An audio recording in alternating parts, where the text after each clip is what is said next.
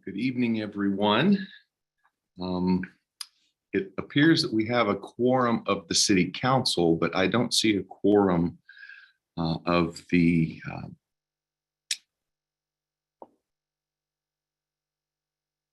Planning Commission. Are they on this? I guess they're not. Yeah, I didn't think so. That's Thursday. That is the thing. Thank you. This has already been quite a week. So at this time, I want to welcome everyone to the April 12th, 2022 City Council Successor Agency workshop pursuant to Section 54956 of the California Government Code. A special meeting of the City Council is hereby held for 5 p.m. And we do have a quorum. Margaret, can I get a roll call, please? Councilmember Mendoza? Here. Councilmember Meyer? Here. Councilmember Rary? Here. Vice Mayor Rodriguez? I don't see him on the meeting yet. Mayor Bryant? Here. Okay, we do have a quorum, so we'll move into item 1, conduct a workshop on the draft 2022-23 through 2026-27 capital improvement program. And I will turn it to staff. Sonia. Thank you. Can you hear me? We can hear you loud and clear. Great. Good evening, Mayor and members of the City Council. I want to thank you for holding tonight's annual Capital Improvement Program workshop. The purpose of the workshop is to provide the Council with the opportunity to review the draft 2022-23 to 2026-27 Capital Improvement Program, or CIP, and provide your direction and input relating to the CIP. At the end of our presentation tonight, we do have a section dedicated to Council's discussion, input, and any questions that you may have of staff related to the presentation or any capital projects. The development and production of the annual 5-year capital improvement program is one of the milestones in the city's budgeting process. The city's 2-year budget cycle begins every other year with the City Council's 2-year strategic plan workshop.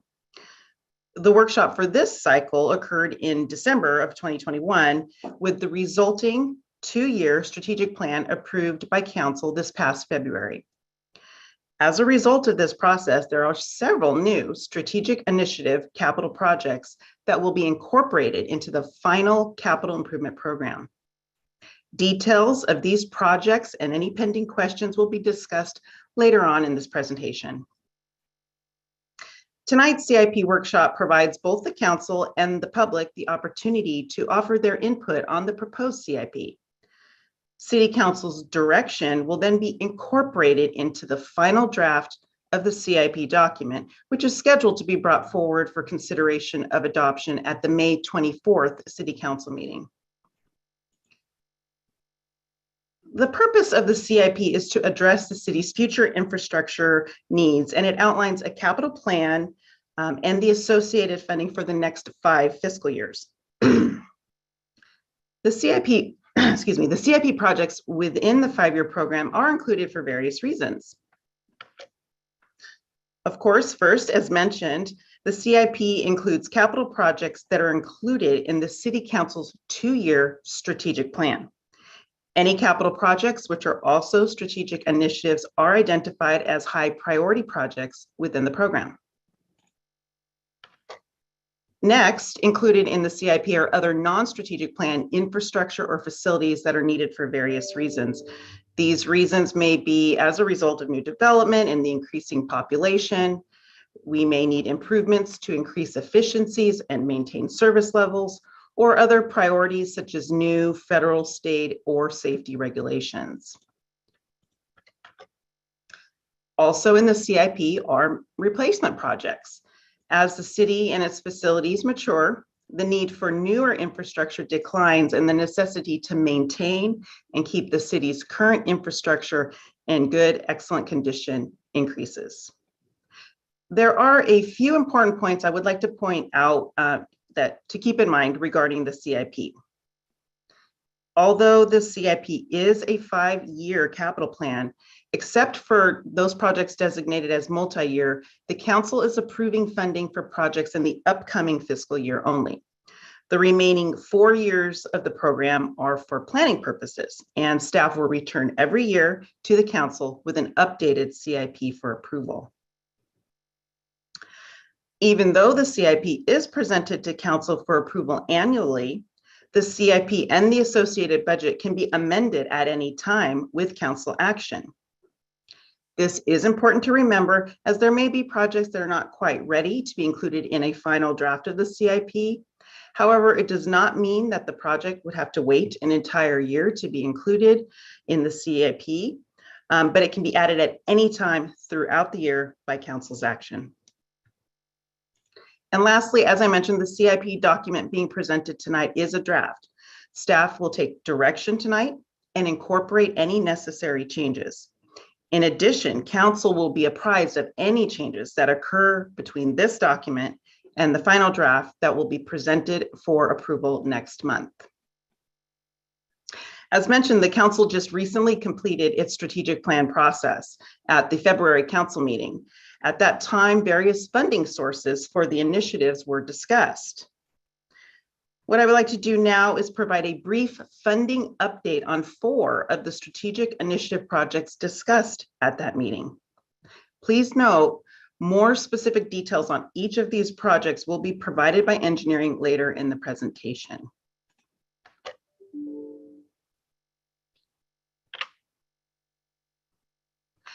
First, the Sand Creek Sports Complex had proposed funding coming directly from the city's American Rescue Plan Act, or ARPA funds. Staff has researched and confirmed the use of the ARPA funding for this project in the amounts approved by the City Council during the strategic plan process. Second, as presented at the strategic plan meeting, the initiative to improve the Brentwood Boulevard corridor had included $3.5 million in grant funding, which staff was in the process of applying for. Unfortunately, staff has since learned that the city will not be awarded these grant funds. As a result, a project smaller in scope has been proposed in support of the initiative. The updated costs and scope can be found in the Brentwood Boulevard Widening North Phase 1 CIP project sheet. Next, I would like to highlight 2 of the new strategic initiative projects to be funded by the general fund. These 2 projects are the Sound Wall and Parking Garage Safety Improvements projects. The amount of general fund funding proposed and currently set aside for these projects is $600,000 and $450,000 respectively. Due to timing constraints, the project sheets for these 2 projects have not yet been included in the draft workshop CIP. However, they will be included in the final draft document brought to council next month. The scope of these projects will be discussed in more detail later in this presentation. While these general fund amounts totaling $1,050,000 have been set aside, staff does want to bring to your attention 2 additional general fund funded projects that are encountering unforeseen cost increases due to current economic conditions.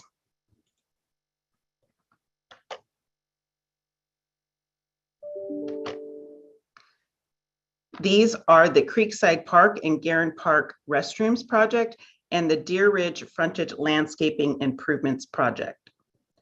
Based on the most recent information available, staff anticipates cost increases resulting in the need for additional general fund funding for the restrooms projects of approximately $87,000 and the Deer Ridge project of $314,000. At this time, staff is in the process of developing the next 2-year operating budget and believes it is likely there will be sufficient funding available to offset these anticipated cost increases. In the event current year funds are not available, the necessary funds could be drawn from the Budget Stabilization Fund. And again, additional details on both of these projects will be discussed by Parks in the latter part of this presentation. Funding availability plays a key role in the development of the CIP and how the projects are prioritized. In slide 5 here, we have a chart showing all of the funding sources projected in the CIP budget for the upcoming fiscal year plus multi-year projects. And for purposes of this slide, we are excluding funding from the state's revolving fund loan. In the upcoming CIP, we can see that development impact fees is the largest source of funding, and it accounts for about 47% of the total proposed funding for the upcoming fiscal year plus multi-year projects. The development impact fees are received as new development permits are issued, and they can only be used to fund public facilities that are needed as a result of new development. We can see that federal, state, and agency funding is also a key source of funding during this period. This source consists of various grants as well as the American Rescue Plan Act funds. The city continues to regularly pursue grant funding opportunities whenever possible and has been successful over the years in obtaining many grants to help fund capital projects. The other funding source category is also a large contributor, and it consists of various special revenue and capital project funds or other outside sources. Examples of these other sources are the Road Maintenance and Rehabilitation Account Fund or bond refinance savings. The remaining sources of funds include the enterprise funds, replacement funds, and of course the general fund. Currently, the general fund is showing 1.2 million in funding in this draft document. However, this amount does not include any of the potential $1.4 million in costs that was discussed in the slide previous. These costs will be added into the final CIP to the extent directed by the City Council. And a listing of all of the funding sources can be found in your draft CIP document beginning on page 31 if you would like to see more details on the funding sources. In summary, the draft 5-year plan consists of 56 city projects totaling approximately $306 million. Of that total, over $91 million is for strategic initiative projects that are included in the 2022-23 to 2023-24 strategic plan. There is an additional $2 million of other new projects scheduled to begin next fiscal year, and the remaining total is made up of new projects proposed to begin in years thereafter or other projects that are being carried forward from the prior CIP. During the CIP budgeting process each year, an analysis is completed of the upcoming development that we're expecting in the city. This step is important to do annually as the development activity in the city determines various revenue assumptions, as well as the future service level requirements. These various assumptions are utilized in the preparation of not only the CIP, but the 10-year general fund fiscal model, and of course, the upcoming 2-year operating budget. On slide 7 here is the current 5-year development activity projection. Staff completes a thorough review of all of the city's planned developments and estimates how many permits are likely to be issued on an annual basis. Once the analysis is completed, a conservative 5-year projection of residential units and non-residential square footage is made. The current projection includes a 5-year total of 600 single-family units and 100 multifamily units. We are also projecting a combined 405,000 square feet of commercial, office, and industrial development. Now, please note that both these residential and non-residential projections are based on current information available at this time, and the projections will be revised annually to account for updated development timelines and any new projects that have been identified. This fiscal year to date, the city has issued 210 new single-family building permits and 358 new multifamily permits. These exceed the conservatively budgeted amounts of 175 single-family and 100 multifamily units. As you know, the city's CIP program is quite successful, and the city is able to complete several projects every year. At this time, I'd like to touch briefly on a few of the program's accomplishments that have happened since last year's workshop. The aquatic complex slide refurbishment project included the resurfacing of water slides and installation of waterproof membrane on the stairs and the platforms of the water slides at the Brentwood Family Aquatic Complex. The refurbishment of the slides at the complex ensures the safety standards are met and also that the facility remains an attractive site for visitors. The next project is one that has been recently completed, and that is the Blue Goose Park playground replacement. This project replaced the previous play equipment with exciting new play structures for children ages 2 through 12. In addition, grant funding was obtained to supplement this project, which allowed for additional unique and inclusive play elements to be added, ultimately helping to better serve the needs of children with all abilities within our community. And as you can see here on slide 10, we have a few pictures of some of the completed structures.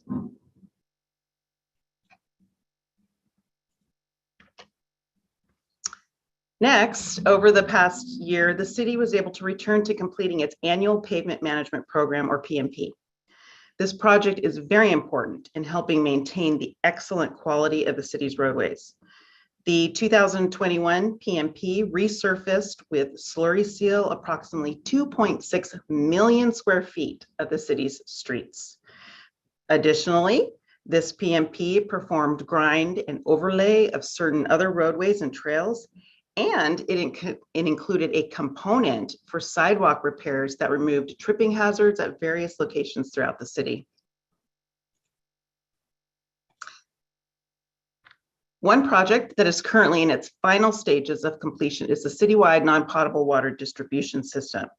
This project consists of the expansion of the reclaimed or non-potable water distribution system throughout the city through the installation of new main pipelines and the conversion of landscape irrigation meters from potable to non-potable water. By this conversion to non-potable water, the city can reduce the cost of landscape irrigation, decrease dependence on the potable water supply, and reduce the discharge of chloride-containing recycled water into Marsh Creek. Now, this project is slated for completion by the end of this fiscal year.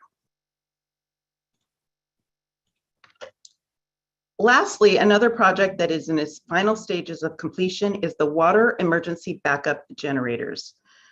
This project provides for permanent emergency backup generators and automatic transfer switches at 6 city facilities. In the event of a power outage, these new generators will automatically turn on and maintain power to critical infrastructure in order to provide water and wastewater services to the residents. Now, at this time, I would like to turn over the presentation to Jigger Shaw, Engineering Manager, who will be discussing highlights of various certain other current and upcoming projects, as well as strategic initiative CIP projects. Good evening. Can you hear me clearly? All right. Well, thank you. Thank you, everyone, Honorable Mayor, Vice Mayor, and the council member. Today, I'm happy to present to you the current and the upcoming projects, as well as the strategic initiative projects for our capital improvement program. I'm going to start out with presenting the current and the upcoming projects.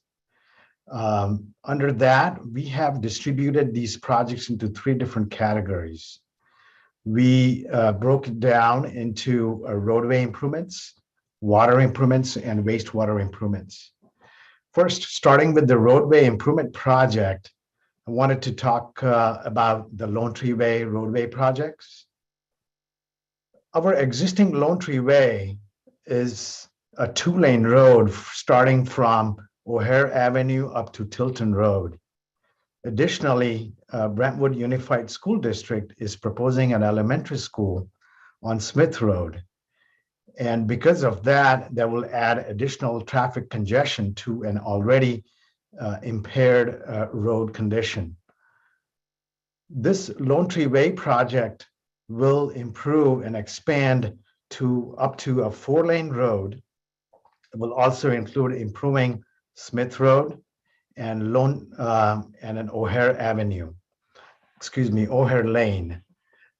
This project will also include installing a new traffic signal at the intersection of Smith and Lone Tree Way. This project also includes acquiring some of the additional right-of-way from private properties located on Lone Tree Way as well as on O'Hare Lane. Currently, we have issued a request for proposal for design and environmental services for this project.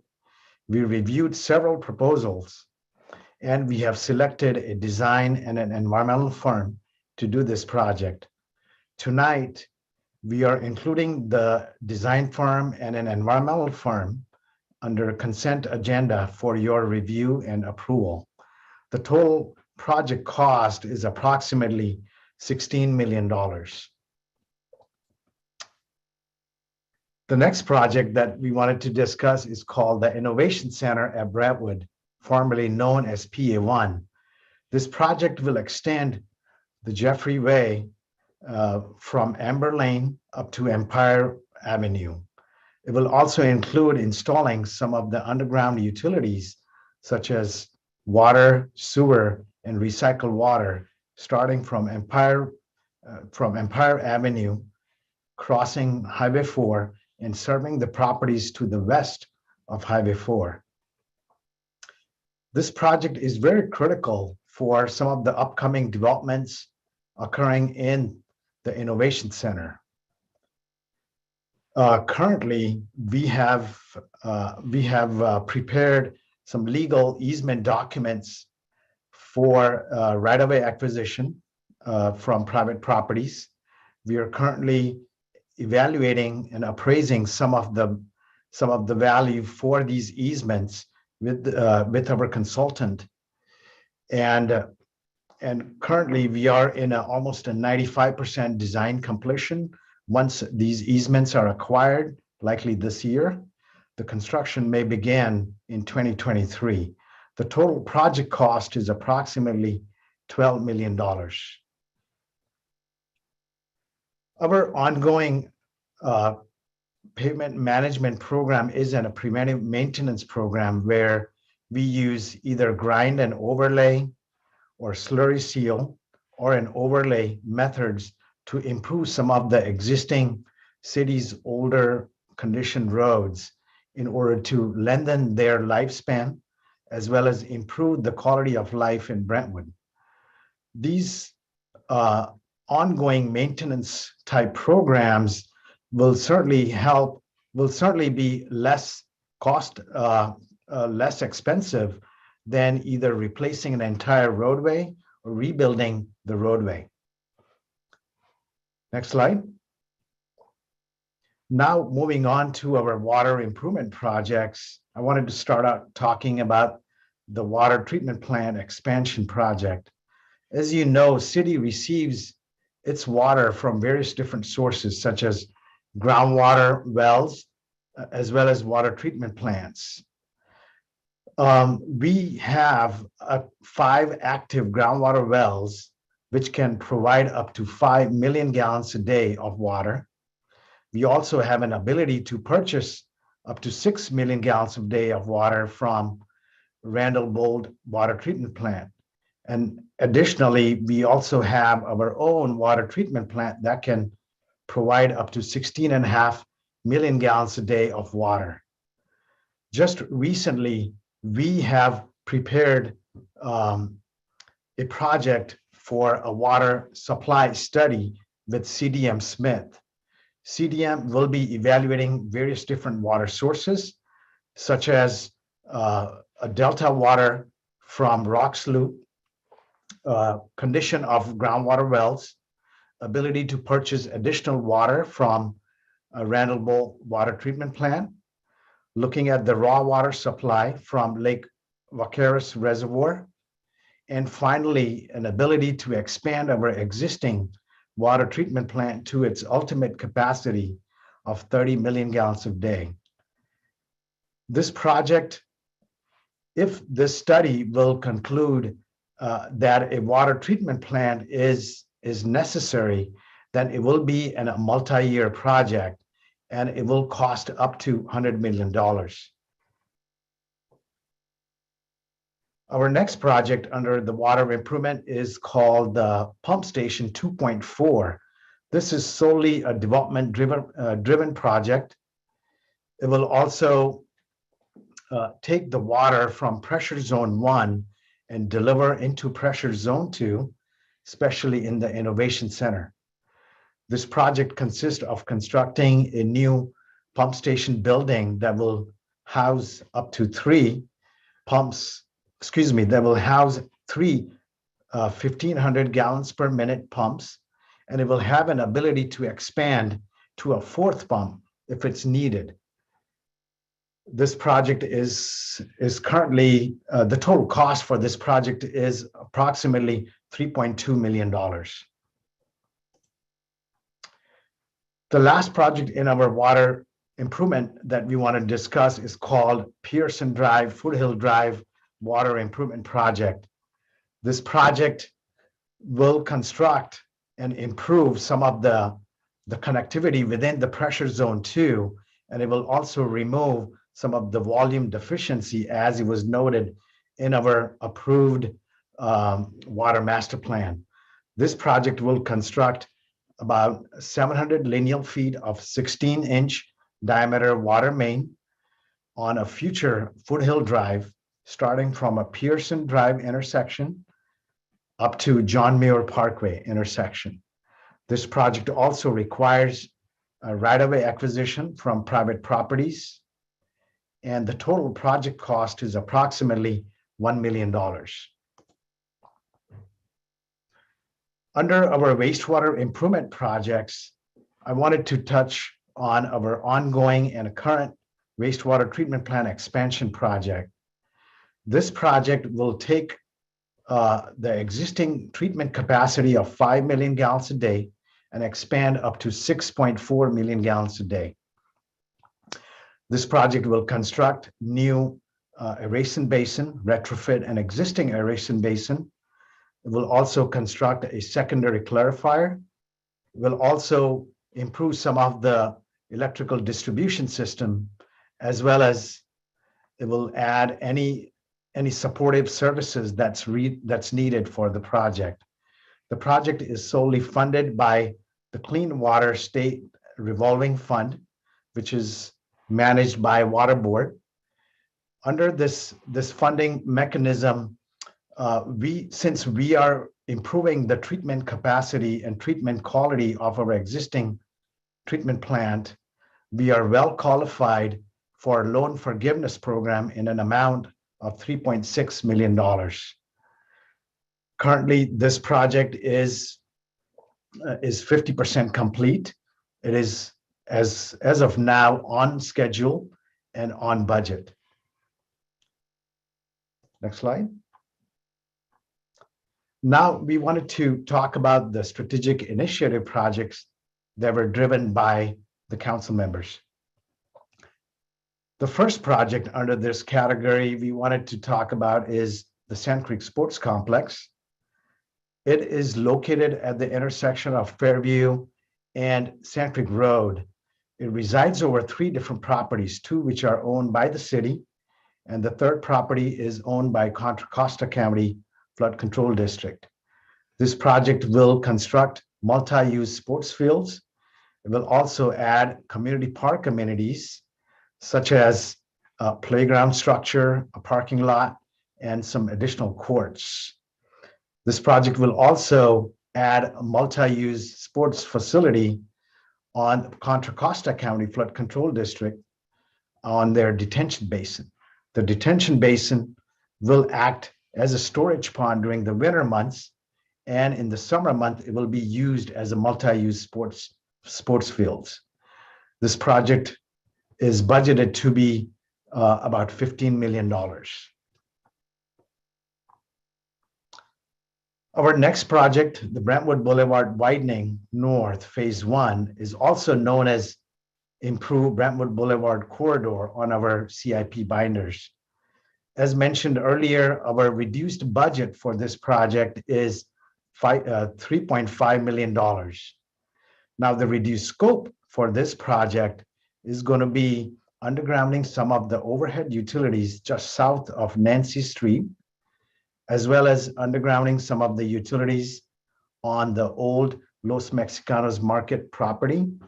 And if the funding is available, then we would like to widen the existing Brentwood Boulevard from 2 to 4 lane, starting from north of Marsh Creek up to Sunset Street. Next slide. On our sound wall project, which is a council-driven project and includes raising the wall height along the Balfour Road off-ramp near Carrara Street. Please note that city have conducted the noise study along Highway 4, and we have found that the noise levels are within the city's conditionally acceptable level. This project will consist of raising the existing sound wall by 3 feet for the length of approximately 200 lineal feet, located at the north corner of Cortona Park project up to Carrara Street. Our on-site investigation found that the depth of the foundation of this existing 200 lineal feet of the wall is not deep enough. Thus, it cannot handle the structural load of just adding additional footage to this existing wall. Our structural engineer also recommended that we should remove and replace in the foundation and the wall in its entirety for this 200 feet of stretch and replace with a much deeper foundation and a taller wall. By raising approximately 3 feet of the wall will only reduce the noise level by 3 decibels. The total project cost for this project is approximately $600,000. Next slide. Our parking garage safety improvement project, as a lot of city employees and city police department have received numerous complaints for various different activities that is occurring during and after hours within the parking structure. So to address the public safety and improve or reduce some of the property damage any further, we looked into several different options. The first option that we looked at is constructing a slide gate right at the beginning of second floor with a pedestrian gate. It will also include fencing off the second floor stairs and the entrance stairs. This option will keep the ground floor and the parking up to the electric vehicle charging station open to the public. So it will be like a partial enclosure project or option. The second option will include installing roll-up gates right at the entrance of the parking structure. It will also include fencing off any window openings at level 1 and level 2s. It will also include fencing off the stairs at second level, a lower level, ground level, and at the entrance level. It will also include a pedestrian gates. Both of these options will include an ability to install a mobile app on your phone. So as you approach to any of these gates, as option 1 being a slide gate and option 2 being roll-up gates, it will open and close those gates. We will also install a keypad and a fob mechanism at each pedestrian gates and to our elevator and at these slide or roll-up gates for access. Now, in the event of a weekend function, IS will issue a temporary code to use, which will expire after a certain time at the end of the event in order to access either an elevator or a parking structure or any stairs. The approximate project cost for these option 1 and option 2 is $450,000. Wish it was $450, but $450,000 for option 1 and $700,000 for option 2. We also looked at option number 3, where we would have to hire an employee to monitor the parking structure for 24/7. We also considered hiring a security company who can monitor the parking structure. We also looked at an option of raising the wall on the 4th level. Now, by doing that, it will add additional dead load on the existing parking structure wall and its foundation. It will also add some of the wind load that will affect the integrity of the parking structure wall and its foundation. So it's detrimental to the existing parking garage as it is built for now. Thus, we don't recommend this option. The option 3, the cost estimation for option 3 as coordinating with the PD is approximately $250,000 per year. Next slide, please. One of the last project that I want to talk about under the strategic initiative is called the Sand Creek Road Extension.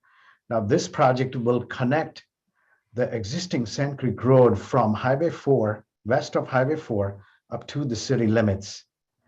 This will provide an additional path of travel for any upcoming developments such as Costco or Innovation Center. Just recently, we are in the process of designing this project. We are doing a phase 1 where we will be constructing 2 lanes starting from west of Highway 4 up to Hydron Ranch Road. If in the future the Bridal Gate development gets approved, then the city staff will closely work with them in order to add 2 additional lanes to make it a 4-lane road. Currently, this project will cost up to $14.5 million for the phase 1, the 2-lane expansion. And the construction of this project is likely to start in 2023. With that, I would like to turn it to Bruce, who will touch on the Parks project. Thank you. All right, thank you, Jigger. Can everyone hear me okay? We hear you loud and clear. All right.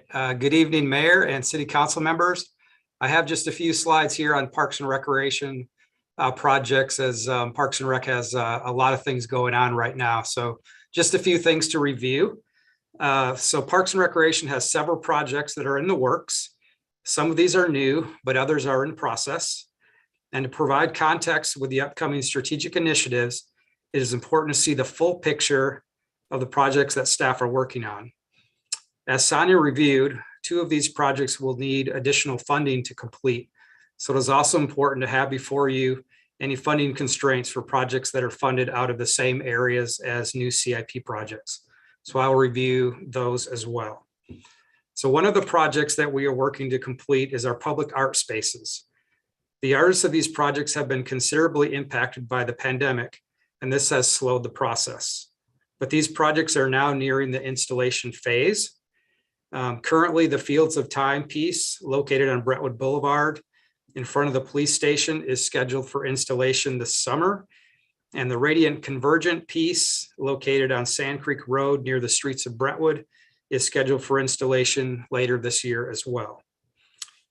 Staff is also working on the Citywide trail enhancements.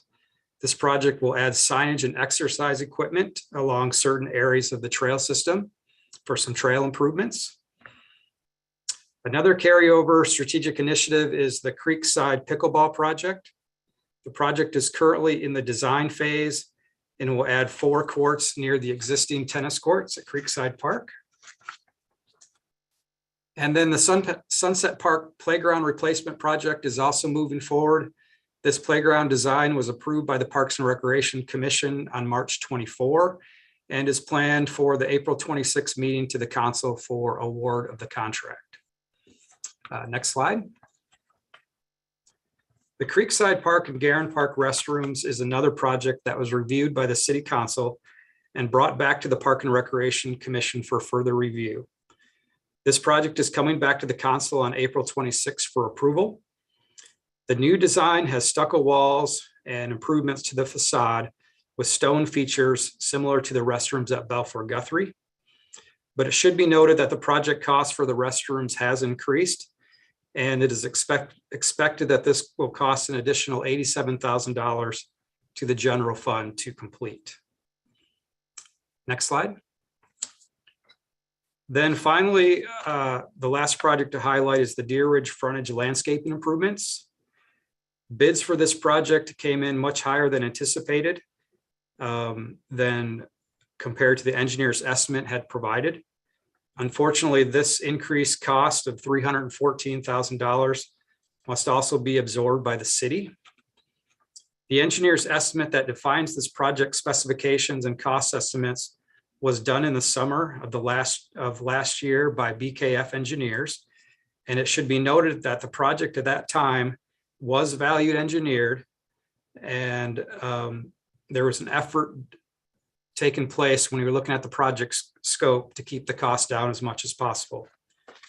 So 5 bids were received, and they ranged from $950,000 to over $1.5 million. The bid climate right now is very challenging due to increase in inflation, supply chain challenges, high fuel cost, and overall construction cost. It's very difficult to predict the cost in this current environment, and this has been reflected in these bids.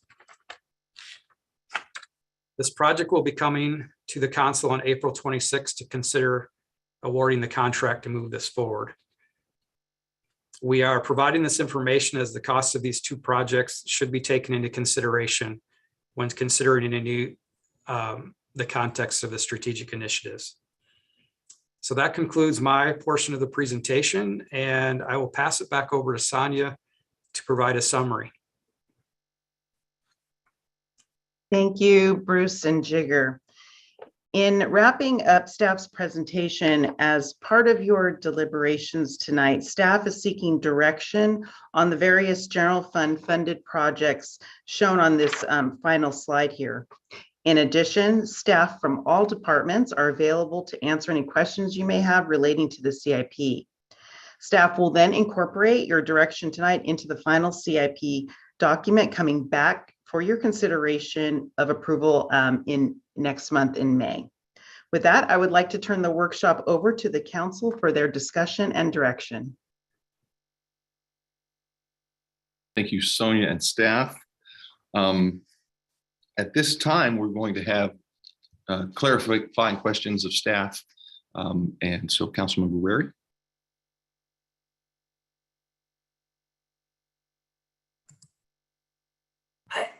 If you can go back through the parking garage, was there 3 different options? And I mean, it would have been nice to kind of see them in the PowerPoint because you talked about it. I'm not quite sure what they were and how they'll work. And I mean, the general public's going to use an app to get in, and it seems pretty complicated.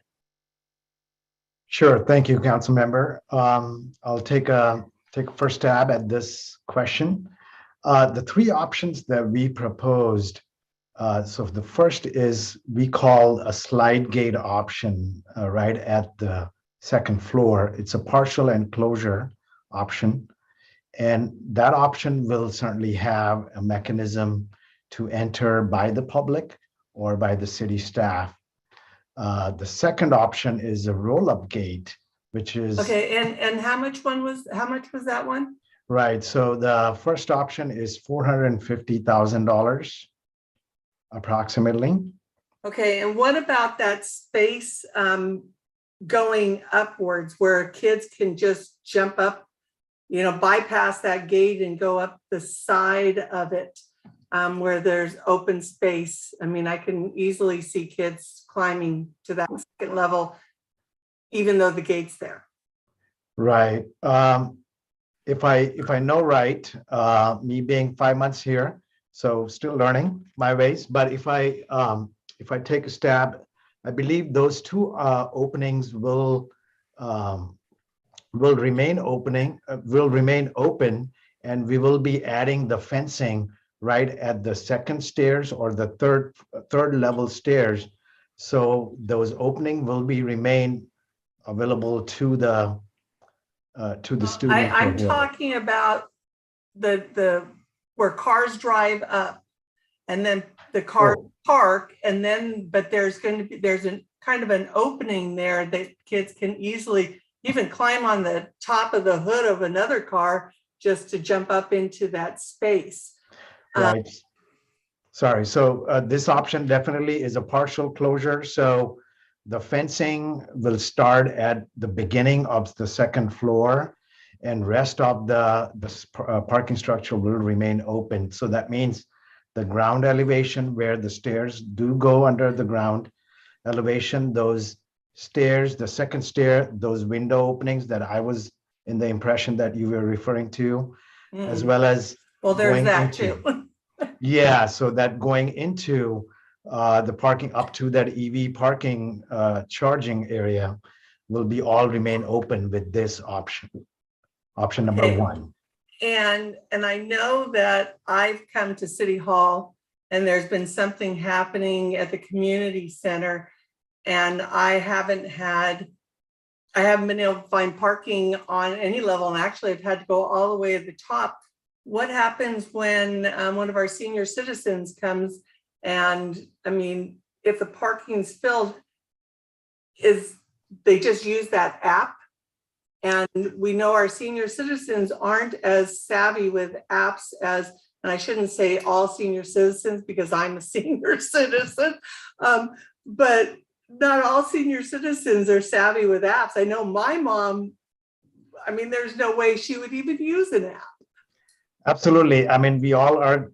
I'm going to be senior citizen soon. Who knows? But I think with the mechanism of a code, ability to enter a code or use a fob mainly for the city employees, but an ability to enter a code, and IS can provide that temporary code. So a handicapped individual can go to the elevator, access the elevator, and go up and down using that code. And But how do they find parking is my concern, is the right. the downstairs and that first level are full, and now they need to find parking, and how do they Access that? the other part of the garage? Right. So they will access through this keypad mechanism, which will be right in front of the gate. So in the roll-up gate condition, option number 2, which is a full enclosure of the parking, there will be a bollards covered right in front of this keypad mechanism, and then any individual will come close to it, just like an HOA, a facility where a private residential will have a way to enter a code to get into that parking. And how do they get that code? So IS, our So they're supposed to call IS from their car. I'm just about any of our residents, trying to get into this parking structure to park, which is a public parking structure, which is now shut off to our residents, and they have to make a phone call to our IS department, hope that somebody's there answering the phone to then get a code to go up to the top levels. Right. During the office hours, so 8 to 5, they can certainly call the IS office. We will have a contact number right on that code mechanism for them to call. Now, during the weekend events, IS will provide that temporary code, so they won't have to call. They'll provide it where? They will provide to that event organizer. And then if there is a community event, I don't know enough of the events that occurs here, but those event organizer will have that code and they will be able to access that entire parking structure at that time. And that code will leave the parking structure open then? For them. So whoever knows that code, they can go in and out of that parking structure. But I mean, the general public comes in and how are they supposed to know to contact this person to get into the parking structure? It's anyway, and the Certainly, that's a great question. the- That's a the great next- question. the We are still exploring various different options. I'm writing down your question definitely, and we will be including that into a design. This is very planning stage. Okay, Nikki, would you And- like to so add? that was the first option. What's the next option? Oh, Yeah, Mickey, do you have an answer for me? Yes, I do. Good evening, Honorable Mayor and Council. Allow me to step in here. So the high level, the way to think about this is rather than how can the general public get in, the concept is how are we going to restrict the upper floors from people during off hours? So conceptually, the idea is that we would actually leave the parking garage open whenever there's a high demand for the public to use that parking garage. It could be during the work days. It could be during weekends. It could be during weekday evenings when there are events at the community center. But the purpose is really to restrict access during off hours, if that makes more sense. So the people that need to have parking in the upper floors during off hours can access those areas with a fob or a transponder if they're working late or whatever. But the concept is to still allow the public in general to use the entire parking structure, especially during normal business hours, but to really restrict it during the off hours. And those off hours are the times where we have a lot of the problems and issues in the structure. I hope that Okay. clarifies and makes sense. It makes more sense than having the thing closed off during the day to the public. So anyway, the next option was, yeah. So the next option we call a full enclosure of the entire parking garage. And we are labeling that for now as a roll-up gate option. So there will be roll-up gates right in the entrance of the parking garage.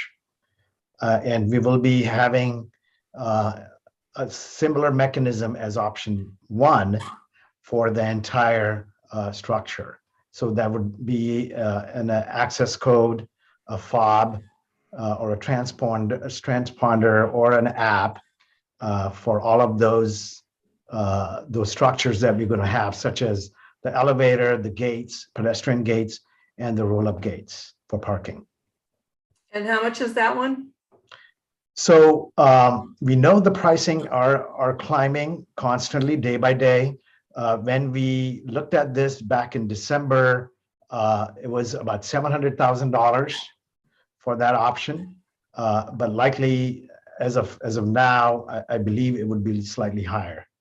We don't know that number at this point, but we'll definitely be looking into that. And option one and option two both enclose the first and second floor Correct. around it so that nobody can climb over that, correct? That is correct. Okay. Yes, that is And the correct. third option? So third option is to hire a security guard. Security. Right, or a security company, either way. But the security guard will provide more control for the city, but at the same time manage the employees as well. And what's the estimate annual on that? So the security company currently, our PD is using them on a temporary or an on-call basis. So we got a cost estimation from them is about $250,000 per year. So it's an annual cost. Okay.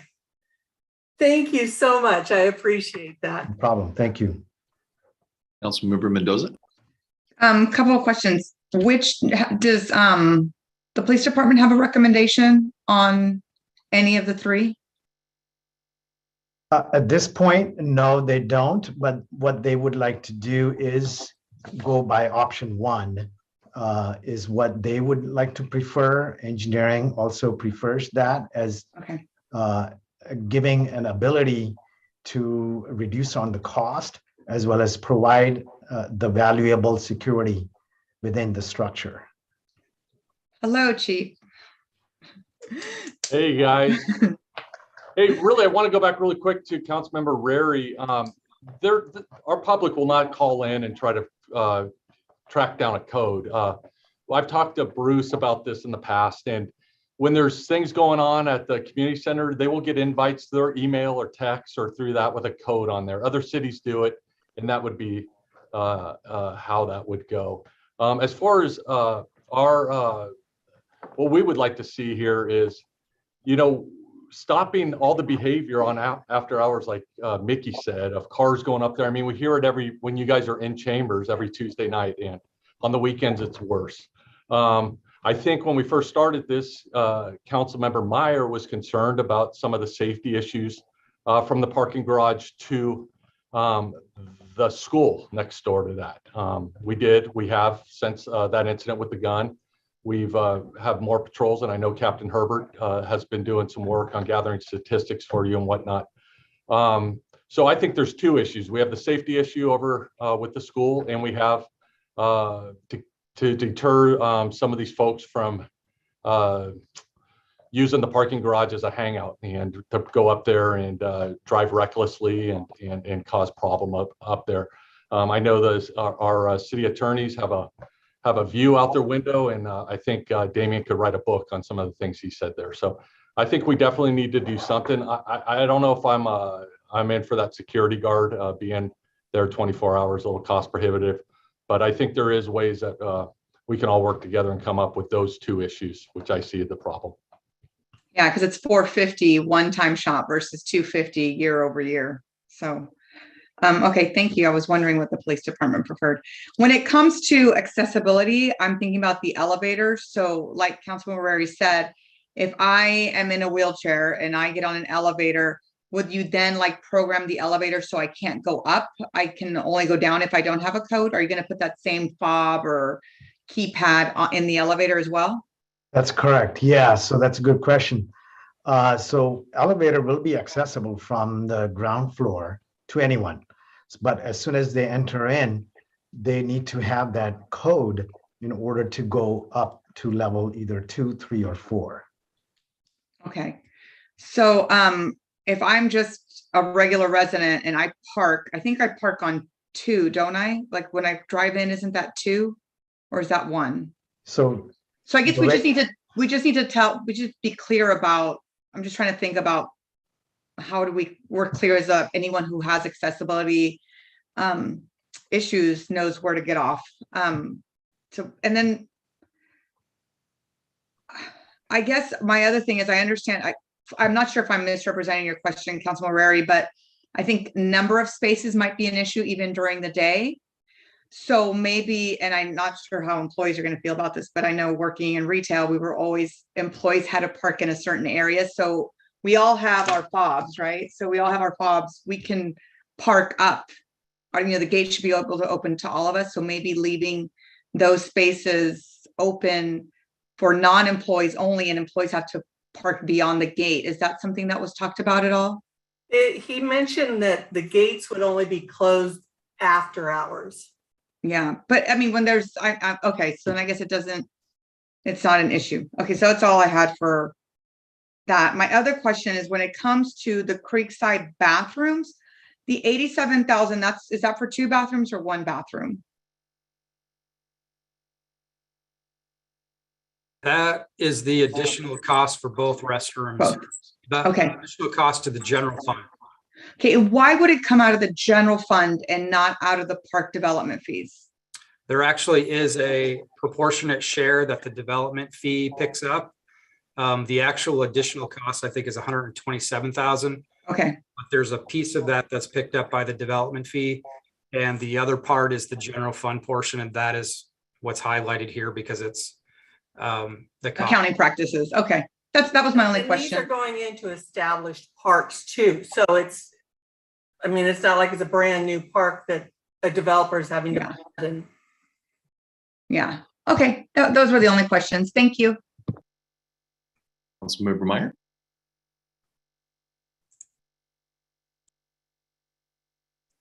Sorry. Going back to Councilmember Mendoza's question about accessibility. And she was talking about having staff park in separate areas. And also Councilmember Rary's about that. Can we designate more spaces that are, I mean, not necessarily like handicapped, but more accessibility specific spaces that are close to the easiest access points? I believe we can do that. Yes, we can certainly provide additional handicap spacing. And at this point, I think they are at the ground floor elevations. So we can add more to as we enter into the parking garage going up. So we can add those.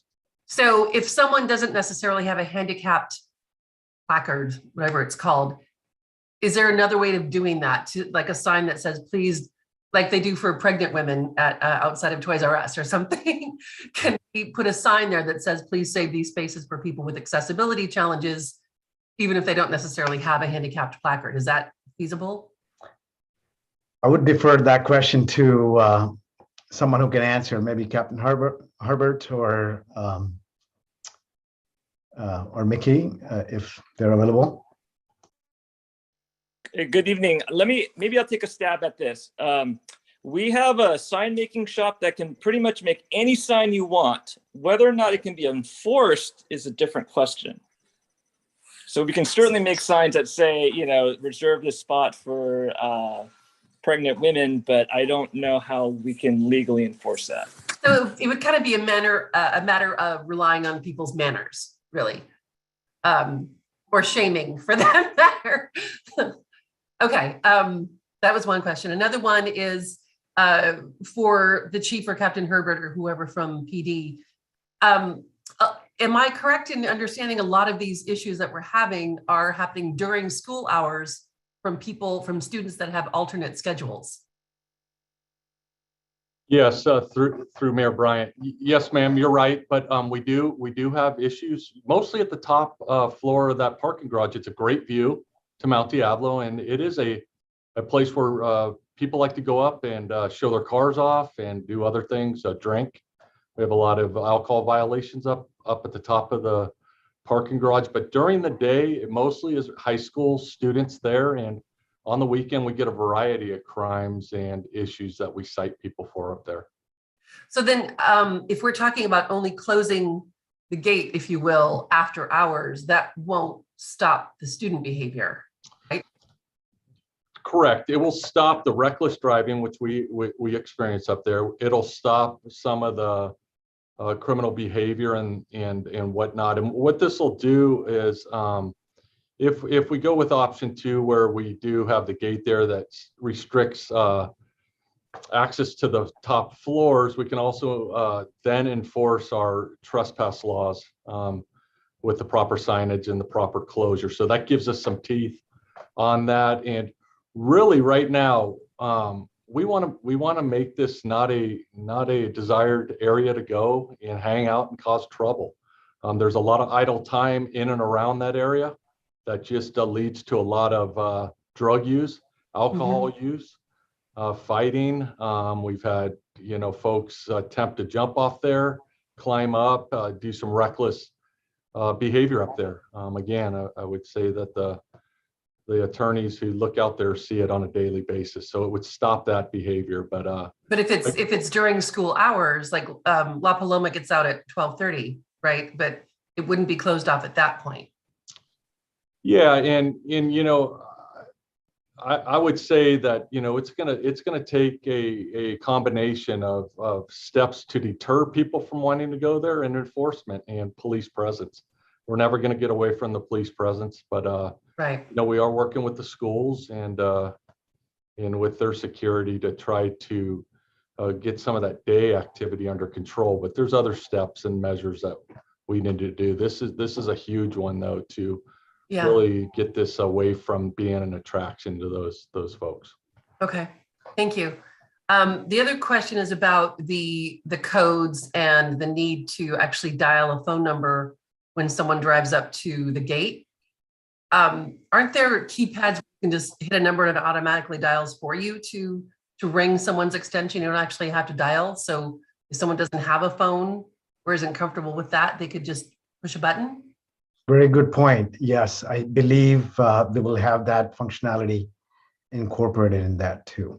We Yes. have that at the police department right now. We can push a button, Right, it that's goes right. right in. Yeah. We can open it. So I know that to be a fact.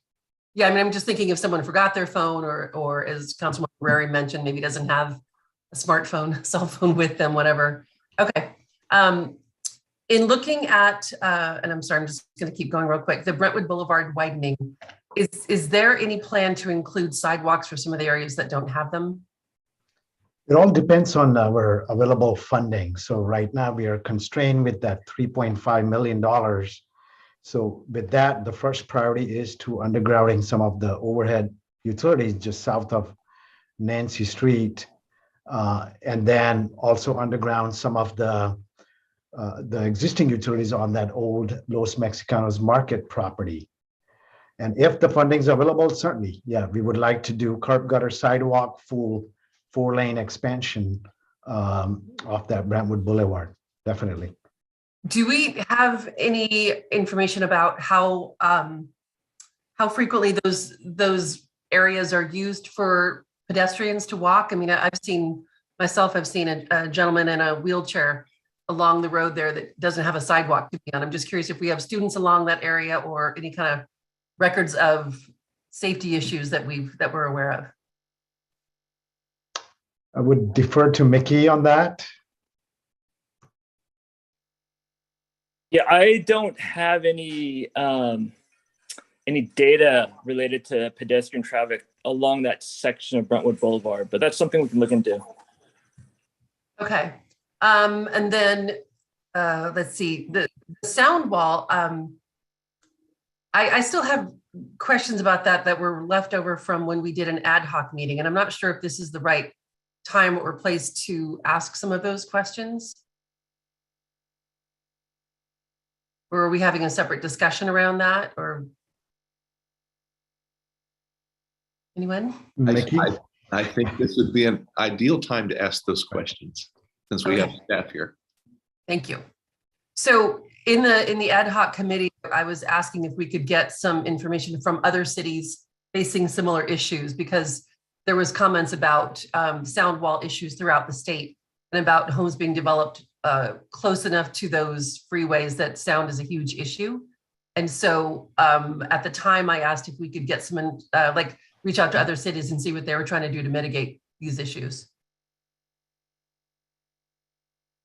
Good evening. So this is Mickey. I actually spoke to a representative over at California Transportation Commission, and they our concerns about noise are repeated with every city that has an interstate running through it, and their hands are really limited based on what Caltrans can do. So Caltrans, they only require mitigation up to a certain sound level, and anything beyond that, there's really not a whole lot of success that cities can require of Caltrans to either raise walls or do other mitigation measures, if that makes sense. It does, and it's unfortunate, of course, but I know we discussed the reduction of speed in that area as a potential mitigation, and it didn't sound like that was hugely feasible, but I'm wondering if you can explain why. Is that something that residents could advocate for example? Right. So there are several ideas that have come up at various council meetings and workshops related to sound, how to mitigate sound. Reducing speed is one of those ideas. We looked at several different ideas. Caltrans has turned us down on almost all of them, whether they're the solar powered radar signs or the latest request I have into Caltrans is to see when they improve that section of roadway, if they can actually stripe that lane narrower to 11 feet. Again, I doubt they'll say yes to that. The biggest success we've had is working with Caltrans on ensuring that they have, similar to what we're doing right now, we've got a 5-year CIP. Caltrans also have a similar process where they have to present to the state their proposed projects in the next 4 to 5 years. And they do have a project to resurface State Route 4 from 160 all the way south through town. They did confirm that they're going to be using rubberized hot mix asphalt, which is the most sound attenuating type of asphalt they've got. So we think that's going to be a big help for reducing sound, at least in the short 5-year term. In the longer term, we do know we've got this Triling 239 project south of Brentwood. We know that's going to add a lot of traffic in addition to goods movement and economic development in Brentwood. And we're really in the driver's seat on that. I've already provided a comment to Caltrans to make sure that as part of the CEQA analysis for the Triling project, they have to mitigate their sound impacts in Brentwood, not exceeding a decibel of 60 instead of 65. But that's more of a longer term project. Okay, and I think I'll save the rest of any comments for later. Thank you. Councilmember Mendoza. I have one more question for the chief, going back to Councilmember Myers' question and my question about the gates being open and closed. So given the conversation you just have, would you recommend that the gate be closed during the day to deter the kids from going up, and maybe put employee parking up there to leave it open? Or what do you think would make it better for your team? Yeah, I think I'd like to sit down and talk to our city manager and Mickey and really figure that out. I mean, that would help. I mean, to keep cars from going up during the day and some pedestrian traffic. Again, this is a public parking lot, and I don't want to put any of our citizens out that want to use that during the day. As far as employees go, we can park wherever we're told to park. I mean, that's a parking structure, and if we have to park on the 3rd floor, I don't think anyone would have any grief with that. But I think working with Parks and Rec on when we get back to having events at the community center, working with them, maybe we can stagger them sometimes, or because you're right. I mean, if the kids are up there causing problems during the day, this doesn't fix that problem. So if we're going to spend all that money, we want to get the most bang for our buck. I totally see that. And again, if I had it my way, I would close it off, have a security guard there 24 hours a day and do all this, but I know that's not reasonable. So Okay. I think that's a big part. I think that plan number 2 is a good one, because I am concerned of the activity that happens there at night. And we can avoid some of that, but we definitely still do have a issue with that being so close to a high school and the kids coming around there naturally. It's a nice place to go, a beautiful park to hang out at, and we don't want people that want to use it. We don't want to, take away from the people that want to use it and enjoy it. That's for sure. That's why I was like, would that leave enough parking spaces on average to what the traffic that you see that's non-employee during the day? That's where my mind was going. I just don't know if that's enough spaces, But okay, thank you. Vice Mayor Rodriguez. Yes, thank you, Mayor. I wanted to go back to what Councilmember Myers had mentioned in regards to Brentwood Boulevard. I know that I actually talked to Mickey a little bit about this.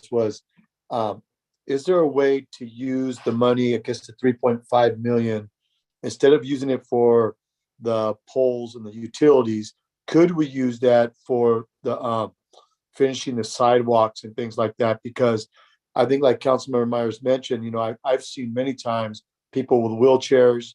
Many people do walk through there because there's not a grocery store or anything out in that area. So people that live in that area at times do walk through there. And I think it's a really big safety issue.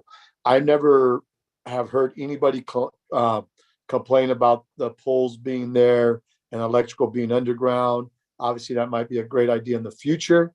But I think that when it comes to the safety, but also the people that are walking through that area, would be more important, So I'm just wondering, could we move the 3.5 million to be able to work on the sidewalks and completing those on both sides of the road?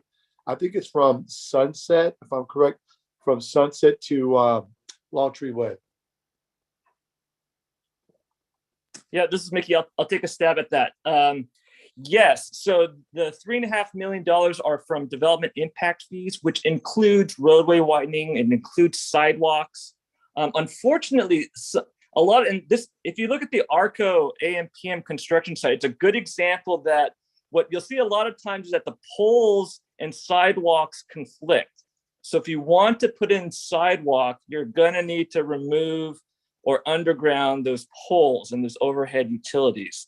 So a lot of times, if you want sidewalk, you have to deal with those overhead utilities. That being said, certainly we can take a look at different areas along Brentwood Boulevard to add sidewalk. Usually, if there's a section of roadway that's adjacent to large undeveloped areas, and I'm looking at a map right now, so Brentwood Boulevard between Homecoming and Hanson Lane, that's a huge undeveloped parcel. Usually development pays or constructs frontage improvements, including sidewalk. So to the extent that there are large or relatively large undeveloped parcels, usually what we'll do is wait for development applications to come in and they will build all the frontage improvements. But to your original question, certainly if council gives direction to us to focus or maybe to refocus on using that $3.5 million more towards areas where we can put in sidewalk. You know, maybe there are some areas that don't have poles that conflict or utilities that conflict, areas that don't have a lot of development potential. If that's the direction of council, we can certainly look into that. And I think, Mickey, I mean, if it's just something that we could look at, right? What would that cost and things like that? I mean, to me, you know, obviously, you know, being in that area a lot, I know the poles would be nice to have them underground, but I think the safety of our residents walking through that busy Brentwood Boulevard is a lot more important, right? All we need is somebody to get hit or somebody to trip and fall. You know, there's so many things that could happen. So I just think for us to at least do our due diligence to see if what would it cost? You know, is it, you know, maybe a certain area where we do put the electrical underground and then do the sidewalk, and maybe we could only do so much because we're doing now two things in one area. I mean, I just think the safety is really crucial. So I think that's important because there's a large residential development that's behind Big B, and a lot of those residents, and also on Hanson Lane and those areas, they do walk to the dollar store, to Dollar General, or now the grocery outlet areas to shop and walk back home with those groceries. So just something to look at. I thought it was I had thought about that as well, and I'm glad that Councilmember Myers brought that up as well. So I don't know. I just think it'd be important in regards to the safety of our residents in those areas. Right. And so if council is interested in, or maybe having us refocus on that $3.5 million to probably more focus on feasible pedestrian safety improvements along Brentwood Boulevard within the confines of our fee program, we can certainly do that. Yeah, I think that would be great. So I don't know when we do that. I don't know if it's now or later, but I know that that's something that I think would be great. Thank you. Councilmember Rary. I've got a couple questions. Now I got to find them again. So there was a sign identification program, the citywide sign identification program for $130,000. Is that still in the capital improvement? Because I've got it listed as one. And last year we actually removed the funding for that. Can anybody answer that? The project is still in the capital improvement program for the remaining funds that have been unspent.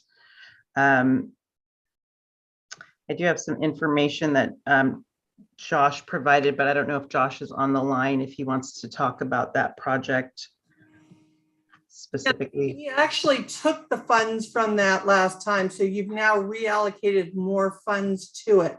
Because we used that, I think, for the facade and beautification grants last year versus doing the signs. We thought that was more important. And if we've got that $130,000, I would rather put it back to facade and beautification projects again, rather than putting more signs on. This is the third time that this would be the third time on doing wayfinding signs for the city. And I did speak with Mickey, and he can correct me if I'm wrong, but some of those signs can be, you know, there's already an O&M on those. So any replacements that are needed should already be covered through the O&M on it. But another 130,000 for signs, I'd rather give it and beautify our city.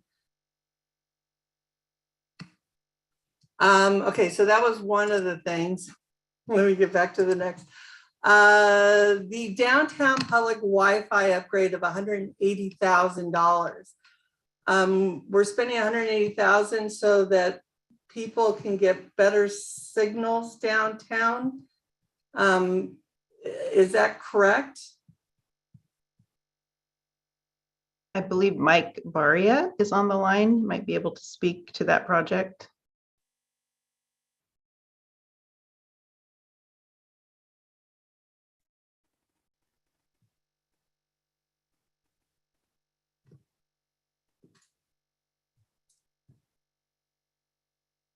Can you hear me okay? Yes. Yes, we can. All right. Well, good evening. Good evening, Mayor and Council.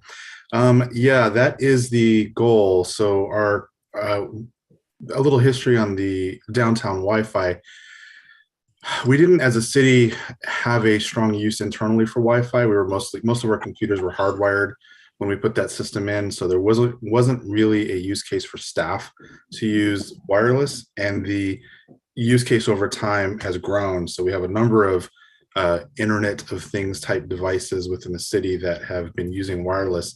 And so what we're seeing is a bit of a conflict on how we're utilizing that bandwidth, how much is being reserved for city functionality versus how much is being given to the public for public functionality, and trying to get more granular control over that Wi-Fi. So the components themselves are up for refresh, but we also want to take some time to evaluate that aspect as well. How are we going to build this out so that we've got separation between what we're providing to the public and the city for security reasons, and then also making sure that we have enough bandwidth available so that the public can have more and city, business isn't being impacted, if that makes sense. Yeah, I guess I'm wondering why we need it. I understand we need it for the city aspect of it, but even when I've tried to sign on to it in the park, it hasn't worked very well. What's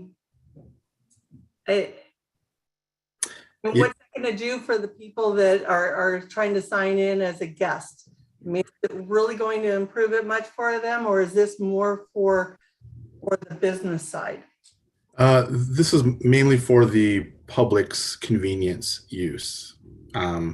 So one of the things, like I mentioned, even for staff finding more and more needs to use Wi-Fi, we've been receiving a lot of requests for things that we haven't anticipated that the public's using the Wi-Fi for, like live streaming while a downtown event is happening. I think we had that request come in a couple times for parades. We've had the capacity limits have been reached, I think, is another problem that we're receiving. So the way that we have it built out now, we didn't anticipate this much usage. And so we run out of what I'll call licenses, so to speak, so that not everybody can get in at the same time. And then we run out of bandwidth as well, because we're sharing that bandwidth for so many different purposes. So there's a number of things we want to look at is, increasing the capacity so that we can get more people connected, increasing the bandwidth by creating that separation and that security, and then improving the technology that's down there. Like I said, it's about 7, 8 years old, I believe, as it is. And so it's due for a refresh. And so we would hope to improve that stability issue that you're seeing. I think we've all seen it. Typically when we see that and we go try to figure out what it is that we're hitting, it's the limit of the capacity of how many devices are connected at one time. So and how far out is this? Is this just out to City Park? Or are you talking that this will go out to cover the downtown area in general? Yeah, so this is the around the Civic Center. So looking at the maps, it looks like it's just a little bit closer to Brentwood Boulevard along 2nd and 1st Streets, and then coming over to about Chestnut. So that area of downtown, and then down to the library. So the way we have this, the system that we currently have, it's not scaling well to accommodate that many people in that many different locations with various load demands. And that's what we want to address with a refresh. Okay. All right. Thank you. Mhm. And then I think I have one more question. Playground equipment. If I've been out to see Creekside. I saw Creekside Park when that got replaced. I just drove out. I saw Alta. We're going through a period of time where we had themed parks, and now they all seem to kind of be a cookie cutter type of thing that's out there. And I understand that you've gone to like a single supplier of vendors, and what can we do in these park replacements that are out there, playground replacements? What can staff do to go back to more of themed parks rather than cookie cutter? Good question, Councilmember Rary. So yeah, we do go through a purchasing program. So we do have limitations on the playground equipment that we use. However, we can look to make sure that we are providing variety, and so that we're not putting the exact same play equipment in different parks. And we have 84 different playgrounds, so you will see some repetition. But we do, the Parks and Rec Commission really looks at this closely and tries to provide a variety of different kinds of play equipment and different themes as well. For example, Creekside Park has a more, forest and wooded theme. The one we just did at Blue Goose has the farmhouse theme. The Blue Goose one is more of what I'm looking at versus a tower with a climbing wall, a walkway to go across, those types of things, which seem to be repetitive in what is being produced in our parks. And I think, and I brought this up before, that this becomes a problem because we are using one specific vendor or two specific vendors rather than looking at a variety of vendors for this. Sure, I understand your point on that, and we will continue to try to have as much a variety as we can under the limitations we have of using these the purchasing process that we have to use. Okay. All right, I think that's it. Thank you. Thank you. Almost all of my questions were answered or asked and answered already, so I'm not going to take the time to do that, other than this one, and this is for Mickey. The new product on the slurry seal that we're using, how's that working out? Which new product? Understood that there was one that was a little thicker that had been used in the past, or is that not something that was? Yes, I can go into great detail on slurry seal. Not quite as exciting as biosolids, but the new product is holding out pretty good. So that's called the Cape Seal product. It's kind of a thicker slurry seal. We did a test run at a couple different streets, so we're taking a look at it.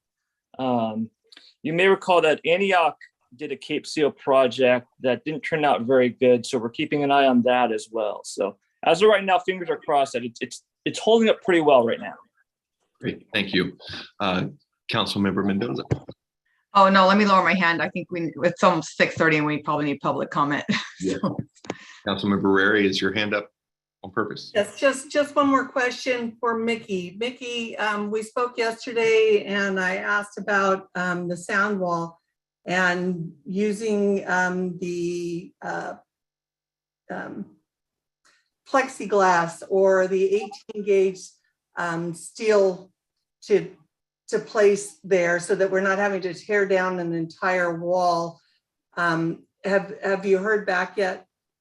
Yes, we actually did reach out to a structural engineer. So this is in regards to the sound wall project. And the question is there a way to keep that existing sound wall and right next to it add steel I-beams or some other support structure with the wall above the existing wall with plexiglass, steel, or some other product? In a nutshell, our structural engineer said, well, it's possible. It would be a custom design and would most likely not look good, not be as sound attenuating, and probably cost more than just a complete tear down and reconstruct.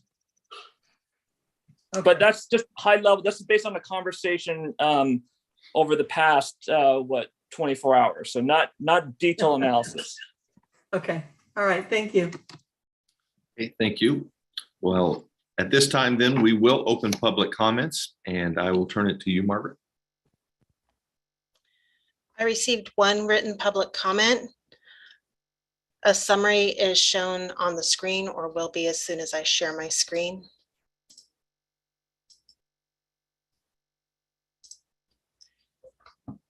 Full copies of these comments will be made available on the City Council Agenda's webpage. If you wish to speak on this item, please raise your hand using the Zoom feature. I'll call your name if provided and unmute you to speak.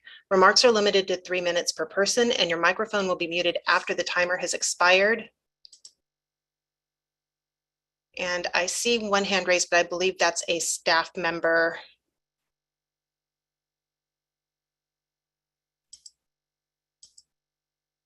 I don't see any members of the public with their hands raised. Okay, thank you. Then at this time, we will close public comments, move into council discussion.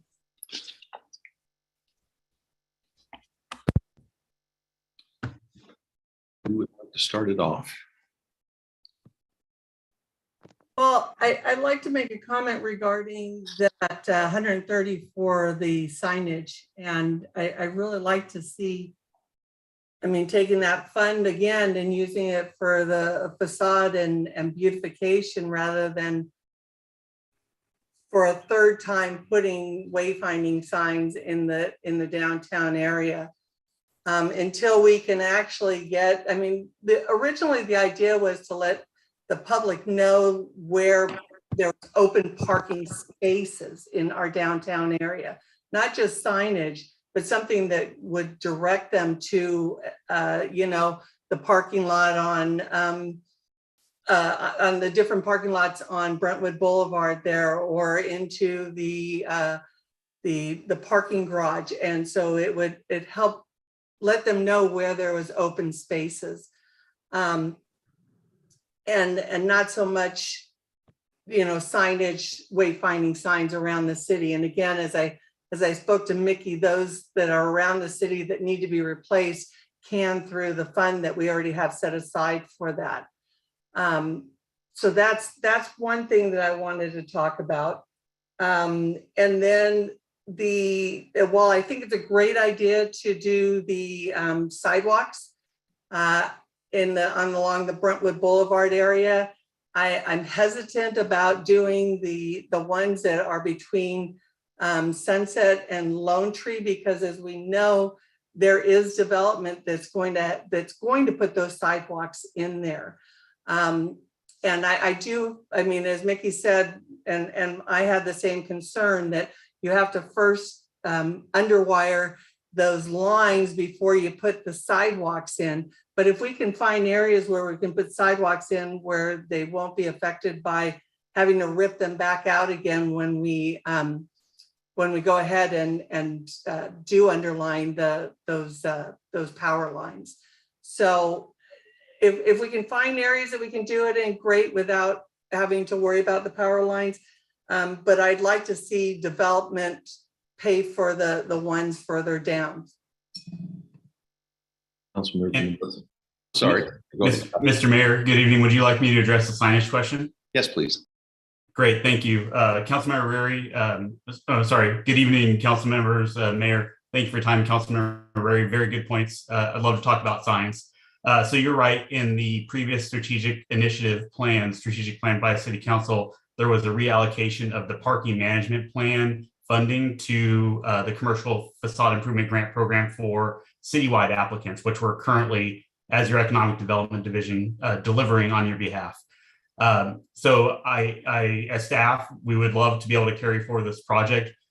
I agree at the staff level and our division level, the overall intent and purpose of the funding in the previous CIP for this project was to do parking identification and wayfinding. There was a perception among the community, as well as the reality that sometimes our city-owned parking lots are hard to find in the downtown core area. And we'd like to look at opportunities, if with council's approval, to do additional parking wayfinding signs in the downtown to city-owned parking lots and city available parking. In addition, there's some tourism components at the global level. They're possibly occurring. The city council has approved potentially a UPIC capital documentary as well to boost the farm tourism. So there's a potential spike over the next 2 years of visitors that we haven't seen, as well as the council is considering some major strategic initiatives related to the Sand Creek Sports Park, which we see as a tourism draw that we could possibly use signage money for, as well as potentially some assistance to the John Marsh House, which I believe is being considered tonight. So there's some flexibility if with council direction to be able to bring this back to Land Use and Development Committee for some additional refinements and then full council review and consideration as we go into the next fiscal year. So are you looking at it more like what Oakley has? I think Oakley's done a wonderful job. You come off of Highway 4 onto Laurel there, and they let you know what's here. You know, downtown's there. Freedom High School is this direction. Those types of things, I think they've done very well in their city. And if that's something that we're looking at doing, that's one thing. But if we're going to put more downtown signs out there, like we already have multiple downtown signs everywhere, I'm not sure that 130,000 is worth that. And I mean, I've been here for a long time, so it's easy for me for those parking areas. But even when I go to another town, I just drive until I find a parking space, you know, regardless of a sign or not. So anyway, I mean, going to lead, sure. Councilmember Mendoza. I agree with Councilmember Rary. I think the signage portion of it, I think we almost need like an itemized list and how much each one is. And then we can go through at LUD and decide which ones we want. Again, I use my phone every time I'm looking for parking. I don't ever look at signs. So I just don't know if we really need them. And when I look at what we did for local businesses with the $100,000 last time, businesses that have never gotten grants before were able to get money, like over on Brettwood Boulevard, Starry Nights. Like, so I just get a lot. I feel like that's a lot more of rewarding for the city versus a parking sign. So I mean, $130,000 when we do it in-house, that's a whole heck of a lot of signs. So if we could get a list of the signs you're looking for, and then how much they each would be, and then we can decide these add benefit, these don't, then maybe that's something we could review and then bring back to council. The sidewalks, I don't want to waste taxpayer dollars and put in beautiful new sidewalks, then have to tear them out when we're going to underground everything. That is my concern. And it's $3.5 million. If it were like a couple $100,000, that would be something different. But I think for this, there's a few reasons why we have to underground things. Fires is one of the top reasons we have to underground overhead wiring in California, and everyone is doing it in California for that. I mean, we had high winds yesterday, Lord forbid a line go down and then it start a fire, because that's how a lot of fires start. So maybe next year if we could identify areas like, you know, Councilmember Rary was saying that are not going to have development near them, they're already developed out, then we can talk about that investment once we get the lines underground, instead of having to pay and then rip them out and then put them back. I'm good with the bathrooms. I think those bathrooms reflect a lot more what our city is like. The Creekside bathrooms, I think that was on your list for us to review. The Creekside bathrooms, I think they look so much better, and I appreciate you guys going back and doing that. I think we need something. The other thing on the list was the parking garage. I like the option where it slides and it closes. I think that in order to have the available spaces, like Councilman Rary was saying, we're going to need an employee policy for all of us. Like, we don't park down below where the gate doesn't close it off. We park on the other side of the gate so that it leaves every other space open for the public. I just can't think of any other way to make sure that there's enough space. The sound wall, I think we have to, I know some people do not want us to spend the money, and it is not something I would spend happily, the $600,000. But as a city, we made a mistake.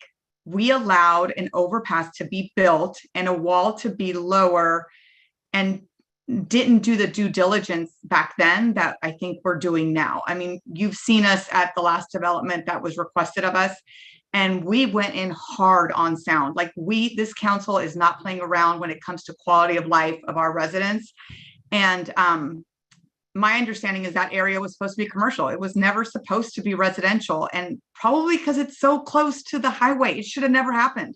But someone pushed it through, someone allowed a rezone, and now someone has to fix it. And I would say we have to fix it. And I know I'm going to get a lot of heat over it, but we messed up as a city. We need to make it right. I think those were the big ones that, if I'm not mistaken, Sonia, you guys were asking about. The landscaping improvements, it's something we have to do. We're going to have to eat that. It's just inflation. We see it everywhere, so it's just what's going to have to happen. Those are my comments. Thank you. Vice Mayor Rodriguez. Yes.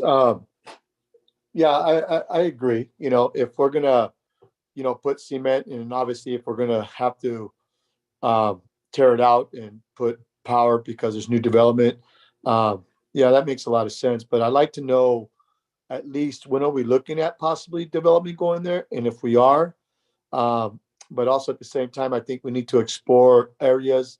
I think like Councilmember Rary said, was that may not have development areas where we could at least accommodate those areas with some sidewalks, right? So I think that having something come back from the city, from Mickey's department, to let us know what areas are not, they're not going to be developed where we could put sidewalks. But at the same time, do we have anything in the near future that's going to be coming? Because I think the longer that we wait, the longer that we're putting our residents in jeopardy, and also ourselves. So I think that, hearing back from Mickey what's out there and what's not, that'd be great. As of right now, that's it. Thank you. Councilmember Meyer. Thank you. Going down the list, signs versus beautification. Agreed that having an itemized explanation of what signs would be where, I think that's wise. It makes sense. Parking structure, I reached out to one of the teachers at Liberty and got some feedback today. And I do think that if we're going to go with one of the options, which I would concur that option A, recommended by staff and PD, seems like an appropriate one. But I think we really need to look at that daytime thing, because a lot of our issues are happening at that exact time when kids are cutting school or whatever. So we have to take that into consideration. I still like the idea of some sort of designation of signs, especially since we can make them in-house, to ask that people respect those that have accessibility needs there. The sidewalks, absolutely. Once Mickey talked about the having to tear down and to rebuild and that sort of thing, happy to wait on that. I shouldn't say happy, but I do think it's appropriate to look at maybe future strategic planning for something like that, where it's appropriate, where we're not expecting the development to come in. On the Sand Creek Sports Complex, we didn't get into that a lot, but I know there was some discussion about whether we're doing soccer specifically or soccer that can also be used for baseball. And I think I'm fine with that. The bathrooms, I do like the new design, and I would be for using that. Deer Ridge, again, it's very unfortunate that inflation and supply and demand and supply chain are causing these kind of issues for us, but this is something we have to do.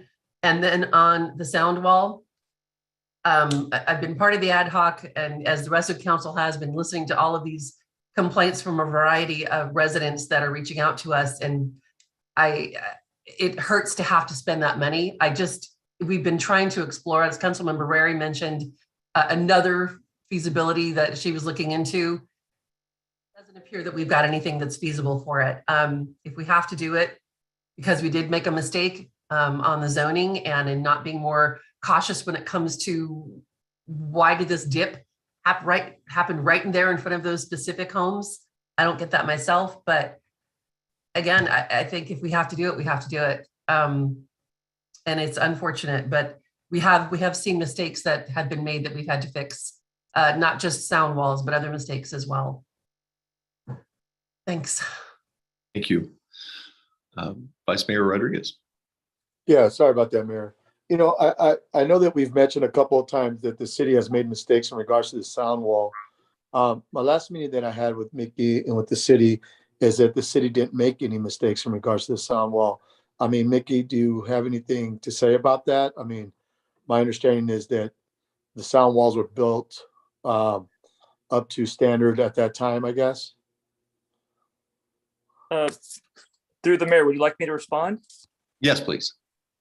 So we looked at this whole sound wall issue in depth. And so to bring the public up to speed, this is a Sienna development. When they went through the entitlement process, and they proposed an 8-foot uniform wall along their boundary with State Route 4. And the ground is relatively flat as you head south and north, and there's a little bit of a hill. So they assumed an 8-foot wall, but I believe the city conditioned them to make sure they do a more detailed analysis prior to construction. So when they're getting ready for construction, they did an updated sound study, and the updated sound study said, oh, hold on. There's going to be this State Route 4. There's going to be a bypass. They actually knew that the bypass was going to be higher than the residential development. They actually knew that the off-ramp was going to be right up or pretty close to that wall. And they actually looked at a cross section of that. And that updated sound study actually made recommendations to raise that 8-foot wall, but not uniformly, to raise it in increments depending on the analysis that they did. So the south end of the project, they actually recommended raising it from 8 to 10 and 11 feet. And then it stepped up to 13 and 14 feet. And then at the far north end of the project, actually stepped back down. So the section of the wall that looks like the city messed up or made a mistake, it was actually raised. It just wasn't raised as high as the rest of the wall. So the proposed project is to actually raise that section, the 200 linear foot section that was actually raised from 8 to 10 and 11 feet, and raise that further to 13 feet, if that makes sense. The analysis that was done back during those construction documents were put together actually their analysis actually showed that the decibels were going to be around, I think it was 64-ish to 65. And again, you guys know we just did a sound study last year that showed the decibel to be around that same range. So, and those are all below the 65 conditional threshold that was in both in the general plan as well as the mitigation requirements for that project. So I guess my question, Mickey, did the city make any mistakes when it comes to the residents and the development of that wall? I'm not aware of any mistake made by the city. Okay. Okay, Councilmember Rary. You know, I understand, you know, that you said at that time, but in looking at the information you sent to us this afternoon, late this afternoon, that the difference between the 9-foot was like 4 to 7 decibels, but then it went from 7 to at the 13 and 14, it was 7 to 11 decibels that it would reduce that amount of sound. So it's just strange that you would, as you got down in the wall, that you would say, oh, well, it's okay if we don't reduce the amount of sound that's going into somebody's house. Sure, let's let some more sound go through there. And then what really concerned me is, and I'm not sure so much that it's the city of Brentwood, other than the fact that we when they did the sound study for the Highway 4 overpass, the Balfour overpass, they did the sound study over at Somerset 2, not Somerset 1. They didn't do it where the roadway actually went the closest to a neighborhood. I mean, it went over, what was it, 230 feet from one side of the roadway, over 230 feet to the other side, and then right along. And it is the closest neighborhood throughout the entire area. And I went down, I got my tape measure out, and I actually stopped along Highway 4, at Somerset 2, at Somerset 1, at Apple Hill, even over at Tuscany. And all of them had 12-foot walls. 12-foot walls. But we put what did Mickey say, a 9-foot wall where it's right next to it, where those neighborhoods were back away from the freeway. But we required a 12-foot wall, even though they were a distance away. But this one that's right next to it, and where it'll actually go above the sound wall, and it states right in that thing that it will go above the sound wall. We say, oh no, that's okay. We don't need to build the sound wall high enough. But even if we put up a couple of feet, I would prefer to go up to the 14 feet versus the 13. You're taking the way that sound goes, and it's going up at an angle now, which will probably not hit straight across to those people's windows. It's going to take it up farther above their house. So even if it is, 3 or 4 decibels difference, the wavelength is going to change as well, which is going to make a difference. And that's where I think that we needed to have been more closely watching what the Highway 4 bypass authority did when they did the Balfour Road, why they didn't do a sound study in that area. Because as we know, when Highway 239 comes through and when the Innovation Center comes through, that traffic is going to just get a whole lot worse. So it's going to go well over that 65 once that becomes a thoroughfare for commercial, for our employment center light industrial. Councilmember Meyer. Thank you. I'll make this really, really brief because I know we have a council meeting in 8 minutes.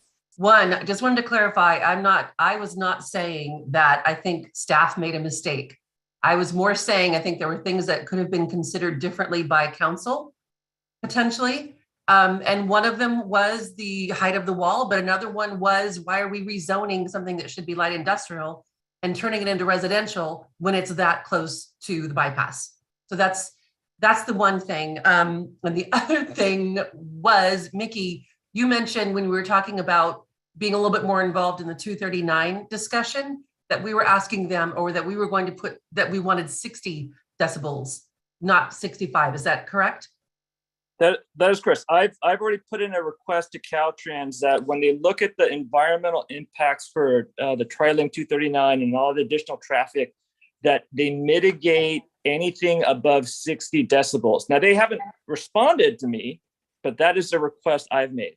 Okay, I mentioned that because as Councilmember Mendoza has mentioned, we as a council are very concerned about this sort of thing. Mickey, I absolutely respect the work that you've been putting into this. And I just wanted to call that difference out because now we're saying 65 is okay, but moving forward, we want 60 to be okay. Do you know what I mean? And again, I'm not criticizing staff on this. Staff has an amazing job at trying to figure out a way to make quality of life better for these residents. I'm trying to point out that sometimes council makes mistakes, and I think that there were some made in the past. Thank you. Yeah, I want to piggyback on that too. Yes, council made, I think, a big mistake with this development. And I think that if you see us being super critical on new developments when it comes to noise, this and Trilogy are two of the big reasons, because we don't want to see this again. And at the end of the day, it sits at our doorsteps. If we rezone something, we as a council own it, and we need to take responsibility. So, I mean, some of us were not here. I don't know if actually anyone was here, but if we can do something to make it right, I think we should make it right, because someone dropped the ball big time on this one. Okay, well, since we are quickly running out of time, and I'm sure staff is very clear on all of our conversation, do I have a motion, unless contrarily amended, on these items?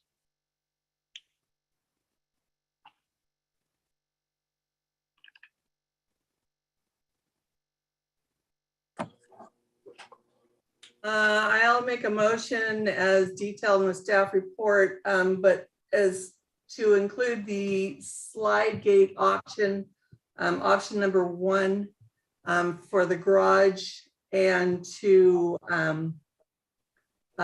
refer the signage to LUD to review with a possible with possibly moving some of those funds to facade and beautification grants instead. Second. So Mayor, are we making a motion to move forward with all these projects? Is that what we're doing, Mayor? Yes, yes, we are. Okay, now what if there's, I mean, if you agree with the majority of them, but one you may not agree with to move forward with at this time, I mean, do we pull that out or how does that work? You vote no, and then you make your own motion. Mayor, Yes. how does that work? Why don't we have our attorney give you the options? I want to make sure that it's the correct information you're getting. Honorable Thank Mayor, you. members of the City Council. Right now, there's a motion on the floor to adopt, actually not adopt, but have staff bring back the draft CIP budget for consideration at your May 24th meeting. And Councilmember Rary made several changes to that. I believe she indicated that the parking garage project would move forward. I think that was option A from what I recall, or option number 1 that was described. I believe also the signage program is going to go back to LUD for further consideration. I didn't hear anything on the sound wall project, but given what the discussion, I'm assuming that is included in your motion, Councilmember Rary? Yes, I'm sorry, the sound wall and the, there was a sound wall, the additional funding for the Deer Ridge landscaping, the additional money for the bathrooms. And I think that was it, correct? Those were the only extra things. Excuse me, if I could interject, do you also want us to refocus and look into using the $3.5 million for potential pedestrian safety and sidewalk improvements where in areas where there isn't potential for future development, and bring that back to City Council? Yes. You know, no, I mean, we've got, how much money is it going to cost us to do the widening of Brentwood Boulevard there at, which will also put in a sidewalk there, won't it? Where the Mexicanos market is? Ultimately, there will be sidewalk there. Yeah. And so other than that, there's only other part is past that on Lone Tree, right? I mean, from Sunset to Lone Tree is where the other parts are missing, correct?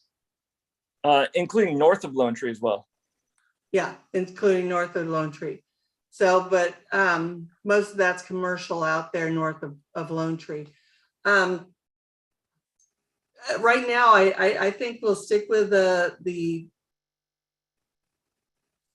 widening of the roadway and undergrounding, the undergrounding of wire and widening of the roadway there in preparation to get the bridge done. So I guess my question, Damian, is what if I don't agree with that in regards to the motion, but I agree with some of the other items that are in there?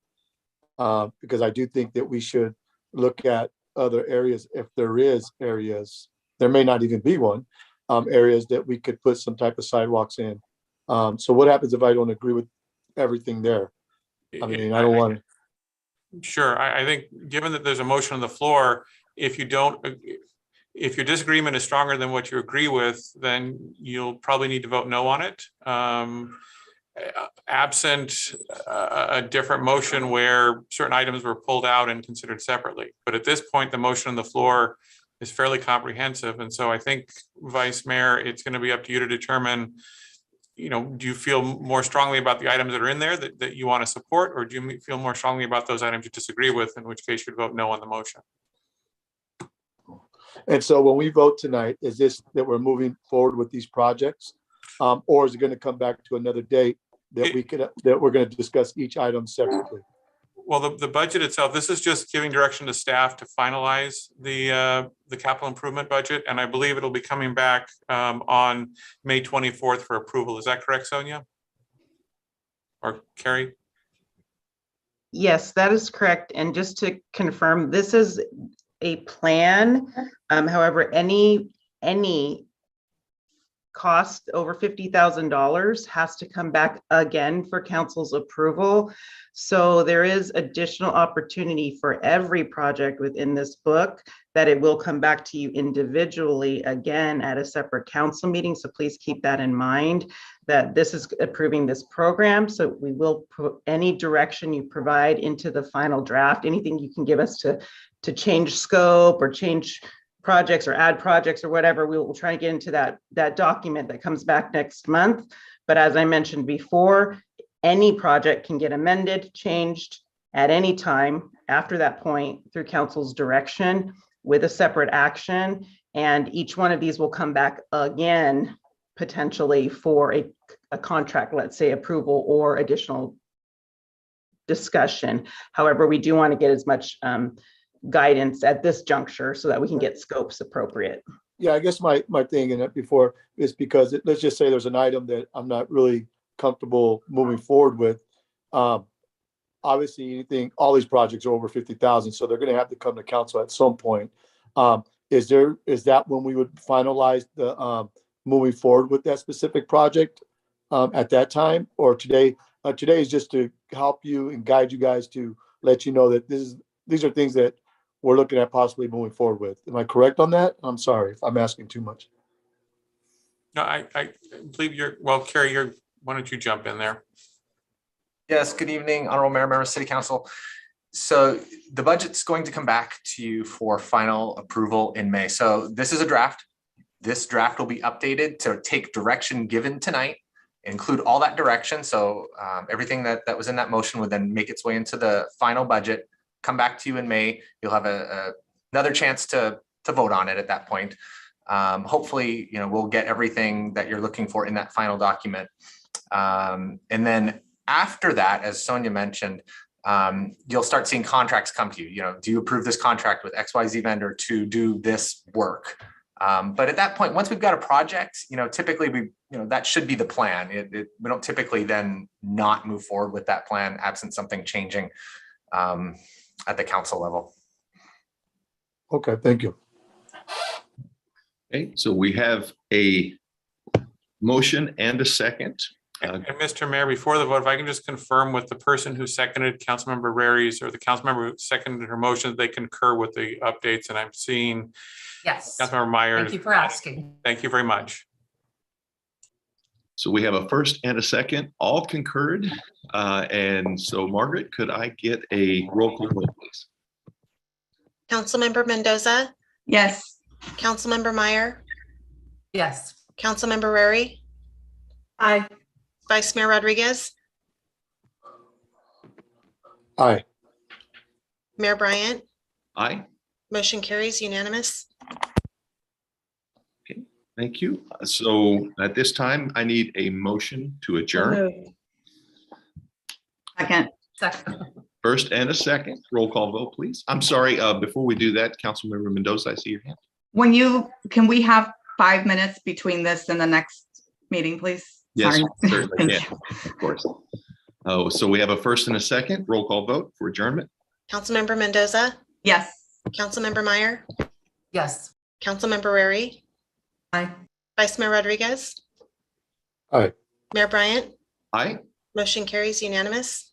we are adjourned and we will be back in 5 minutes. Thank you, everyone.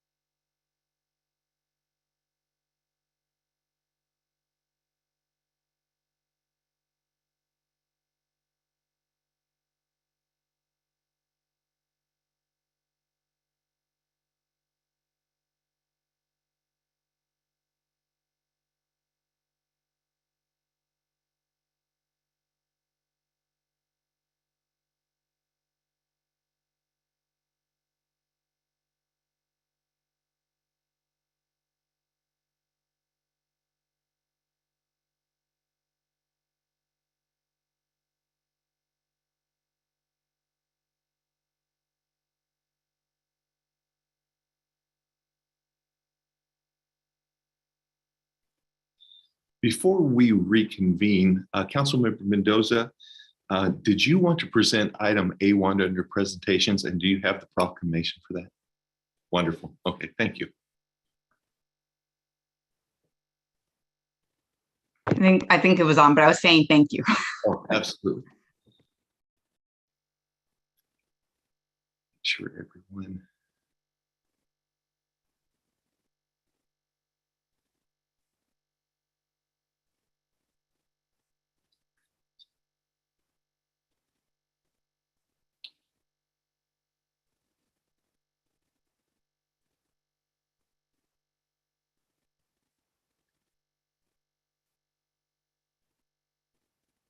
So at this time, we will reconvene from adjournment.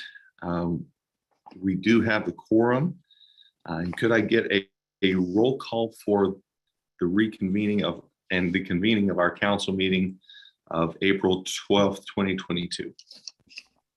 Councilmember Mendoza, Here. Councilmember Meyer, Here. Councilmember Rary, Here. Vice Mayor Rodriguez, Here. Mayor Bryant. Here. If you could join with me in the Pledge of Allegiance. I pledge allegiance to the flag of the United States of America and to the republic for which it stands, one nation under God, indivisible, with liberty and justice for all. At this time, we will open public comments, and I'll turn it to you, Margaret.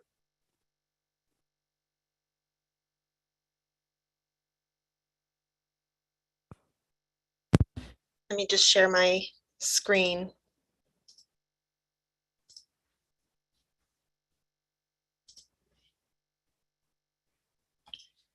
At this time, the public is permitted to address the City Council on items that are not on the agenda, items listed under presentation, informational reports, or on the consent calendar, requests for future agenda items, new request. Please save your comments for any other items that are on the agenda for that part of the meeting when you'll have the opportunity to provide them. I received one written public comment on this item that was submitted to the city clerk prior to the meeting. A copy is shown on the presentation slide. The City Council has been provided full copies of the written public comments, and these will be made available on the City Council agenda's webpage. If you wish to speak under public comment, please raise your hand using the Zoom feature. I'll call your name if provided and unmute you to speak. Remarks are limited to 3 minutes per person, and your microphone will be muted after the timer has expired. While we encourage your comments, state law prevents the City Council from discussing items that are not on their meeting agenda. If appropriate, staff will follow up on them. I do have 3 hands raised. I will start with Ling Sing Chen. Go ahead.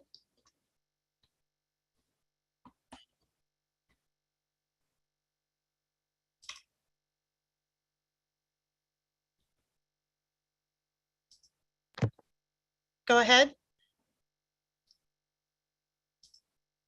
I think they have to unmute themselves. They look like they're muted. I mean, they're. Ling Sing Chen, if you'd like to speak, can you unmute your mic? Hi, this is Ling Xin Chen. Hi, go ahead. And I'm not too sure this is relevant to the topic you have right now. I live close by the Bluebird Village development is in the application right now.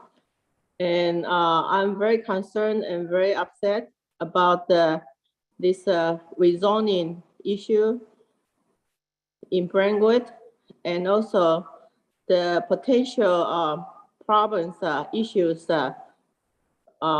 brought into this by this high density development project. So I'm totally against this rezone issue, and hopefully we can resolve something that everybody can accept. That's all I wanted to say. Thank you. Thank you. The next speaker is Danny Dorman, followed by Antonio Xavier. Mr. Dorman, go ahead.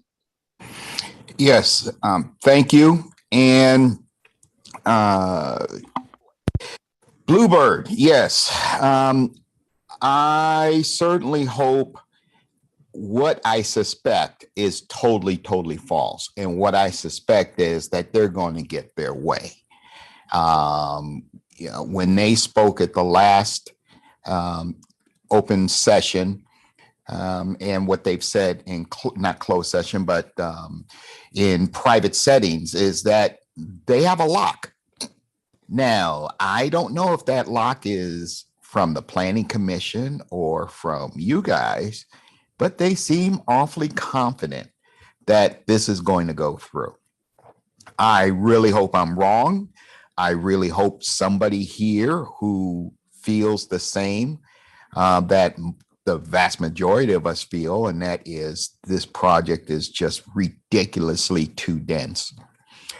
The other thing, and this has to do with the future city plan. Well, two things. One, whatever comes out of this, stick with it. Somebody put in there, please, that whatever comes out of this, good, bad, or indifferent, that the future council stick with it, because it's ridiculous to have a plan just to have the council approve rezones. We're already going to add 1,600 and change new developments in the next 10 years. So hopefully whatever comes out of this future plan, the city sticks with it. Lastly, will somebody please tell me, and this is one of those where I hear staff gets back to you. I've never had staff get back to me. So with this one time, please get back to me. And that is, who owns BrentwoodHousingElement.com? Because it's not the city. And I did research, and I can't find anything that says this belongs to fill in the blank. And I'm not one of the conspiracy theorists that are out there talking about something in 2030 and it's a global BS. This is more close to home. It's somebody in the private sector that is running this. I'd like to know who in the private sector is running this. They are putting on the facade that this is city run, but it is not. Thank you again, and look forward to talking to you on the 14th. The next speaker is Antonio Xavier. Mr. Xavier, go ahead. Hi, can you hear me? Yes, go ahead. My name is Antonio Xavier, and I am a resident of Brentwood. I am here to speak about development in general and Bluebird Village in particular. The residents of Brentwood have a simple message: stick to the plan. How many times do the residents of Brentwood have to repeat this message before it is heard? We have consistently expressed our desires regarding every project here in Brentwood. It doesn't matter if you are a developer like Sino trying to build Bridal Gate. It doesn't matter if you are St. Anne's Village proposing a school. And it certainly doesn't matter if you are the Episcopal Diocese of California trying to build Bluebird Village. If you want to build here in Brentwood, you need to stick to our general plan. Stop trying to take more than permitted at the expense of us, the Brentwood residents, because we are the ones who ultimately pay the price. We suffer from the reduced services. We suffer from the increase in traffic, and we suffer from the inadequate infrastructure. We still encourage you to build and be part of this amazing community. Just make sure you stick to the plan. Thank you.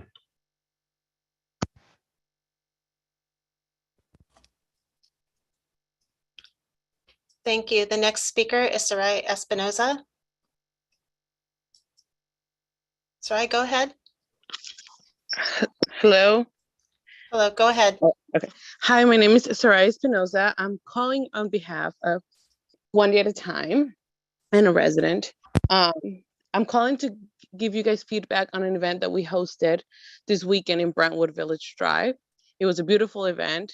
But I did want to voice my concern about a couple of things. One of them being this event was going to be canceled due to unfortunate situation and maybe miscommunication with the police department of Brentwood. They contacted us to throw an event that was beautiful for the community, that unfortunately they had to pull away because of the perception of maybe conflict of interest, which I still don't understand. I'm trying to understand. But I am the one that initiated this with, well, not Brentwood Police Department contacted me. I agreed. And I thought this was going to be a beautiful event. We had to pull it together in 3 days because Brentwood Police Department had to pull away. And I wanted to come on here and let you guys know that we're a beautiful nonprofit. I've been part of One Day at a Time for about 8 years. I was a student myself. I currently live in Stockton because I cannot afford to live in Brentwood, but I commute to Brentwood because I love that community and I love what we do for the community. We're totally not a politic place. I'm totally not a politician, as you can tell. But I did want to open up the ground for anybody in the community that might have questions regarding One Day at a Time. We have been around for a long time. And I understand this is maybe new to some people in the community, but I welcome and open the doors for you guys to come and learn about what we do, learn about the events that we throw in the community. If any questions regarding our finances, we're a nonprofit. We're a fiscal sponsor of a nonprofit, Community Initiatives, and I welcome you guys if you have any questions regarding of what we do, how we run things. We have open doors. My email is always open for any concern, and I just wanted it open up to the public and invite you guys as city council members and the community to ask anything, be a part of the community we serve together. You guys oath to serve this community. Is our mission to serve this community. So if we can join hands and together through events that are helpful and are good for the community, regardless of politics, I welcome that. I welcome conversations and I welcome any questions that maybe we can answer together, any lessons that I can learn as well. Like I said, I'm definitely not in this arena, but I'm welcome to opening and learning what can be done best and better. Because at the end of the day, the people that get affected are the community members. Like this event, it was beautiful to see kids having a good time. And the fact that it wouldn't have happened because of the police department pulling away is really sad to me. So I just want to welcome the floor. I want to welcome anybody to come and get to know us a little bit better. Thank you.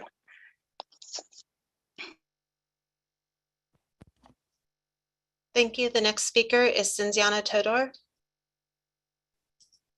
Cinziana, go ahead. Hello, good evening. Thank you for the opportunity to speak. I will definitely take all that on their offer to ask for their financial statements. They're nowhere to be found. And on top of that, their director, our Vice Mayor, Johnny Rodriguez, did not report any income, anything that it's required for on his 700 form as a candidate for a seat in our city council. So definitely I will be in touch with them just to bring more transparency for our Brentwood community. So with that, I would like to ask the council to focus on the consent calendar items that are included coming up on the agenda. For the Lone Tree Improvement CIP project 336-31701, I want to make sure that is strictly related to the school project as opposed to improving roads that are supposed to be improved by future developments such as Bluebird Village. Talking about Bluebird Village, as previous speakers mentioned, please hold and stick to the general plan that we have in place today. No reason, as we very well known and based on the housing element discussions that you've been involved with, once we up zone, we cannot down zone. And this is all in detriment of our existing community today. On top of that, we will be victims of unplanned growth.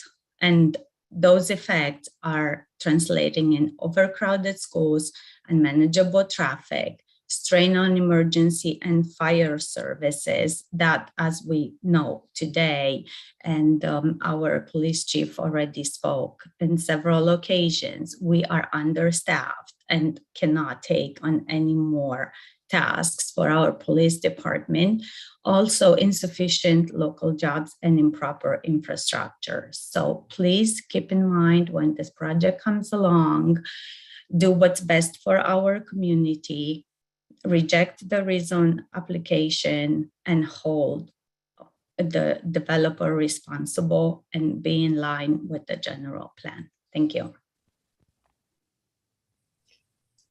Thank you. The next speaker is Mrs. C. Mrs. C, go ahead.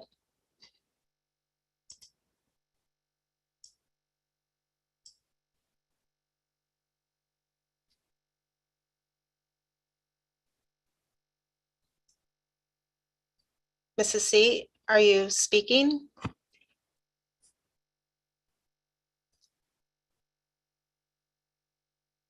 I will. Can you hear me? Oh, now I can hear you. Go ahead. Yes. I am so sorry.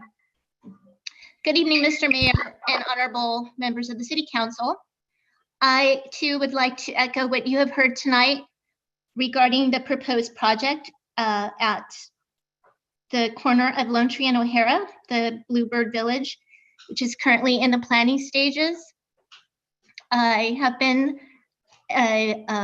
lived in Brentwood for the past 14 years, and I too have great concern about this project. I request that you call your attention to the fact that this area is already zoned for single residential only, and their plan for 150 housing units is not sufficient. Please stick to the general plan for this area. Please do what's best for our community, and please consider the impact it will have on our schools, on traffic. I would like to also echo what Ms. Todor said, and that your consent item be only considered for the school and that it not have anything to do with this project. This greatly concerns me that they may use this upgrade to the area for traffic that will be going to the housing development, which is not what it was is supposed to be planned for. I also ask that you consider the impact on our resources to the emergency services, police and fire, which are already very stretched very thinly. They do a wonderful job, but there is that many units in that small area will have a great impact to an already overburdened forces and departments. So again, please stick to the general plan that already exists. I know that you all care about this community, and I understand the diocese is presenting this, making it sound as if they have this wonderful plan for the community. But I think there are other options that would be more beneficial if they keep it to what the area was originally planned and zoned for. Stick to it. They can do what they want to do there under the current plan, not changing what it has already been earmarked for. Thank you so much for your time. Appreciate you. Thank you. The next speaker is a phone-in caller. Hi, can you hear me? Yes, go ahead. I was going to talk on the city contracts with animal services. Is this the correct time? Yes, go ahead. Okay. So my name is Lisa Kirk. I represent the Contra Costa Society Prevention of Cruelty to Animals. And I know that you're putting the city contracts with animal services on a future agenda. I would just like to inform the city council that In October, Animal Services made a decision not to intake healthy cats and kittens. They did this without any public input, and they did this based on a UC Davis shelter medicine recommendation. Unfortunately, in our county, the Measure X proposal stated there's 450,000 indoor-outdoor cats in Contra Costa County alone. As a nonprofit, we have acted as the safety net for the last almost 3 years since they've been shut down and have reduced services. The city contracts that are being presented in front of you do not address the situation, nor do they address adequate funding for spay and neuters in this county for the approximate 450,000 indoor-outdoor cats. I do what's called trap, neuter, and return, which is a way to curb the cat population in this county, but unfortunately, there's never been adequate spay and neuter facilities. With Contra Costa County not intaking cats for the last almost 3 years, nonprofits who are all volunteer organizations in this area have been overwhelmed and financially have taken the hit. I think this needs to be addressed within the contracted city management association and animal service, that this population needs to be addressed. They'll state that they're not mandated by state law to take in cats or by the present ordinance of Contra Costa County. That could be questioned. But the reality is these communities, which I trap in Bay Point, Pittsburgh, Antioch, Brentwood, Oakley, have a horrific overcat population that nonprofits have been trying to deal with. But with the county animal services making the decision not to intake cats, period, it has overwhelmed us, and we're not going to be able to get a hold of this overpopulation. It's unfortunate there's no state agency that oversees domestic animals nor provides any funding for them. And that's one reason in California we have such a horrific overpopulation problem. Sorry. The speaker's timer was up. I'm going to move on to Ian Cohen, followed by Rod. Ian, go ahead. Can you hear me? Yes, go ahead. All right, good evening, council. I just want to thank you so much and to our police department for having a police car dedicated to Autism Awareness Month. As an older sibling to someone with autism, my brother suffers from autism to the point where he is somewhat verbal, but not fully verbal, and it's a true struggle every single day. And he has been diagnosed when he was 4 years old, and he is now entering his freshman year of high school at Freedom under Life Skills next year. I just want to thank you so much, council and the police department, for just, I cannot have words to appreciate how much that means to me, my family, and everyone else in Brentwood who understands autism or has a family member with autism. It's truly a wide varying disease, or I don't even want to call it disease, but like disability. And it's just, like I said, like I just want to take this moment to just recognize the police department, like how much I love seeing this police car go around town throughout the month. Thank you.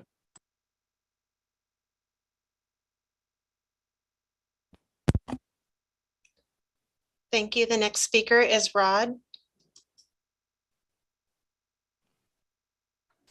Thank you, Margaret. I just wanted to weigh in because I've been hearing a lot about Bluebird and rezoning tonight.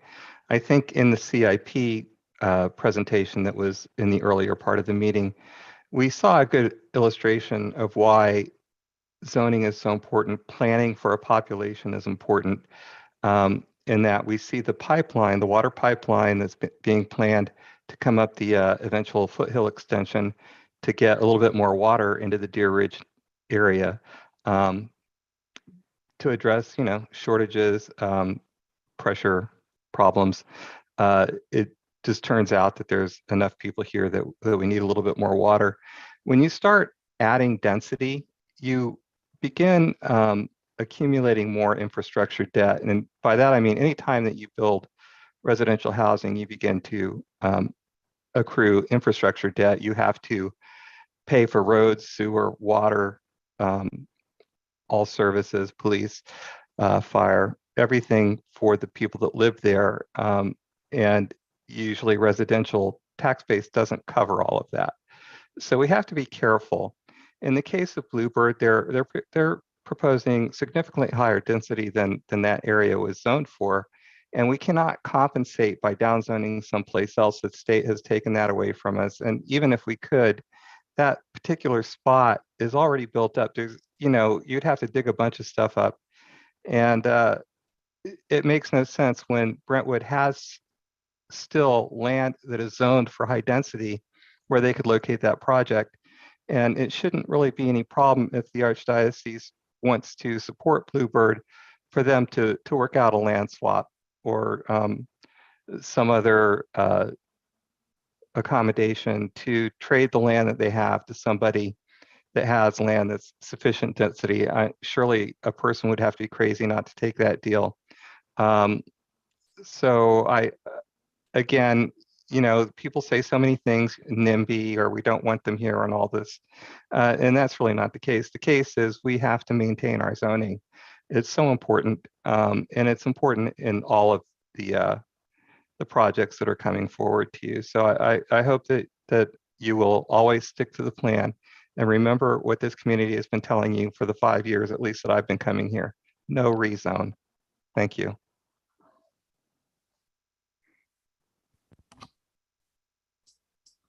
Thank you. I have a speaker hand raised, Mayor, but it is the same speaker that already spoke with the same phone number, the call-in. Thank you, Margaret. Since we've already heard that speaker tonight in public comments, we're going to go ahead, and if there are no further public comments, additional public comments, at this time we will close public comments and move into presentations. And first, couple more hands have been raised, Mayor. Oh, okay. Well, then we will reopen public comments if there are additional hands that were raised. I will start with Phil Avila, followed by Susan Wallace. Mr. Avila, go ahead. Hi, this is actually Laura Avila. So I'm going to speak to the Bluebird project, and in a similar tone as I had when Suncoast was trying to change the general plan to have high density housing in areas that were not zoned that way. And I spoke of setting precedents.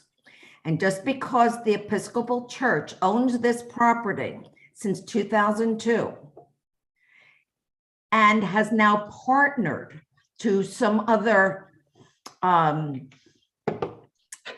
income-based entity, again, same reasoning, zoning should not be changed. We don't have the infrastructure to support. And if you change your how the plan was and set precedents, it's going to be open to anything and everything. And that's all I've got to say. Thank you. That's plenty. Have a great day. Thank you. The next speaker is Susan Wallace. Susan, go ahead. Can you hear me? Yes, go ahead. I'd just like to say, I'd love to see projects like Bluebird built. I'd like to see a little higher density. I'd like to see some affordable stuff that my kids, for example, could afford if they were to come back to Brentwood. It was really hard to hear that lady say that she lives in Stockton because she grew up in Brentwood and can't live here. I don't know what this particular group that comes and comments every single time you guys have a meeting, they don't represent Brentwood. They represent a very aggressive group that really doesn't want any development. Old projects, they complain about. New projects, they complain about. High density, they complain about. open space taking up they complain about, and the reasons they use are overcrowded schools. Although many of them have no kids in the schools, I still have kids in the schools. It was just reported in the Contra Costa whatever today that enrollment is declining. We got the Measure X.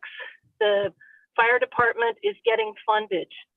I wish that you would listen to a larger pool of people than just the same people every time saying, you know, it's the plan, it's the plan. Yes, it's a plan, but you know, life doesn't look like it did 10 years ago or 5 years ago. Be flexible. All right, that's all I got.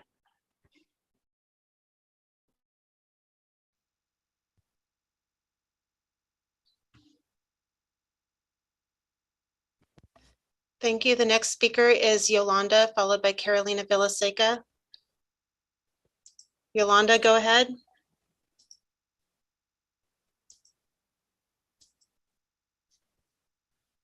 Yolanda's using an older version of Zoom. It looks like I may need to promote her to a panelist to allow her to speak.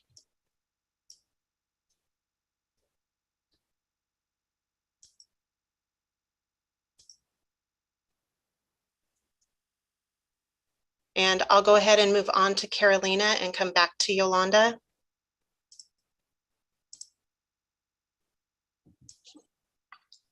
Carolina, go ahead. Thank you. Good evening, City Council. It's nice to see you all. I'm glad I'm next because I'd like to answer the previous caller's frustration. I could be doing other things. I don't need to be calling into City Council. I could be folding laundry. I could be taking my dog for a walk. I could be watching TV, but I make the time to check the agenda and to come to these meetings because I think it's really important for the citizens of Brentwood to be educated on what's going on in their city and also to participate because that's how things get done. So if the other lady would like to hear from a larger pool of people, please go ahead and get more people to call in with their opinions.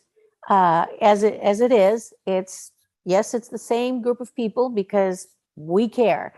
Number two, the schools are full. And how do I know this? Because I go to different schools and I tutor. I help out teachers. And frequently I'm sitting in the hallway, in the hallway between, let's say, 3rd and 4th grade or 4th or 5th grade. And I'm in the hallway with a speech therapist, an occupational therapist, a language interventionist. Those people should not be sitting in a hallway between 2 rows of classrooms while kids are coming in and out and doing testing and kids are working on art projects very loudly, just because they're kids. These people should have offices, but there are none available at any of the schools. So the schools are bursting at the seams. And I asked, because I'm also a frequent flyer at the school board meetings, one of those drop trailers, they're really expensive and you have to justify them. And even though I tried justifying one for my school, which is busting at the seams, the answer was no, there are not enough students in the school to justify another trailer. So, it's worth it to talk to the people who are in the know and city plan. Yeah, we need to stick to the city plan. Why? Because of what everyone else has been saying. The merger with fire hasn't come through. Our response time is 15 minutes. That's enough time for a house to burn to the ground. The police has not been able to get that 5th beat staffed. So, we're not fully staffed in the police department. Schools, like I said, busting at the seams. So yeah, no, I'm sorry, but we do need to stick to the plan until everything catches up, and then we can start growing proportionately like we haven't done in the last 20 years. Thank you.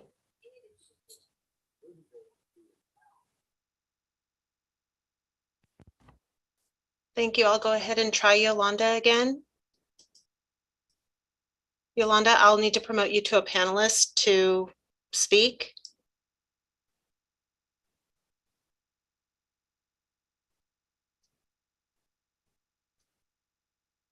Yolanda, there we go.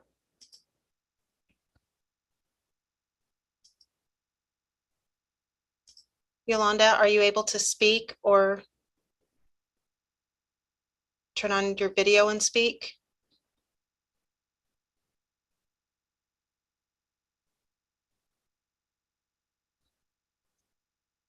It doesn't appear that Yolanda has audio.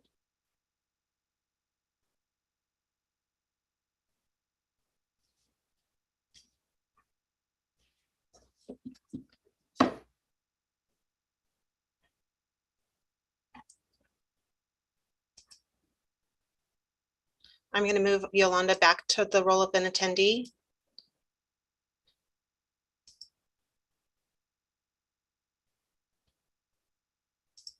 And we have no additional speakers with their hands raised. Thank you, Margaret. At this time, we will close public comments. And Yolanda, if you can hear currently right now, if you would be kind enough to email us your comments, we will all definitely get them and read them. And if I could have staff apply those comments to the minutes of this meeting, that would be greatly appreciated if possible. This time we will close public comments. We will move into presentations. And first item A1 is proclamation in honor of Matthias Mayo Rogers. And I will ask Council Member this presentation. Thank you. Could we promote the Rogers family to the screen, please? I don't know if they have. If they could raise their hands, that would be helpful. I could. There you go. There's Trustee Williams Rogers. Is there anyone else that you would like promoted, or?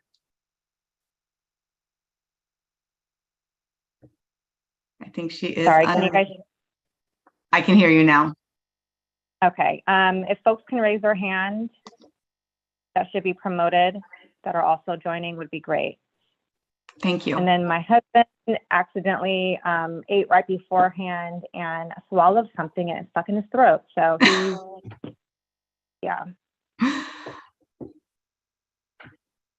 unable to join us at this time. So is he around? Do you want me to wait a second or? Yeah, if you can come, babe, just for a second, please. It looks like there's a Danya Williams as well and a Stephanie Brooks. Yes, I just need them to accept the invitation on their end.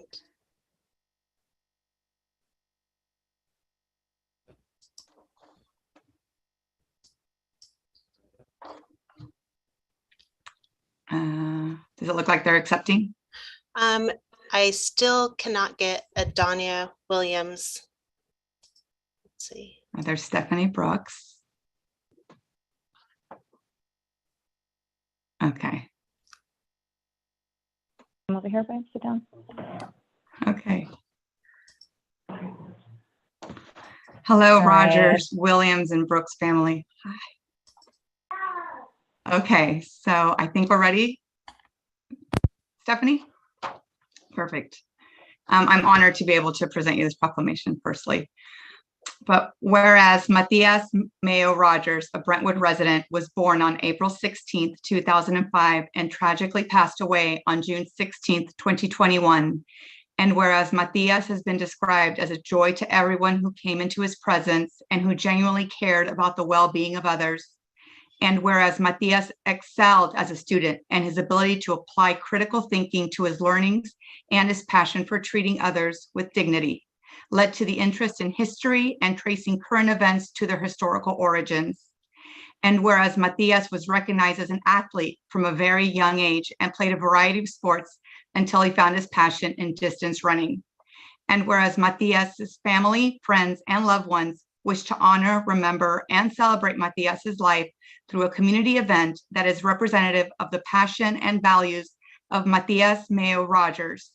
And whereas the first annual Miles for Mayo 5K event supporting local schools and running programs will be held in Brentwood on Saturday, April 16th, 2022. Now therefore be it proclaimed that the City Council of the City of Brentwood hereby recognize the life of Matias Mayo Rogers, encourage the Brentwood community to join the Rogers family and friends in celebrating his life while supporting two of his passions, education and running, by participating in the first annual Miles for Mayo 5K. Thank you so much. And if you have some words, go. Well, one, thank you so much for recognizing Matthias. And yes, we are hosting our first annual Miles for Mayo 5K run walk event. It is open to the community. And if folks would like to register, there's still time. You can go to www.milesformayo.org to register for the event or to donate. All proceeds are going to local schools and a local youth running program. And so thank you again to the city of Brentwood for recognizing Matthias and the first annual Miles for Mayo 5K. Thank you all for coming. Thank you. And thank you, Councilmember Mendoza, for the presentation. At this time, we will move into item A2, a proclamation proclaiming April 22nd as Autism Awareness Month. And I'm going to ask Councilmember Meyer if she would present this. Are you able to present the proclamation? I, as the mother of a child on the spectrum, I'm formerly working with families of children with autism. I would love to, but I don't have the proclamation in front of me. But I thank you for the opportunity. I am very glad that we have Working Wonders here to accept it. At least I think we do. Yes. And Mayor, I'm sorry, I would have read it if I had it in front of me, but I don't. So thank you for reading it and thank you for offering me the opportunity. Absolutely. Well, I'm honored to, there is the proclamation if you would like to read it. Yes, I will. Thank you. And thanks for whoever put that up. Whereas the Centers for Disease Control, CDC, estimates that 1 in every 44 children in the United States are among the more than 2 million Americans living with an autism spectrum disorder, ASD. Each person with autism has a distinct set of strengths and challenges, and that is definitely true. And whereas autism is a reality that affects millions of families every day, and while our nation has made progress in supporting those with ASD, we are only beginning to understand the factors behind the challenges they face. And whereas ASD is reported to occur in all racial, ethnic, and socioeconomic groups, the lifelong nature of ASD and other developmental disabilities require a variety of types of assistance at different points in an individual's life. And whereas a variety of public and private organizations and agencies strive to provide quality care, support, resources, and services to children and adults with ASD to enable them to live as independently as possible and reach their full potential. Now, therefore, be it proclaimed that the City Council of the City of Brentwood does hereby recognize April 2022 as Autism Awareness Month. Thank you. Oh, and encourages the citizens of Brentwood to learn what more they can do to support individuals on the autism spectrum and their families, dated this 12th of April, 2022. Thank you, Mayor. Thank you. And at this time, if we could have Mr. Matt Schwab with Working Wonders, if he would like to speak to this presentation, he's available.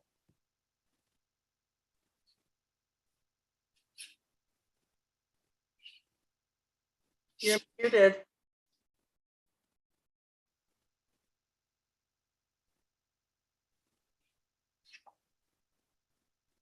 Is Mr. Schwab? Hello.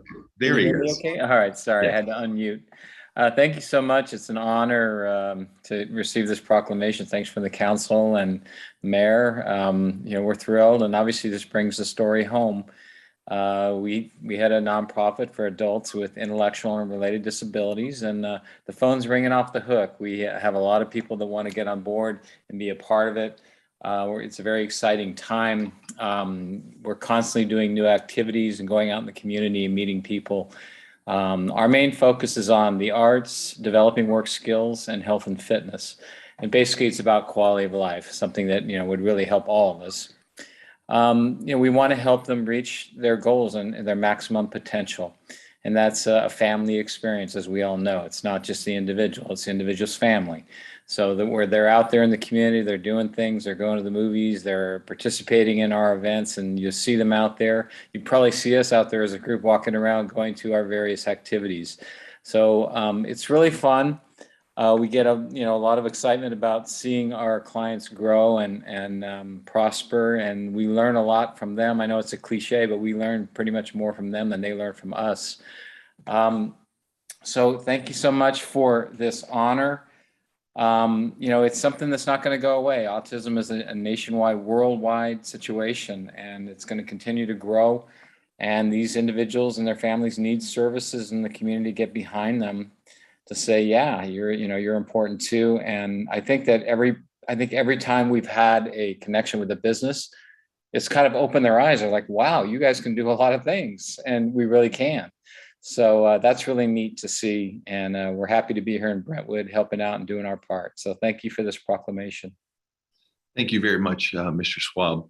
And working wonders has always been a real pleasure. Know many of the family members, and the individuals that you've worked with. And it's wonderful to see them all participating in our community and events. So thank you so much for what you do. Thank you. At this time, we will move into item A3, a proclamation recognizing April 3rd through April 9th as Library Week, and a presentation from Brentwood librarian Andrea Frailer. And I'll read the proclamation now. Whereas libraries are accessible and inclusive places that foster a sense of connection and build community, and whereas libraries connect people to technology, providing access to broadband internet, computers, and training that are critical for accessing education and employment opportunities, and whereas today's public libraries services extend far beyond the four walls of a building, and whereas libraries strive to develop and maintain programs and collections that are as diverse as the populations they serve and ensure equity of access for all members of the community regardless, and whereas over the past 2 years, when faced with challenges of a global pandemic, the Contra Costa County Public Library played an invaluable role in supporting the Brentwood community by immediately pivoting the service model to provide virtual and contact-free services, and following public health recommendations, safely reopened for in-person services. Now therefore be it proclaimed that the City Council of the City of Brentwood does hereby recognize April 3rd through April 9th, 2022 as Library Week, and encourages the citizens of Brentwood to visit the Brentwood Library and learn about the services provided here. And Ms. Frailer, if you are available to speak to this, I see that you're here. I am, Mayor. Let me just get my screen up. Good evening, Mayor and Council. I get this from the beginning. Okay. Ooh. Well, good evening, Mayor and Council. Thank you. I know you guys have had a long night, so I will try to keep this short. I do like to talk a lot about the library. Thank you for proclaiming April 3rd through the 9th as National Library Week and giving me this opportunity. I am Andrea Frailer, and I am the manager of the Brentwood Library. Libraries are the only places in the community where everyone is welcome. People of all ages, backgrounds can come together to connect, share ideas, and build strong communities. Every day, we are connecting people with the information and resources that they need.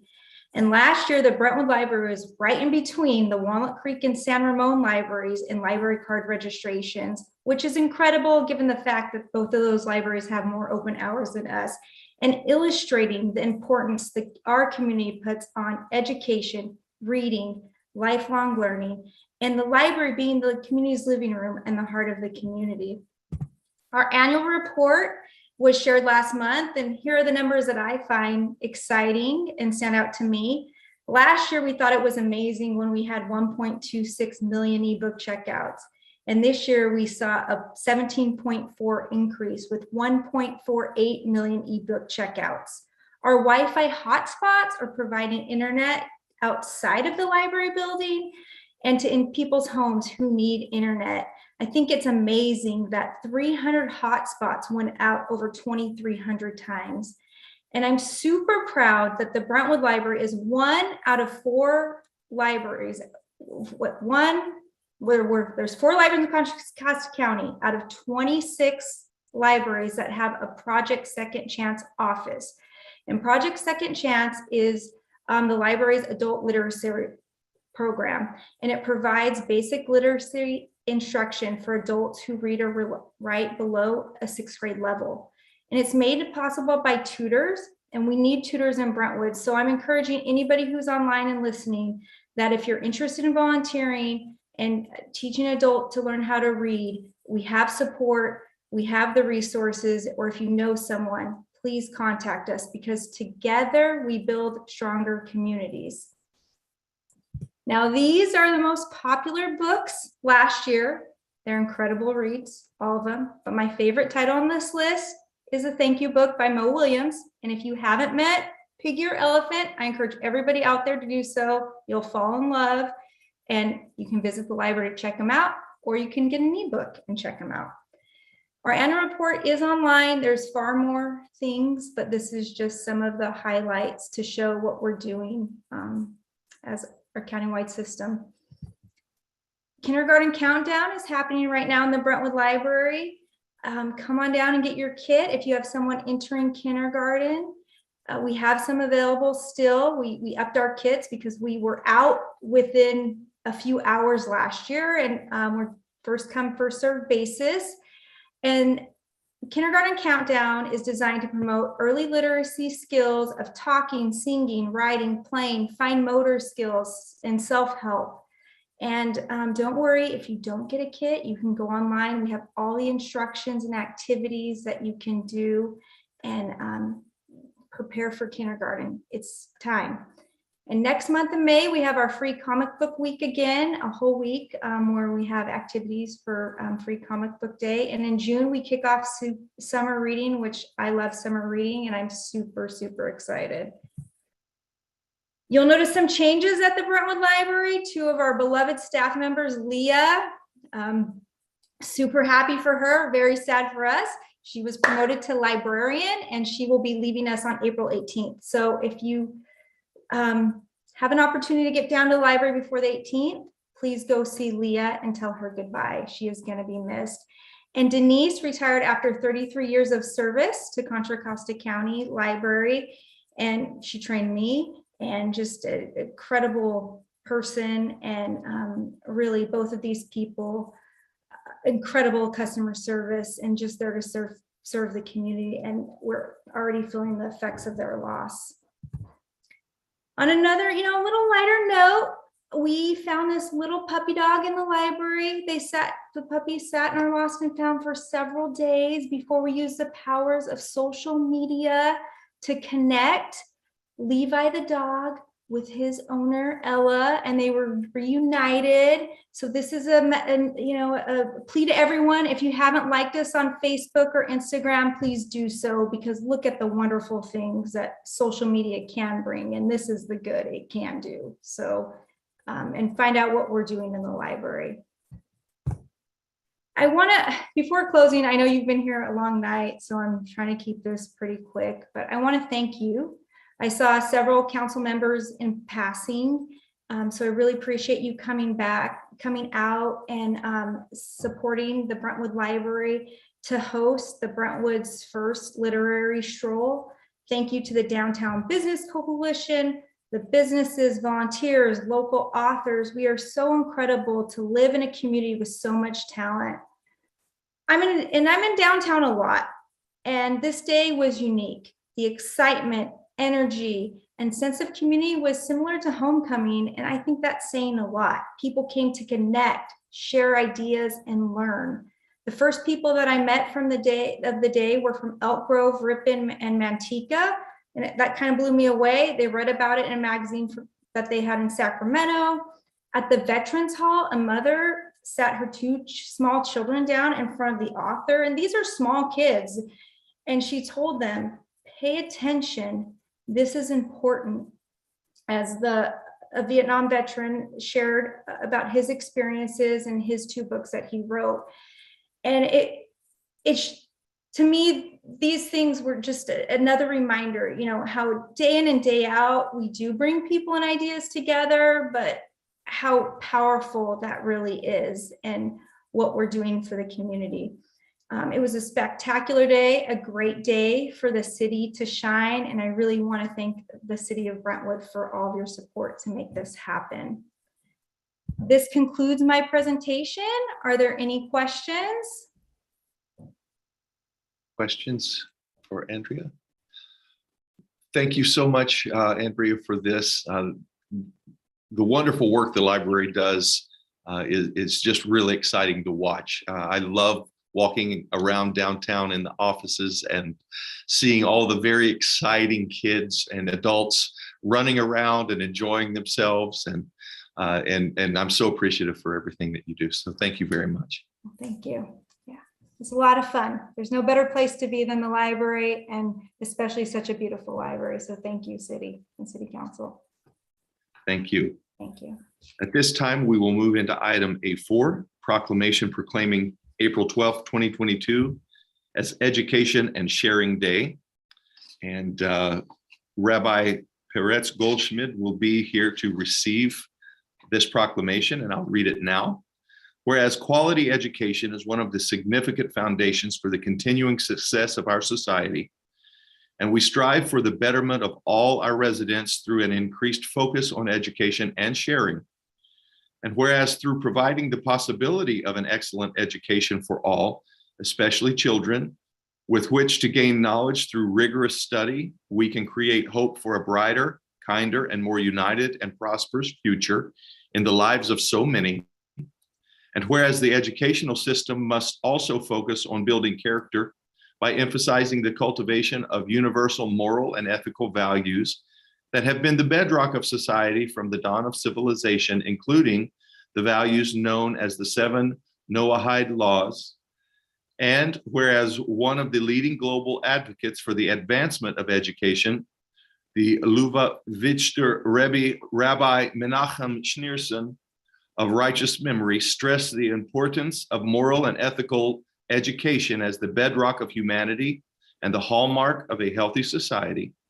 And whereas in recognition of the Rebbe's outstanding and lasting contributions, he was awarded the Congressional Gold Medal, and the US Congress has established his birth date as a national day to raise awareness and strengthen the education of our children. Whereas April 12th, 2022 will mark 120 years since the Rebbe's birth and will be celebrated across the country and around the globe in tribute to the Rebbe's vision, guidance, and leadership with Education and Sharing Day USA. Now therefore be it proclaimed, the City Council of the City of Brentwood proclaims Tuesday, April 12th, 2022 to be Education and Sharing Day, and call upon government officials, educators, volunteers, and citizens to reach out to those within your communities and work to create a better, brighter, and more hopeful future for all.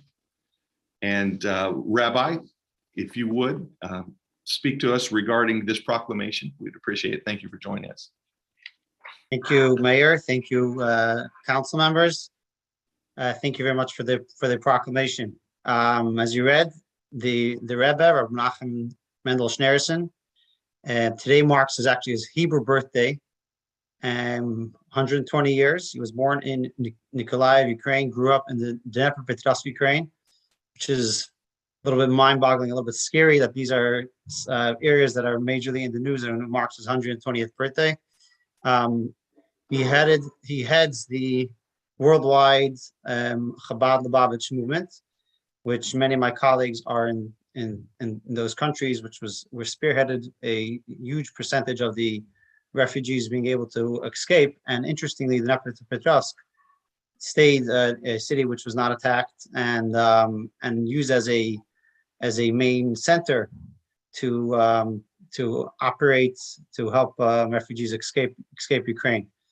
But the Rebbe's life mission was to make an impact on the world, and the Rebbe's teachings and life lessons continue to inspire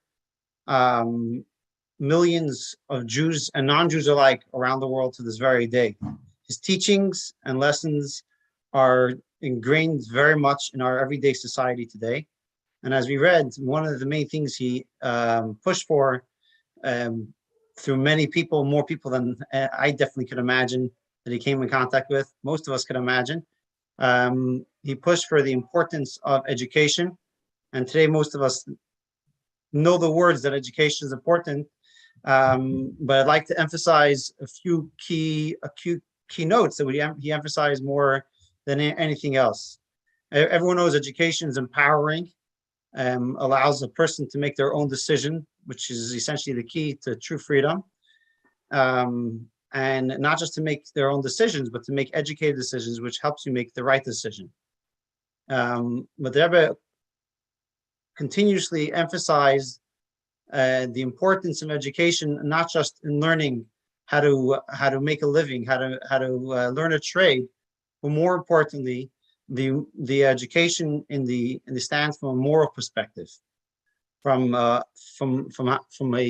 societal moral code, universal moral code that should be not just something that we squeeze into our education system, but rather it should be the primary focus of our education system. It's always important, as I deal with young adults, it's more blatantly more important of the importance of a moral code, importance of our moral obligation to help one another. So I think this lesson and this awareness is important, that it made many of us many of you on the council have, I believe, a power to make real impact and real effect in our education system, and how we can encourage moral responsibility. If I could add one idea, is that just a basic idea, and it should be emphasized more, is that our responsibility to help someone that we're capable of helping in any way, shape, or form is not because we're a nice person. It's not because we're, where we become famous and we're going to be we're going to get a day dedicated to us, but rather it's our moral responsibility as a human being. One exercise that the Rebbe encouraged for every single individual, especially when we encounter a special day or a special meeting or a special venture that we're going to encounter, or really to do it every day, is that every single person should have what he called a charity box in your office, in your bedroom, in your kitchen. And you should start your day off. You should start a meeting off with dropping in a small coin, taking a quarter, a nickel, and dropping it in a charity box. And this trains yourself that, true, it's a small amount. It's not a quarter is not going to change anyone's life with just a quarter, but it's training yourself that when you're going to encounter someone that you could help, you're a person that doesn't stand back. You're a person that doesn't watch the world pass by or find good excuses why it wasn't your responsibility, but rather you're going to train yourself that you're going to be the first one to be there for everyone else. I thank you again, and I will pick up a picture of the Rebbe so we can see his face. And this is actually a gorgeous picture I have set always in my dining room, and you can see it was a regular occurrence that when the Rebbe would meet somebody, especially children, you can see he's holding his hands. He always had a coin in his pocket, because when he would meet somebody, he would hand them a coin, encouraging them to drop it in their own personal charity box, empowering the next person to do something positive, empowering the next person to make a positive difference in the world. Thank you very much. Greatly appreciated. And yeah. Thank you, Rabbi. We appreciate you coming and joining us tonight. Thank you very much. Thank you. This time we'll move into item A5, proclamation proclaiming April 22nd, 2022 as Earth Day. And I will read the proclamation.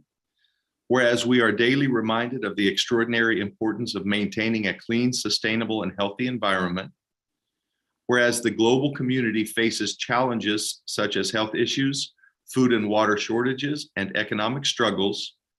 And whereas all people, regardless of race, gender, income, or geography, have a right to a healthy, sustainable environment with economic growth and opportunity. Whereas we are all caretakers of our planet and have an obligation to combat climate change and environmental degradation to preserve the Earth's beauty and resources. And whereas it is necessary to broaden and diversify this global movement to achieve maximum success by ensuring everyone does their part as caretakers, now therefore be it proclaimed that the City Council of the City of Brentwood does hereby recognize Friday, April 22nd, 2022 as Earth Day and encourage people in Brentwood to combat climate change and environmental degradation, support green economy initiatives, and to encourage others to undertake similar actions. And at this time, if Ian Cohen would like to receive this proclamation, and if you have something to speak to this proclamation, Ian, it's good to see you. Thank you for joining us. Thank you, Mayor. Thank you so much for proclaiming Earth Day 2022. So I have a little speech prepared. All right, so I am speaking on behalf of Sustainable Leaders in Action tonight. We are a diverse group of high schoolers and college students across our county.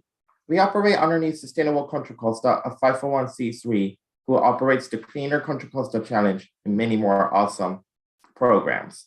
We also operate our own fair thing of awesome programs. We have a monthly newsletter, actually it's bi-monthly, and we also have an action of a month, a single step that we create every month that someone can do to make the world a cleaner world, like eating lower on the carbon chain. More recently, we hosted a youth-led No Drilling in Contra Costa rally in Antioch on March 12th. This rally was a huge success, and we had 2 council members attend from Brentwood. And thank you so much, both of you, for attending. So Earth Day is a very special day close to our hearts. And this year's Earth Day theme is Invest in Our Planet. The time is now to take action. We request for Brentwood residents to take small steps every day, such as walking or biking, or considering habits such as plastic bag use and switching to paper. And the theme of Invest in Our Planet also means consider where you shop, consider what you're buying. May we go for oat milk, almond milk. Just take the small steps to make the world a cleaner world. Thank you, Brentwood City Council, for allowing us to honor such an amazing day, an important day for our future. Thank you, Ian. We appreciate you joining us tonight. And thank you for what you and the rest of our young people in Brentwood are doing to voice your concerns and be a part of the solution as we move into a future that we're all happy to see coming and we can make better now. So thank you. This time we'll move into informational reports from council members, committees, liaisons, and staff. And I'll start with Councilmember Mendoza. Let me go over here. Since last time we met, I attended the Cal City's 2022 legislative briefing where they had bill introductions. I attended an ABAG education, which was supposed to be about the housing element, but it actually seemed more of like how to market increased zoning to your city, which I found very interesting, or not your city, but your residents. Contra Costa County Council on Homeless meeting, a Livable California meeting, which is the one that all residents, anyone in California can attend. The cool one about this one is if anyone remembers Measure L, there was a little lawsuit that happened with Measure L, and the attorney that spoke was Stuart Fleischman, who actually defended the residents in that lawsuit. So it was great to see him online again. I attended the mayor's conference call, and I think that's about it this last couple of weeks. Thank you. Thank you. Councilmember Meyer. Thank you. I watched the County Supervisor's District 4 Candidate Forum, which was facilitated by Trustee Stephanie Williams-Rogers, who was just on earlier. She did a wonderful job, and District 4 may not cover Brentwood, but it certainly impacts the county as a whole. Met with the State Route 4 Ad Hoc Committee to discuss what we discussed earlier today. Had a meeting with Parks and Rec Director Bruce Mulder and members of the Brentwood Seniors Club to talk about some city issues. I Attended the Brentwood Literary Stroll. I would agree it was a fantastic event, and everybody I talked to can't wait for it to come back. Attended the Mayor's Conference, the California Alliance of Local Electeds, the Cal Cities City Leaders Summit meet and greet with keynote speaker in preparation for the City Leaders Summit that's happening in May. I met with went down to the farmers market to meet with the families that were hosting the Ukraine support booth to learn a little bit more about what they were seeing, what their families back in the Ukraine are seeing as far as impacts from current events. Thank you. Thank you. Councilmember Rary. Since the last time we met, I attended the ABAG Regional Housing Technical Assistance.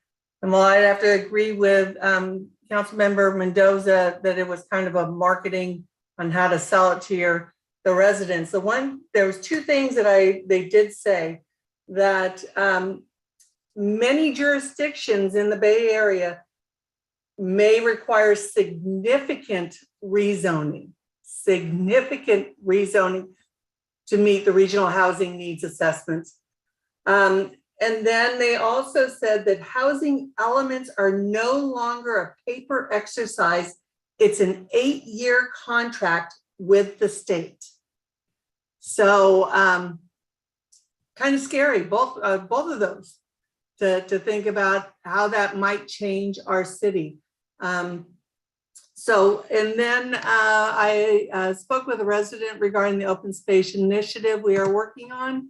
I also attended the State Route 4 Noise Committee meeting, attended a PAL board meeting, and the golfing tournament the April 25th is completely sold out, 144 golfers, which is a good thing.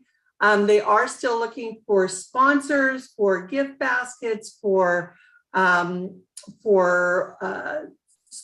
sponsorships. So get a hold of me if you have anything that you'd like to donate to PAL. I spoke with Chief Hansen regarding the Easter egg hunt event, asking him, after I got the message, asking him not to cancel, and since there was a conflict, that maybe to not have ODAT in there, but to allow the police to continue to have their event. I felt really bad at that time because I thought the kids were going to lose. I'm glad ODAT did turn around and step up to it, but I was really concerned because it was the kids who were losing in that.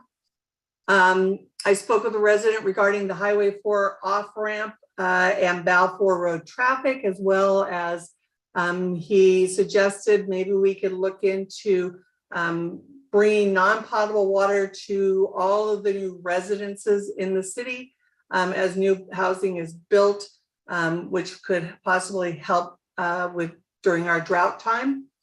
And then I also spoke with that representative from Contra Costa SPCA that spoke earlier today. And that's all I have to report. Thank you. Vice Mayor Rodriguez. Yes, Mayor. So I participated in the egg hunt, Easter egg hunt that was here in Brentwood. I just want to thank Sip and Scoop. I want to thank the Ultimate Game Truck. I want to thank One Day at a Time. And I want to thank its residents there in that area. I'll be honest with you, it was an event that was presented by the police department. They came here to One Day at a Time to ask us to partner with them to help host this, to help get that out there in the community, because our local police department was trying to create a bridge between law enforcement and that portion of our community that has been underrepresented for a long time and has always had questions in regards to law enforcement. So for me, it was disappointing as the vice mayor, but also representing One Day at a Time, to be able to see our law enforcement step out of this event when we had been working on it for some time. At the same time, they stepped away 3 days before the event, which made it very difficult for ODAT and its residents to really make this event as successful as we wanted it to be. But at the end of the day, it was a very successful event. We had about 600 people that attended. The community rallied together to help host the event. We had all these vendors sponsor. We also want to thank La Clínica de la Raza for being involved. I do want to say that, Karen, I did have a meeting with the chief of police in regards to the event. And just so that we know that we did tell the chief that ODAT should be the one stepping away from the event. And because this was more the police department's event, not one day at a time event. We do plenty of events already. But obviously we were not going to walk away and let this community not have an event. But I just want to say, because I know there was a lot of things said, and I know there was concerns. ODAT did not have this as an event that it was going to do. It was actually initiated by the police department that came here. I do want to also recognize the speaker. I hope this speaker that spoke earlier does come to the office, come to see One Day at a Time, to learn more about One Day at a Time, especially before putting things out there that are not true in regards to the organization. So wonderful event, very successful. I think Councilmember Rary was right. It would have been better for ODAT to step away because, like I said, this was a police department event. But once again, it wasn't going to happen, and we were not going to let this event not follow through. So we thank you for recognizing that, Councilmember Rary. I don't know if the chief has anything to say, but yeah, I just want to thank our residents in that community, 600 kids. If you're on our the One Day at a Time website, look at it. A lot of wonderful families having a really, really good time. And that's all I have right now, Chief. Mayor, I'm sorry. Thank you. Since the last time we met, I attended the mayor's conference. One of the significant items of discussion was regarding the future of electric mobility in the state and the infrastructure that it is going to require to provide that successfully. It's something that every city is going to have to address as the number of electric vehicles become more and more prevalent. It's something that we really need to look forward to prepare for the coming growth of that in the future. Also, I attended the reopening of the Blue Goose Park and spoke to some of the residents there. And I will tell you, before the announcement, evidently the local residents found out that it was open. There were many people there, adults and children, laughing, splashing, running around. And one of the things I want to thank the Parks and Rec Department and Bruce for everything that you do to keep our families safe and involved in our community as far as recreation. At Blue Goose Park, one of the things I was so happy to see is an all abilities piece of equipment that our kids can participate in and ride on, even in wheelchairs. And so that's something that's wonderful to see. So it would be a great location for our families that do have children or adults on the spectrum to come in and have some physical interaction and realize that their disability does not prevent them from enjoying our parks just like everyone else does. And so that's a wonderful thing to see happen out there. Also, I attended the Airport Land Use Commission meeting, met with some residents regarding the future of oil drilling in Brentwood. And I also attended the Tri-Delta Transit Board and met with a couple of groups in town that wanted to bring some more activities to downtown and other areas in the community, different celebratory and cultural events. And so I directed them to speak to our city staff and our Parks and Rec Department, who are outstanding at integrating these kind of things into the community. I don't know if they've done it yet, but they're on their way. So just a heads up. And that's all I have to report at this time. We'll move into the consent calendar. And Mr. Mayor, I'd like to pull C5. Okay.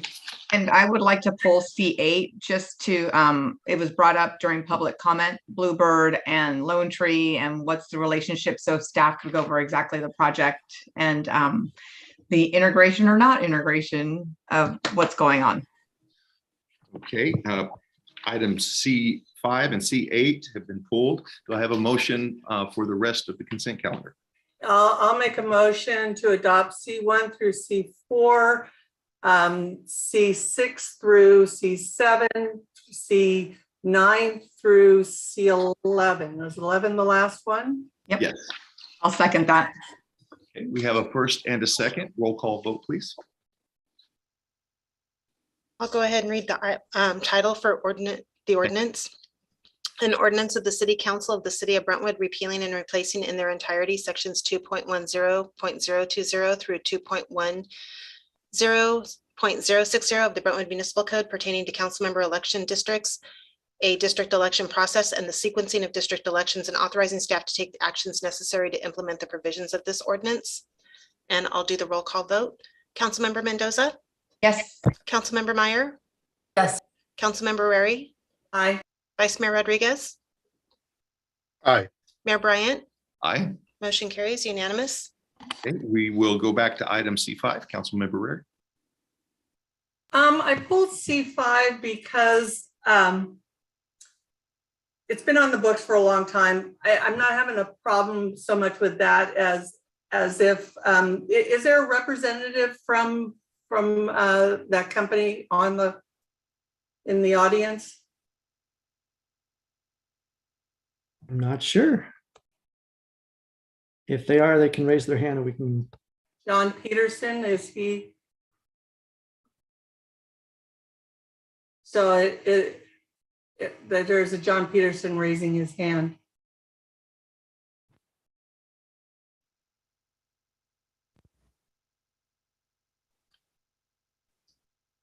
I can unmute him. So I have a question. You know, through these years, we've all the new developments that are coming up, we've been asking them to annex into our community facilities district for fire. And I know you've been on the books for a long time, but I'm asking you to annex into the fire CFD for the fire because new development is making an impact on on the fire department that we have. And so I wanted to bring it to your attention. It's something that you pass on to your residents. And I'm asking you and your company to make the decision to annex into the CFD.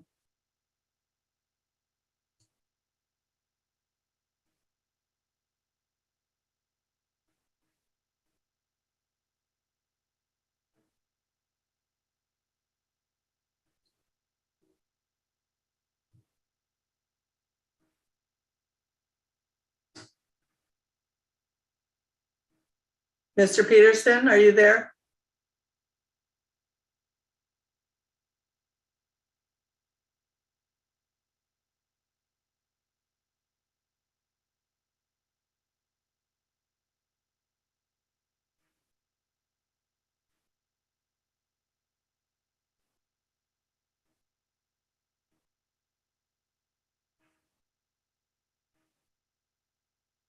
Mr. Peterson?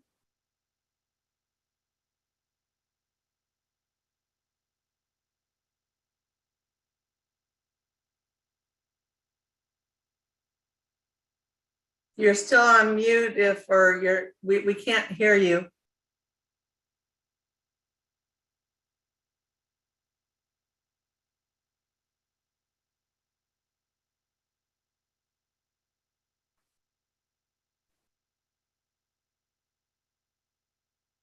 Maybe we can move on to the next item, the C8, while we figure out how.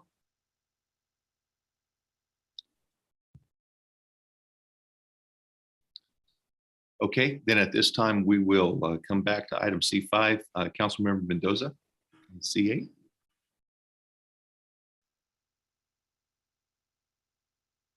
Sorry about that. If Mickey could talk about this road, there seems to be some thought from our comments that this has something to do with Bluebird, it has something to do with the school. So we could just clarify why we're doing this and all that good stuff. Great. First of all, can you guys hear me? Yes. Excellent. Thank you for the question. Good evening, Honorable Mayor, council members, and the public. Thank you for asking the question. To address the public comment, no, this proposed CIP project has got nothing to do with the Bluebird project. A couple things to note. Bluebird or whatever project occurs on the Bluebird site, whatever form it comes in that ultimately gets approved by city council, that project will be responsible for doing all their frontage improvements, building all the infrastructure. That project fronts O'Hara Avenue. There's overhead lines, so that project will underground those overhead lines. They'll widen O'Hara Avenue. They'll put in all new sidewalk and landscaping, including on Lone Tree Way as well. So I want to make that very clear. This is one of those examples that similar to what came up at the CIP workshop, that if there's a project or a parcel that is slated for development, that development will build all the infrastructure necessary to support itself. So this Lone Tree CIP project is independent of that. Even if we wanted to somehow contribute some frontage improvements, we can't, because the total project for Lone Tree Way, if we wanted to build all 4 lanes and put sidewalk and landscaping, it's $16 million. And we just don't have, we have less than half that amount. This project only has funding for $7.6 million. So there's no way we're going to come anywhere near building the full beautiful 4-lane arterial road that we would love to have.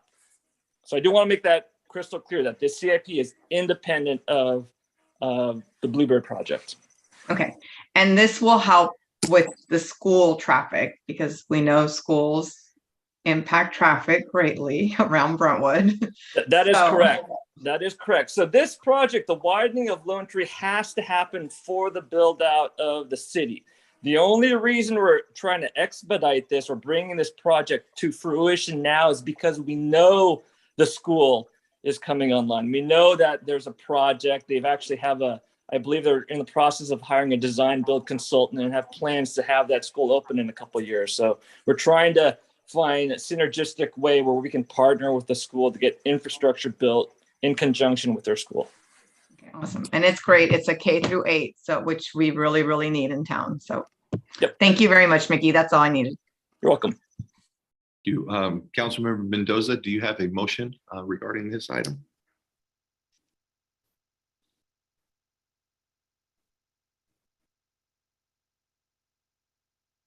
You're muted. I'm tired tonight. I'm making a motion to adopt C8. We have a first. Second. And a second. Roll call vote, please. Councilmember Mendoza, Yes. Councilmember Meyer, Yes. Councilmember Rary, Aye. Vice Mayor Rodriguez,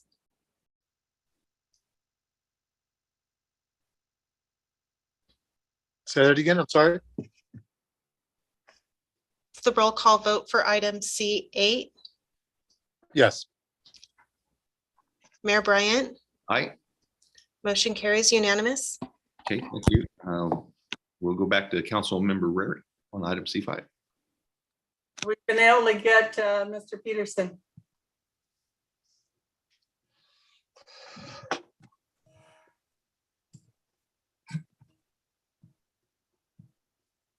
Can you hear me? We can hear you now. You hear me now? Okay. Yes.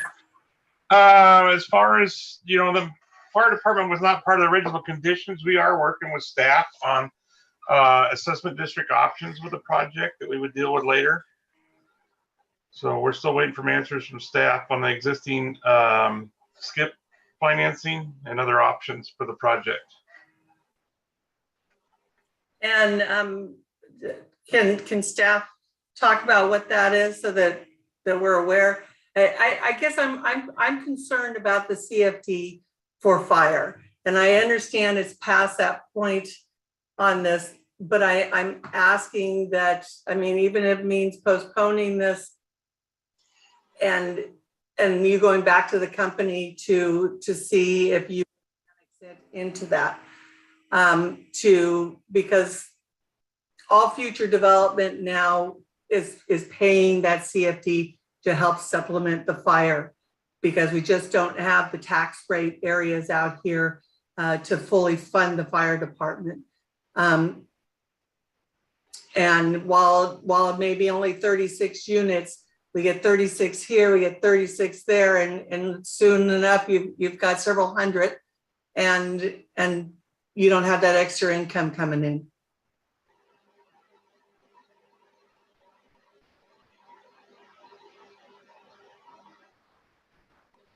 We're working with staff. We've been working with staff. I guess the person was out last week. We have our bond people working with them, but we'd like to move forward with our map and our improvements, and we'll continue to work with city staff.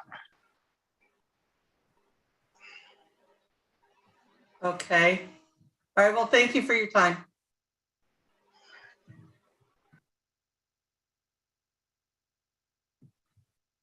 I'm not ready to make a motion on this. I would be willing to move it or continue it so they have time to discuss with staff and his company. Legally do that? Good evening, Mr. Mayor and Council. So just to clarify, tonight's item is really only your receipt of an informational report. So the council doesn't have any approval action to take tonight. You're just being made aware of where we are in the process. So just wanted to clarify. Thank you. So there's actually no motion on this. So you're just receiving this report tonight as part of the regular consent calendar. If the city manager has anything to add, I'll defer to him, but this is just a routine notice of something that he will do as part of the authority that's been delegated to him under the subdivision code.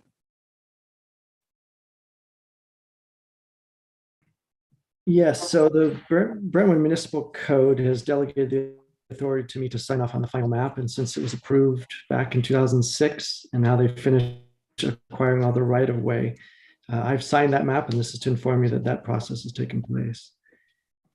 But staff will continue to work with them if there's interest in participating in those CFDs. Okay.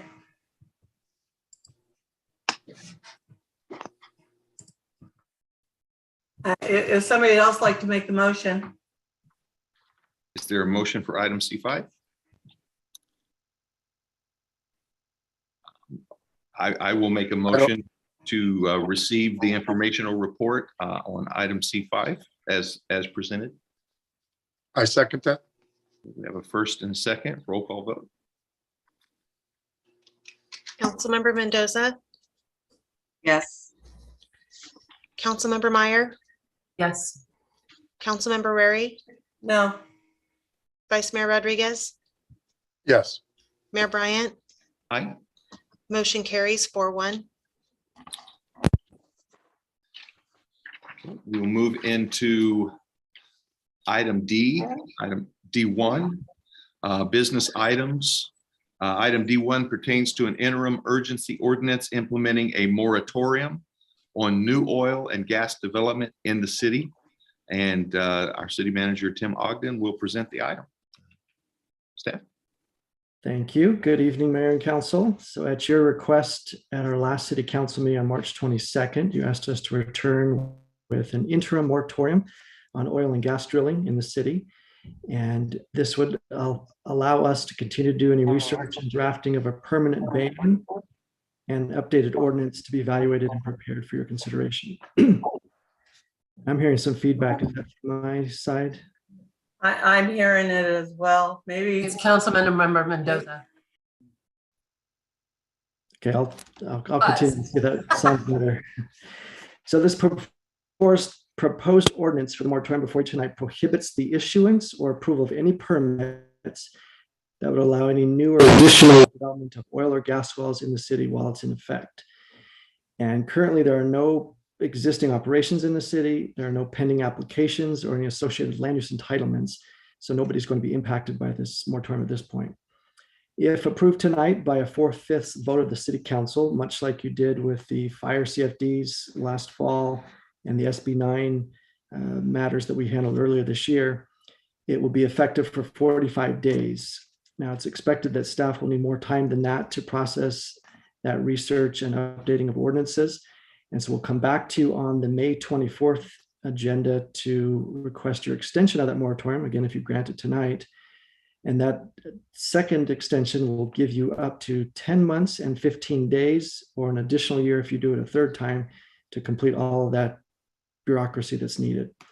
So during that interim period, the staff will assess the potential impacts of long-term oil and gas developments. Now, we're not anticipating starting any new research. There's plenty of well-documented findings out there, but incorporate that into the zoning code and general plan as required.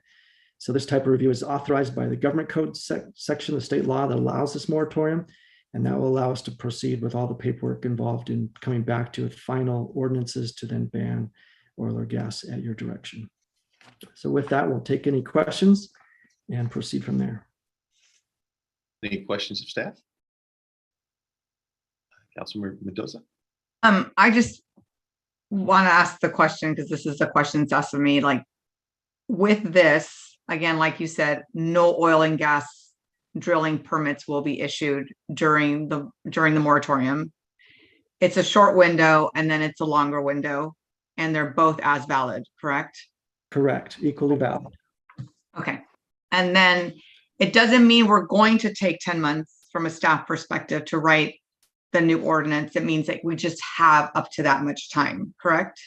Correct. In order to process this in a timely manner, we need to bring in outside counsel to assist with all the documentation.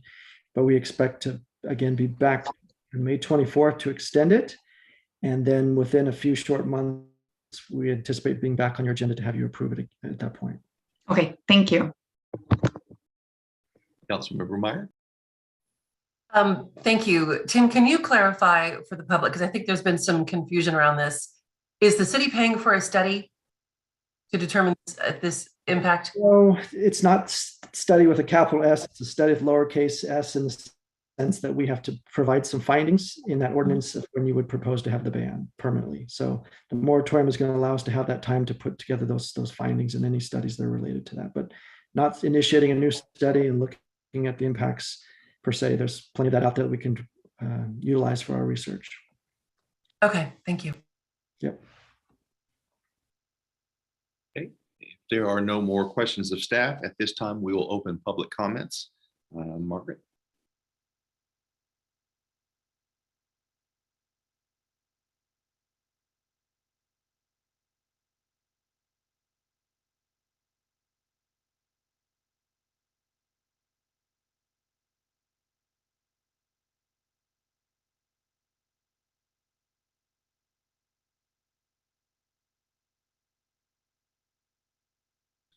Margaret, if you're speaking, you're on mute. Okay, I've got a new microphone in here. I've received 3 written public comments on this item. A summary is shown on the screen. Full copies of these comments will be made available on the City Council Agenda's webpage. If you wish to speak on this item, please raise your hand using the Zoom feature. I'll call your name if provided and unmute you to speak. Remarks are limited to 3 minutes per person, and your microphone will be muted after the timer has expired. And I do see 2 hands raised. I will start with Rod, followed by Danny Dorman. Rod, go ahead.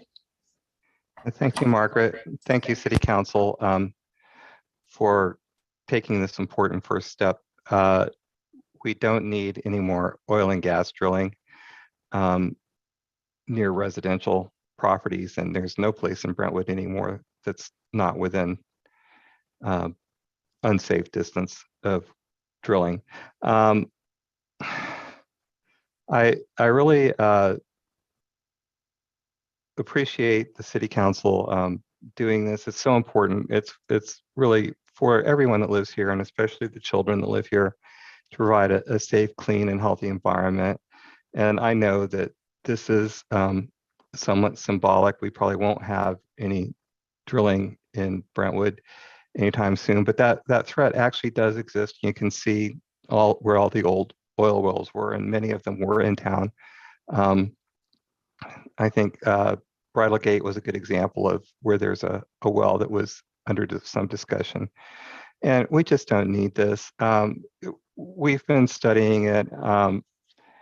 And by we, I mean the people that have been organized against drilling. And there are so many studies. There's so much new information that's come out that the state, even CalGEMS, who loves to rubber stamp an oil well, has finally acknowledged that these things just are not safe within even 3/4 of a mile of somebody's house, much less within 900 feet where the Nunn family is planning to drill a well.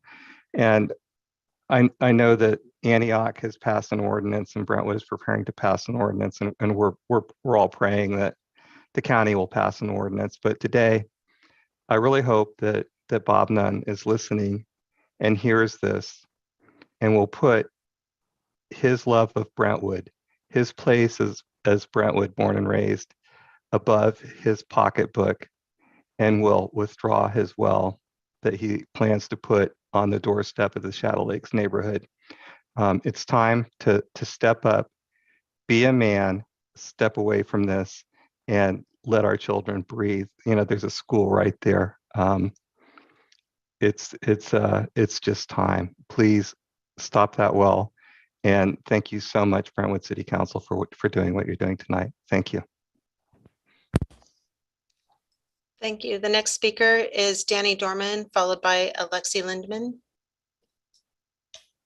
Mr. Dorman, go ahead. Yes, thank you. And I apologize in advance. I was on another call, so I hope speaking about the extension of a sound wall is appropriate here. And I say that to say this. I truly don't understand how certain council members are allowing or trying to give a pass to the obvious mistakes about the sound wall. I remember a meeting where I actually played the decibel differences, to give a real world listen, if you will, to the differences in decibel, and to still have some members sit there and try to give the city a pass. I honestly, I just don't understand it. So I appreciate the city understanding. I hate to spend the money on getting that sound wall done, but the city did the rezone, so shame on the city for that. But the people who bought property out there shouldn't be punished because a rezone was given and they happen to buy property out here in beautiful Brentwood. With respect to the oil drilling, I wish I was as confident as Mr. Floor in that there won't be any more drilling out here. No, if there is any way for especially the nuns who have got amount of land out here, if there's any way for them to make money, whether it's a home or an oil rig or a sweatshop, they will find a way. So I'm not as confident. So we need to keep that diligent eye on the any type of oil drilling. And this is not a guy who is pro-green and everything like that. People probably know my stance when it comes to anything green, but oil wells, no. We need to keep due diligence on that. Otherwise, I thank you for your time, and hopefully everyone who can do something about this will do something about this. Thank you. Thank you. The next speaker is Alexi Lindeman, followed by Ian Cohen. Alexi, go ahead.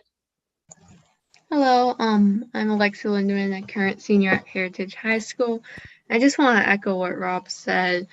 This is Brentwood's not the place, and what everyone here can agree on based on your last meeting on March 22nd and what I've heard today. Brentwood should not be, is not the place for any future oil and gas drilling, and there's really no question about whether we should not do this ban or not. We all are in agreement that we should have this ban, especially since there's new oil and gas drilling going on around the area by Mr. Nunn, just to show him that we don't want it here, especially like 900 feet away from homes and about 3/4 of a mile from Loma Vista Elementary School and a mile from Adams Middle School and Heritage High School. It's just, we should be moving away from these fossil fuels and not expanding them with everything that's been going on, climate change, the forest fires, the droughts. We need to be going and transitioning to clean energy as soon as possible for the health and safety of ourselves and our future and our kids' future and grandchildren's future. Thank you. Thank you. The next speaker is Ian Cohen. Ian, go ahead. Can you hear me? Yes, go ahead. All right, I just want to echo what Rod and Alexi said. Alexi and I, we're both Heritage High School students. We're both co-organizers of the No Drilling in Contra Costa project. We work day and night to educate and stop. Like, we educate about oil drilling and we stop it. We do not want any chance of oil drilling in our beautiful city. We are always going to ask for a full ban. A 3,200 foot setback will not suffice. Even Stanford said you need at least 2.5 mile setback if you even wanted oil drilling. Honestly, just ban oil drilling. Oil drilling is beyond hazardous to human health, and we have choked on the wildfire smoke. We are drinking the water that could be affected. There are so many hazards, but I'm going to keep it short because it's a long night. But please, a full ban, and I thank you for seeking a full ban on oil and gas drilling, and I hope we show an example to the county. Thank you. The next speaker is Marian Petrin, followed by Carolina Villaseca. Marian, go ahead. Hello, my name is Mariana Petrenko. I'm Ukrainian immigrant, and my question that I would like to raise today, it's about how Brentwood, especially not regular citizens, because from regular citizens, neighbors, friends, just locals, we receive great support. Some people come to us just to hug us and to say that they feel sorry that our government does so little. So what does Brentwood for people who are fighting right now to defend the world against two dictators, against Putin and Lukashenko? For 6 weeks, I was waiting, and not only me, all our Ukrainian friends, we were waiting for some sign from Brentwood management on Facebook, Instagram, any kind of support, any words to see that you know that we are here, that we exist. And we saw nothing. But okay, we will swallow this at this time, only this time, because I try to be constructive. So my question is, how Brentwood plans to support Ukrainian immigrants and refugees, because many people are expected to come as refugees in Bay Area. So please share your plans with community. Thank you very much.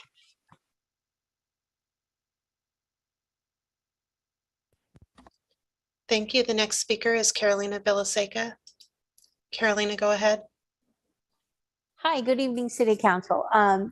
I just wanted to piggyback off what Ian Cohen so eloquently said. The reason why this is so important is actually not just for our city, but for our county. As we know, even though cities ask the county not to do things, the county sometimes turns a blind ear and does things that we would not like them to do, regardless of what we in Brentwood are asking them not to do. So I think it's important that the cities in East Contra Costa start passing these bans to send a message to the county that is really strong, because it would be regional. It wouldn't just be the city of Brentwood, be the city of Brentwood, the city of, oh Lord, I'm sorry, my dog just got in the toilet. The city of Antioch. Chicha, stop. And we need to continue putting pressure on the county so that we send a really strong message to the county board of supervisors and they hear us. What did you eat? Anyways, so that's my comment. These young people have worked so hard on our behalf to do things that frankly our generation should have done, but we didn't do it. So now they're doing it. And I really think that we need to honor that and help them by getting this ban done, and then having the mayor perhaps talk to other city mayors and see if they can join us in the city of Antioch to send a strong message to the board of supervisors with these bans. Thank you. Thank you. I have no additional hands raised. Thank you.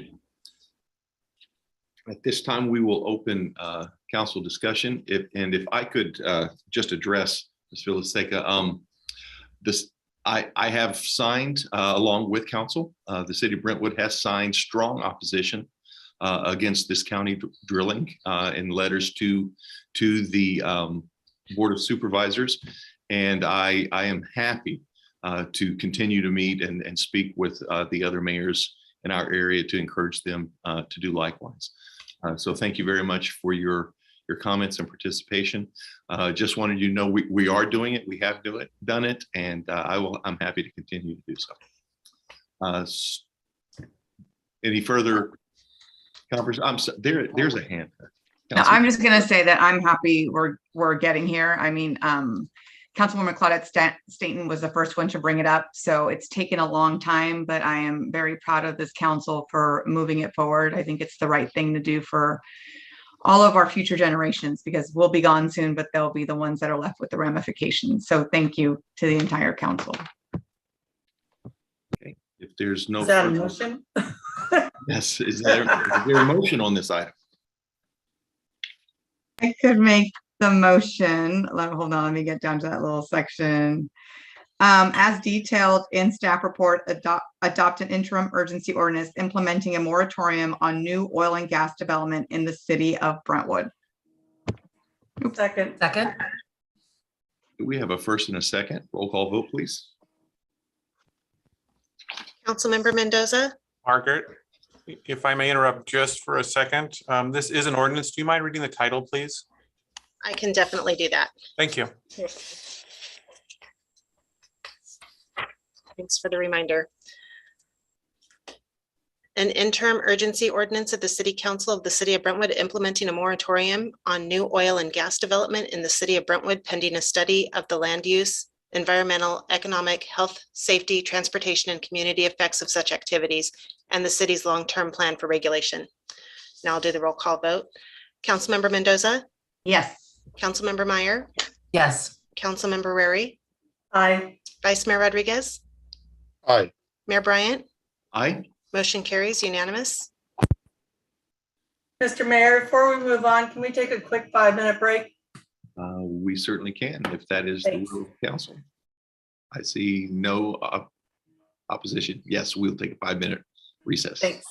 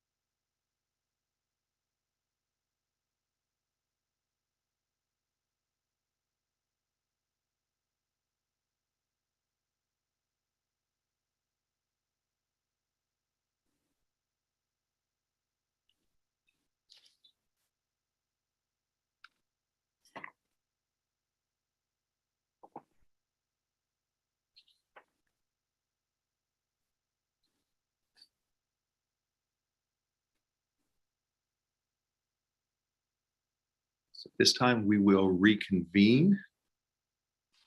And it looks like everyone is back. I have to move my screen there. Yes, everyone is back.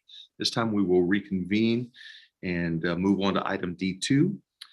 Item D2 pertains to a contribution to organizations that support seniors and other individuals facing food shortages. And I'll turn it to our city manager for the staff report. Hello again. So this item before you is a continuation of the item we discussed at our March 22nd agenda item, where we had a request from Councilmember Rary to consider supporting allocating $10,000 to the Hope House in support of their providing food assistance. And while the motion was not approved, the City Council seemed supportive of coming back with a transparent process to include additional support providers and perhaps using the program that we utilized in 2020. So there was perhaps a mistake in the last agenda where we thought we'd included the process that we'd used in 2020, and it was included in resolution, which wasn't attached anyhow. So it's in this staff report now, just to reflect what we could do again this time if you were willing to consider allocating $10,000. Again, not naming any party per se, but the process that we used in 2020 worked fairly well, and we included in the staff report all the details of donations that were made to Hope House specifically, as well as how all the CARES Act funds were spent generally, as well as all of those suppliers of all the food services and how much allocations they were given and how much they did in the community during the early days of COVID. And so if you're inclined to consider making that allocation again of the $10,000, one way of looking at this is that originally back in 2020, over a series of council approvals, you had allocated a total of $100,000 to be given for those in need of food programs. And in the end, we had some contributions returned. And so about $10,000 worth was not spent, regardless of what the money was, whether it's general fund or CARES Act, et cetera. So you could consider, if you did a $10,000 allocation tonight, it would be completing a previous program of still spending only about $100,000 on providing food services. And this could be a way of seeing this program through and ending it after this last allocation, barring any other future real emergency going forward in the future. And we would ensure that through the process that as I would consider these different applicants, that they would be catering to Brentwood residents, that they would exhaust the funding within the next 30 days, but in their report back within 60 days reflect how many individuals were actually served, what was the approximate cost per meal, et cetera, and so that there's still accountability on what they've done with these funds. And with the $10,000, you can give some direction. It's not specified in the staff report, but you could say do 4 different vendors at $2,500 each, or 2 vendors at $5,000 each, and that would be direction enough to market this and then quickly dispense those funds if you're inclined. So that's the brief report to try to close out that issue of how we had funded that in the past and could finish out that with this additional allocation tonight from the general fund. This time, if you have questions of staff, Councilmember Mendoza. Yeah, it looks like the $10,000 was already spent. On page 305 of the agenda, it says the unspent funds returned by the Brentwood Regional Community Chest were expended and reported for allowable public safety services funded by the general fund. Where did the $10,000 go? So $100,000 was allocated for food service providers. When we had the contribution partly returned back $10,400, in order to close out the CARES Act grant program, we applied it as an eligible expense to public safety and finished out spending that money from the CARES Act. But from a food service perspective, you could say we only spent $89,000. But so public safety, what account did those $10,000 go to? What GL account? Because you're saying you moved it somewhere. So we spent the $10,000. Now we don't have it. We're going to have to take it out of the general fund if we decide. What general ledger fund did that go to? To the police department. So it was their police expenses that were incurred as a part of the COVID responses. Okay, that's it. So, okay, thank you. Councilmember Meyer. Thank you. There was mention of many of these programs have indicated an increased need due to the pandemic. And during the last meeting, you mentioned that there were other agencies that had reached out for support in this way. Can you clarify that, please? During the middle of 2021, I had received a request from the Hope House, I recall, and one other vendor, and I couldn't find the email to reflect who the other vendor was, but there was one other entity that had asked for funding, and we just disclosed that, hey, we've exhausted the funds and that program is no longer in place. So I don't know what other interest there would be today from other vendors. I'm sure if there's money allocated, we would find vendors. But obviously the emergency situation is different than it was in early 2020, but there could still be some interest today from other vendors to utilize the program. Thank you. And I still have a question that came up last time. Again, we discussed policy for nonprofits reaching out and asking for support from us. And I'm just curious. I mean, I know the staff report mentioned a lot of the process that happened during COVID, and it was extremely helpful. Thank you for that. But I'm still not clear on what happens if out of the blue, a nonprofit reaches out and says, hey, we really need help. We're struggling here. Do we have something in place for that? I know this is not a grant cycle request. I'm just asking, like, out of the blue, if someone were to reach out to us, do we have a policy around how we consider those requests? I don't know if there's a policy per se that we have, an ongoing policy per se, but at any time the council can initiate a program if you feel that's a priority for the city and can allocate funds for it if funds are available from the general fund. So I don't know that we've had a lot of general requests otherwise, other than what we had recently from the Hope House. And I was going to ask again, but I'm going to wait for Jamie. And if I can just clarify, the council does have a policy. It's 10-12, a policy and procedures for requests for use of city funds. And that does talk about fee waivers and donations and things of that sort. I haven't read it in some time, so I don't want to speak off the cuff on it, but there is a policy on that. I believe there's also an older city manager policy that I think was put in place before Mr. Ogden arrived here that talks about grants as well. But there is a city council policy in this regard. But again, I haven't looked at it in a long time. I don't want to speak off the cuff. And in addition, you're really focused on this specific item, not the broader policy discussion of what the council has or doesn't have. so considering that did come up prior, is that something that would be potentially an agenda item to establish a policy moving forward, or at least double check and clarify what ours is? I think probably one step that staff could do, and not through council direction tonight, but staff could look at the policy and provide it to the council so they can see what it says, and then determine if you want to take further action in that case. Then it could be a future agenda item. But sure. I think initially get the policy to you to take a look at and see your comfort level with it, because it was adopted in 2017, so it's just about 5 years old. So then there wouldn't be any agenda item necessary until we were able to hear what this report said, or this policy said. Is that what you're saying? We'll share the policy that exists, and if there are further questions that you'd like to have it be a council topic, then we can agenda. Okay. And then my last question is around reporting. And it appeared in looking at all of the staff report that nonprofits all had a kind of a different way of providing accountability for how the funds were spent. And I'm wondering if that's something that we can also, maybe a separate question, clean up so that it's consistent across the board how people are required to report back on the spending.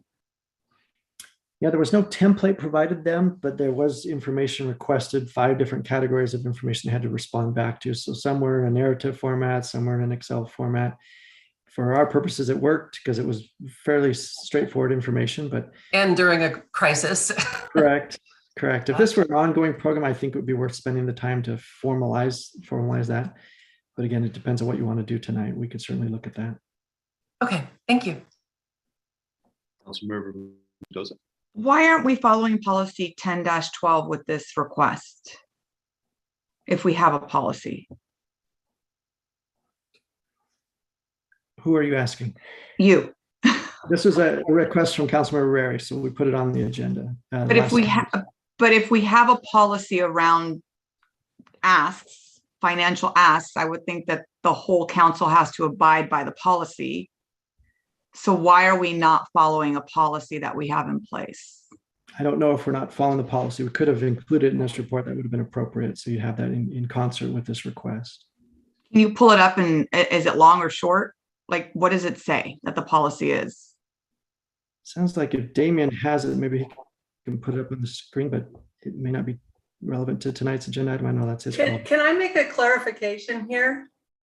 Generally, in the entire time on the council, you know, going on 6 years, we generally, when nonprofits come to us, and I've had people come to us and ask for funding, and we generally don't expend government funds for nonprofit use.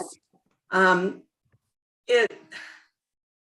when the first thing came out regarding COVID, the first 50,000 that was asked for was based on COVID and the shutdown of the businesses.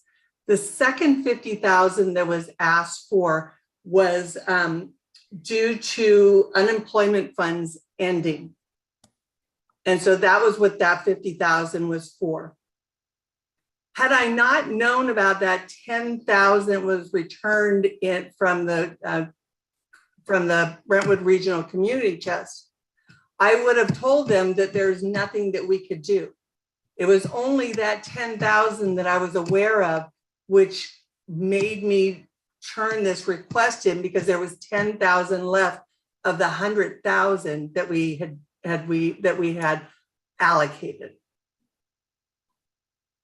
That's all. I mean, this is not something that we generally do, and I don't anticipate, unless we go into another complete shutdown pandemic type thing, I don't see this happening again. And this is kind of one of those once in a lifetime. And whether you decide to do it tonight or not, that's up to you. But there was 10,000 left. That's the only part. If we want to go four for $2,500 each, whatever the council wants to do, if you want to do it at all. I mean, I argued till I was blue in the face last time. So I kind of leave it up in the air to the council. But I guess I'm confused, because I'm hearing that we have money left, but we took that 10,000 and we spent it the way CARES money was appropriate, and he put it in PD. But CARES in the agenda, because I listened to both agenda items and I thoroughly listened to them. In the first one, it said FEMA. In the second one, there was no mention of CARES. It was staff who decided to put through the funding through CARES reimbursement, not the council. But the money was spent, and that's what I'm trying to. The CARES funding was spent, not this funding.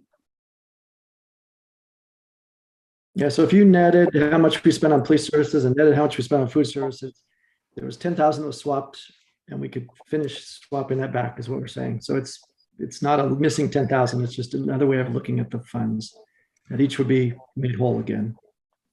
Each of the two programs, police department and the food service program.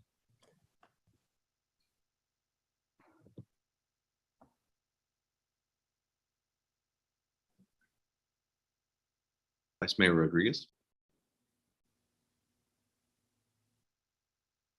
No, I agree with Councilmember Rary. I mean, if we're planning to, allocate the 10,000 for 2,500 each, whatever, but we're opening it up to various organizations, that's great. I hope the HOPE program applies and they get it. That's great too. As long as I think we have a process in place and we open it up, then I think that's the right thing to do. But yeah, so I mean, I think I agree with Councilmember Rary in the sense of if it's 2,500 or whatever that is, I think it's a great thing to move forward with. Damien, do you have access to the ordinance that we do have regarding this that you'd mentioned? I do. I don't know if it'll be all that useful tonight. it involves more than just donations. In essence, if the donation is over $1,000, it needs to go to you as a council. And then there's some requirements. There need to be good cause for it. The applicant has to demonstrate it is managerial and fiscal competence to complete the project or event,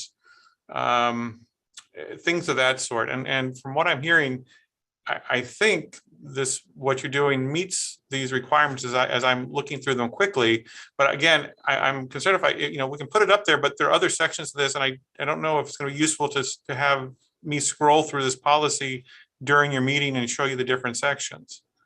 And I guess the other thing, Mr. Mayor, is I know we're in the question period.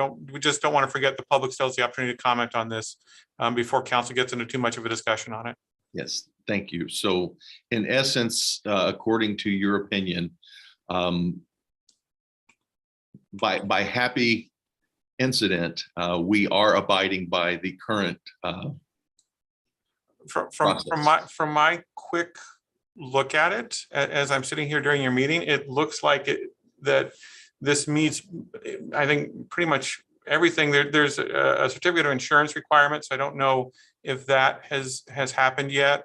And I think I do need to distinguish with the prior grants that were issued under this program or the prior donations that were made, that was under an emergency situation. And I think an argument could be made that under that situation, some of these sections could be probably waived by the council because of the emergency. Okay, well, thank you. If there are no more questions of staff, then at this time we will open public comment. Turn to you, Margaret. I received no written public comments on this item. If you wish to speak on this item, please raise your hand using the Zoom feature. I'll call your name if provided and unmute you to speak. Remarks are limited to 3 minutes per person, and your microphone will be muted after the timer has expired. And I'll go ahead and share the timer screen.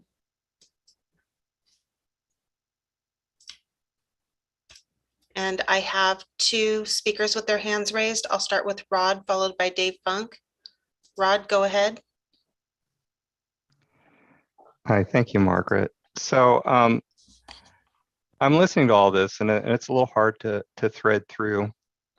So I think what I want to tell the city council tonight on this issue is that I've known Karen Rary for quite a while now. I've seen her on city council. I trust her as much as I trust anybody up there to do the right thing, to know what is the right thing. She guides us all. Everyone that has come before this council with any kind of a no rezone or a citizen issue has known that we can always trust Karen Rary.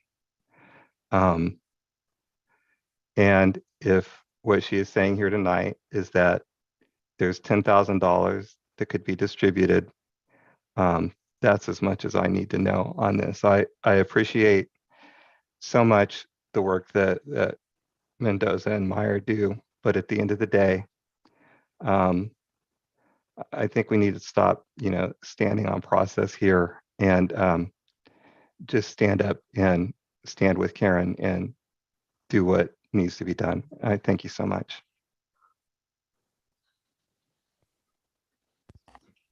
Thank you. The next speaker is Dave Funk. Mr. Funk, go ahead. Thank you for allowing me to speak. I am the current director of Hope House, the Contra Costa County Food Bank agency here in town. And I want to thank you for the grant that you gave us in 2020. It was put to good use, and I look forward to having an opportunity to reapply. I just wanted to share with you a couple things. I've been in this position for 2 weeks now. I've been a member of the guiding committee at the church that oversees Hope House for 11 years. And I've also been a volunteer there, giving my time various times over the years, but currently I'm the full-time director. And it's quite a joy to be able to provide food in an insecure world for the clients. And we serve a large number Mondays and Wednesdays each week. And then we have two programs there. One, the FDA program we get from the food bank. The other is the church provides purchasing dollars from donations to buy additional food from the FDA at 18 cents a pound. So we give out our own bags of fruit for those families weekly. The government program provides them one bag per month, and then we provide additional bags on the other 3 weeks of the month. So the two things I wanted to share with you today, the food bank's produce truck was there, and we set a record with 76 families coming through in 1 hour to pick up fresh produce and vegetables that they can take home and make into meals. I'll be happy to provide you the total numbers of family members that represents in an application process. That's one program for 1 hour on the second and fourth Tuesday of every month. And earlier this month, my first week as the director, we gave out 64 family bags to support about 185 to 200 family members. The point is, there is a need. Now, that also includes Oakley as well as Brentwood. I'll separate those numbers for you by zip code. We've got Oakley, Byron, Bethel Island, and Brentwood is all served by our food bank. Just to let you know, though, the joy on the faces and in the hearts of those people being able to take groceries home to make meals for their families is very much appreciated. So as we go through considering this, there are needs in our community that we're currently meeting, and your funding certainly provides some of that need. So thank you very much.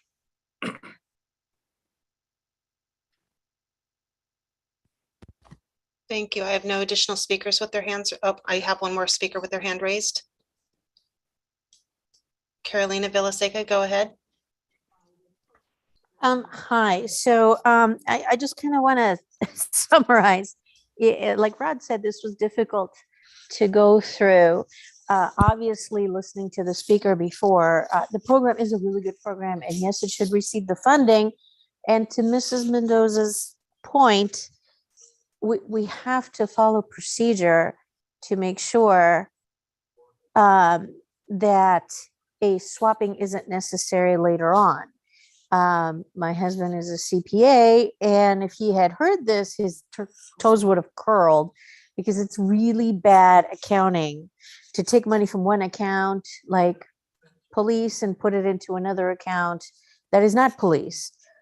We have to be very careful with how funds are treated. And so, yes, please fund the things that are providing a good service to the community, and feeding people is very important, especially in economically uncertain times.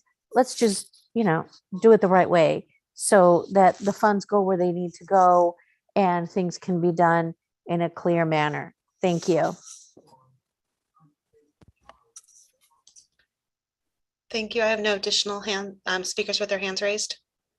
Okay, at this time, we will close public comments, move into council discussion. Council Member Mendoza. I want to give money. I mean, I think that's great. But if we have money to spend, we should open it up to everyone and give equal opportunity for everyone in the community to access those funds. If there's money that we're giving, the ad hoc stuff without a clear process in front of us just feels very uncomfortable to me and very unfair. So I think that if we're going to give the money, we can open it up, and anyone who wants to apply, should be able to apply. Also, I ask about the process because I want to make sure that these organizations that we're giving money to are legitimate organizations. Are they, what are they doing? I'm glad that Mr. Funk showed up and spoke to his organization, but do we have their 501(c)(3)s, or do we have how much money they've gotten from their fiscal sponsor, or are they a corporation? How much do they get from, their foundation? Is their church sponsoring them also? I just feel that we should know who we're giving to. I don't know Hope House. I don't know them from any other building in town. So I just want to make sure that who we're giving the money to is always legitimate, and there's no financials that I saw in the packet. So that's my other thing that makes me uncomfortable right now. But if we want to give the 10,000, that's fine. We open it up to everyone and we have requirements in regards to financial disclosures. Thank you. Councilmember Meyer.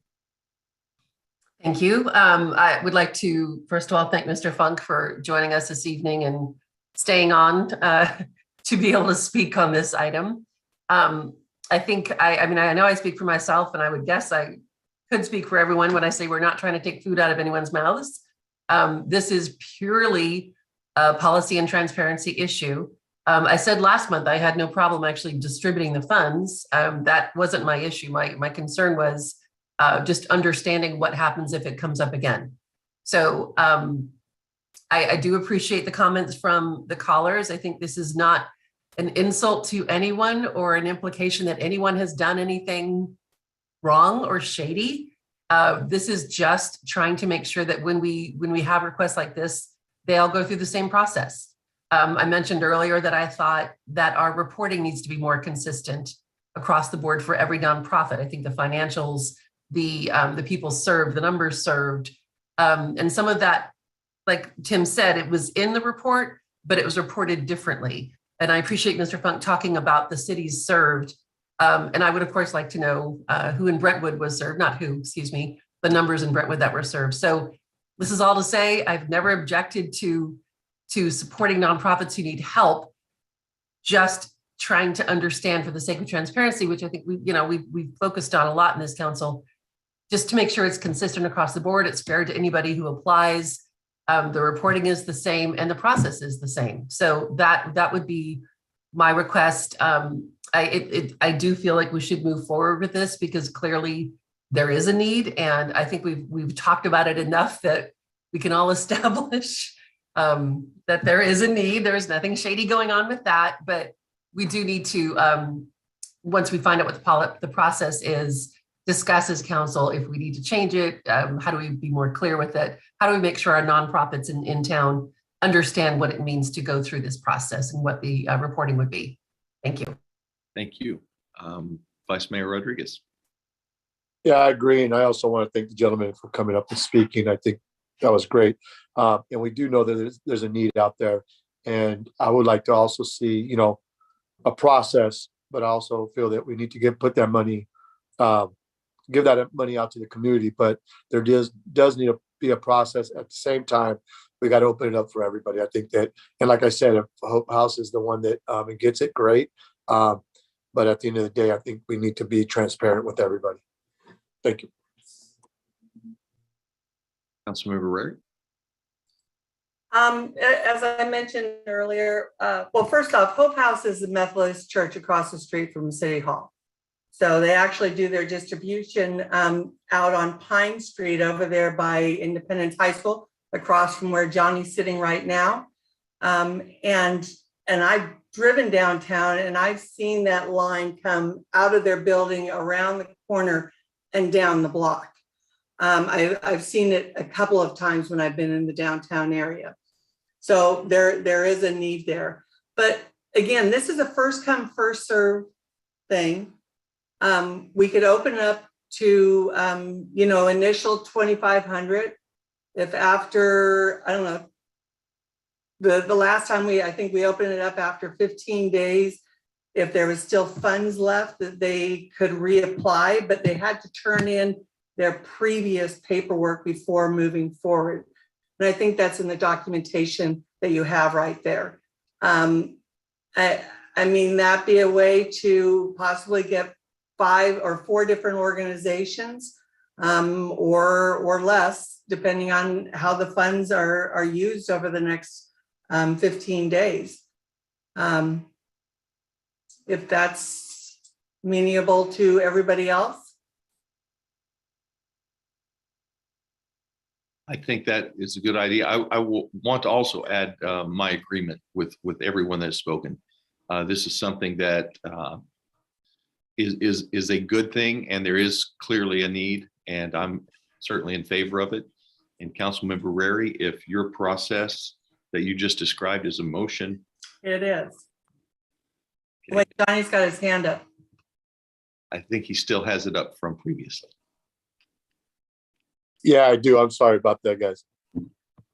So we have a first. Wait, so are we going to put it out to everyone and get applications from everyone? First, yeah, first come, first serve on it. Okay. $2,500 per application with, if there's funding left after 15 days, they can reapply, but they have to turn in their previous paperwork before reapplying. Okay. And we'll put it out on our social media and website, and then also reach out to the vendors from 2020 who had utilized the program and see first come, first serve at that point. Okay, I can second that. Okay, we have a first and a second. A roll call vote, please. Councilmember Mendoza, Yes. Councilmember Meyer, Yes. Councilmember Rary, Aye. Vice Mayor Rodriguez, Aye. Mayor Bryant. Aye. Motion carries unanimous. Okay, we'll move into item D3, pertains to providing financial assistance for the John Marsh Interpretive Center. And City Manager Tim Ogden will present on this. Tim? So this item before you is to consider funding part or all of the $200,000 anticipated cost for the John Marsh House Interpretive Center. You received a request last fall as it relates to the strategic plan workshop, and requested we come back early spring to have this presentation. We have Barry Margerson, who is the president of the John Marsh Historic Trust, available. And as I understand it, Councilmember Rary would also like to make a brief presentation related to this request. So I'll turn it over to Councilmember Rary, and then we can turn over to Barry for further follow-up. So this was asked during the strategic action plan. It was a discussion that this was going to be a check only. And so instead of discussing it that day, actually Councilmember Mendoza had said, why don't we have them come and talk to us about it and tell us about what's going on. And Councilmember Meyer also said that that sounded good. So I'm gonna share my screen, and then Barry's gonna start off, and then I'll finish up. Whoops.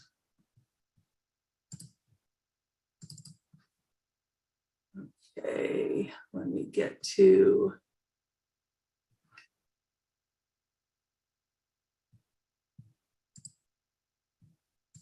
Show, start from the beginning.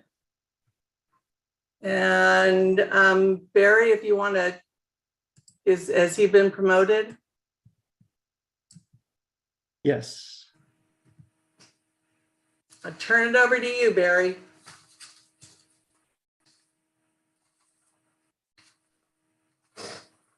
We can't hear you. There we go. Good evening, Honorable Mr. Mayor and council members. Again, Barry Margerson with the John Marsh Trust.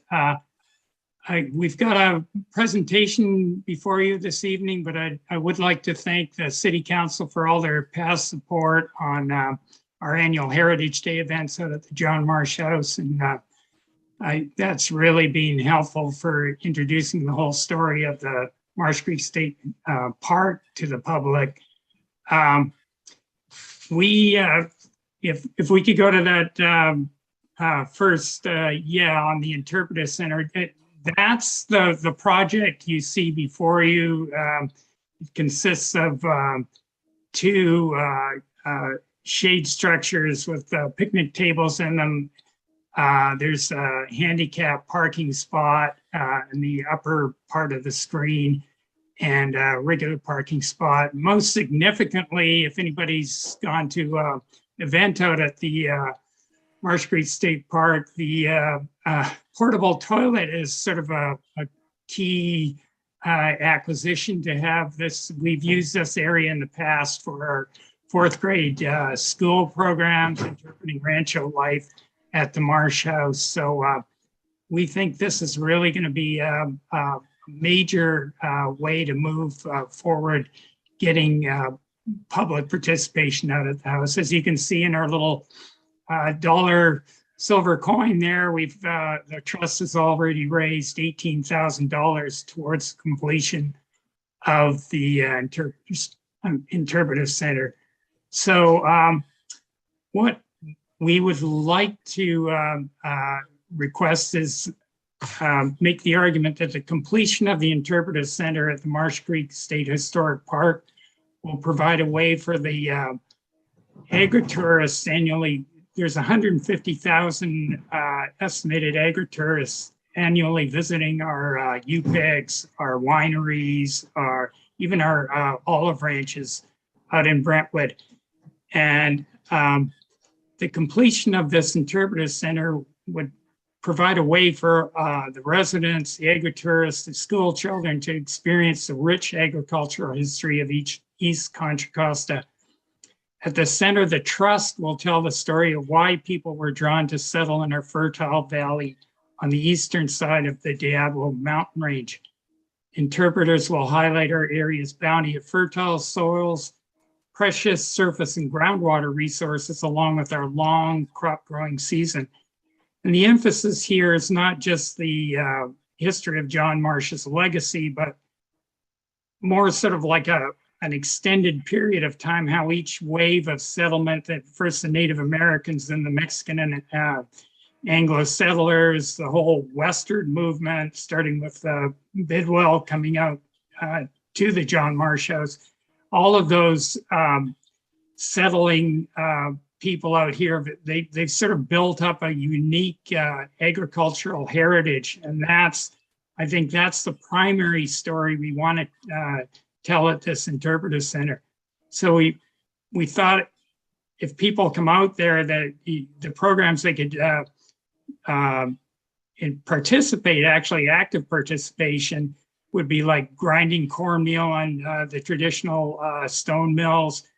You could cut dried apricots like people used to do back in at the railway center in downtown Brentwood. You'd participate in olive brining. Wheat winnowing is also always a big sell, and that fits right in with the ag heritage out in the hills around Brentwood. We could do work with heritage vegetable and seed varieties, share them, start propagating some for people to take home with them. And also because ranching was such a big part of the rancho, the John Marsh Ranch, you could have leather working, saddle making. So we'd just like to sort of survey some of the interpretive panels that the trust has already made up and used in our past interpretive efforts. So if we can do the next one, Karen. John Marsh and the Indians. Marsh provided his Volvo neighbors with protection and provided medical care and food if needed. In return, the Indians helped Marsh defend his home from the raiders and provided him with labor for this 50,000-acre ranch by tending his crops, as well as other work on the rancho. Because of this and more, the present Native American organizations, these are the tribal councils, supported the establishment of Marsh's part in the State Historic Park and plan to participate in exhibits and talks. The next panel, the Vaqueros. This region of California offered miles and miles of good pasture land with natural springs and cool streams in the foothills of Mount Diablo. Obviously, Marsh Creek just runs right through the middle of the state park and through the middle of Brentwood, so that was a key tie-in. Allowing cattle to grow fat on wild oats, clover, and alfalfa. Stock raising was a principal part of the life here in the 1840s and 1850s. Early ranchers learned quickly that it wasn't easy handling huge herds of wild feral cattle and relied on experienced Mexican vaqueros for that job. Something Marsh learned that as well. He too hired the vaqueros to look after his 6,000 head of cattle. Still today, cattle roam at the Marsh Creek State Historic Park, fattening up on wild grains, clover, and grasses. I was out there just this past Saturday, and they were doing a roundup of 700 cattle for weighing. So it was quite a sight. John Marsh's rancho you can see the extent of it right there in the graphic, all the way out to Antioch, Discovery Bay. This region of California, as gold seekers flooded California in search of riches, Marsh established the first shipping port along the San Joaquin River, not far from the convergence of the San Joaquin and Sacramento rivers. On the land around the pier, Marsh built a residence for his mayordomo, rodeo grounds, and a slaughter and smokehouse. Daily shipments from Marsh's ranch of beef, smoked ham, grain, vegetables, grapes left Marsh's Landing on their way to the gold mines in San Francisco. Wheat was the chief industry of Contra Costa in the 1860s. This is obviously after Marsh's demise. Thousands of acres of the golden grain were sowed in this region. That's an early combine, probably pulled by, around 40 or 50 horses and mules up in the hills. Is somewhere in East Contra Costa. The first farmers planted their seeds in the fall, leaving the seed to lie in the ground all winter while the rain softened the hard soil. With the warmth of spring, the crop wheat sprouted, and by summer it was ready to harvest. The wheat grown in this region was sought after worldwide due to the hardness of the kernel and its resistance to mold. And we'll move on to the agricultural panel. No, that's the end. Brentwood's rich soil and weather conditions demonstrated that all kinds of vegetables, fruit and nut trees, and other agricultural products could be produced in vast quantities. When Balfour Guthrie Company purchased the Marsh Rancho in 1910, its investments in Brentwood hastened the town's progress.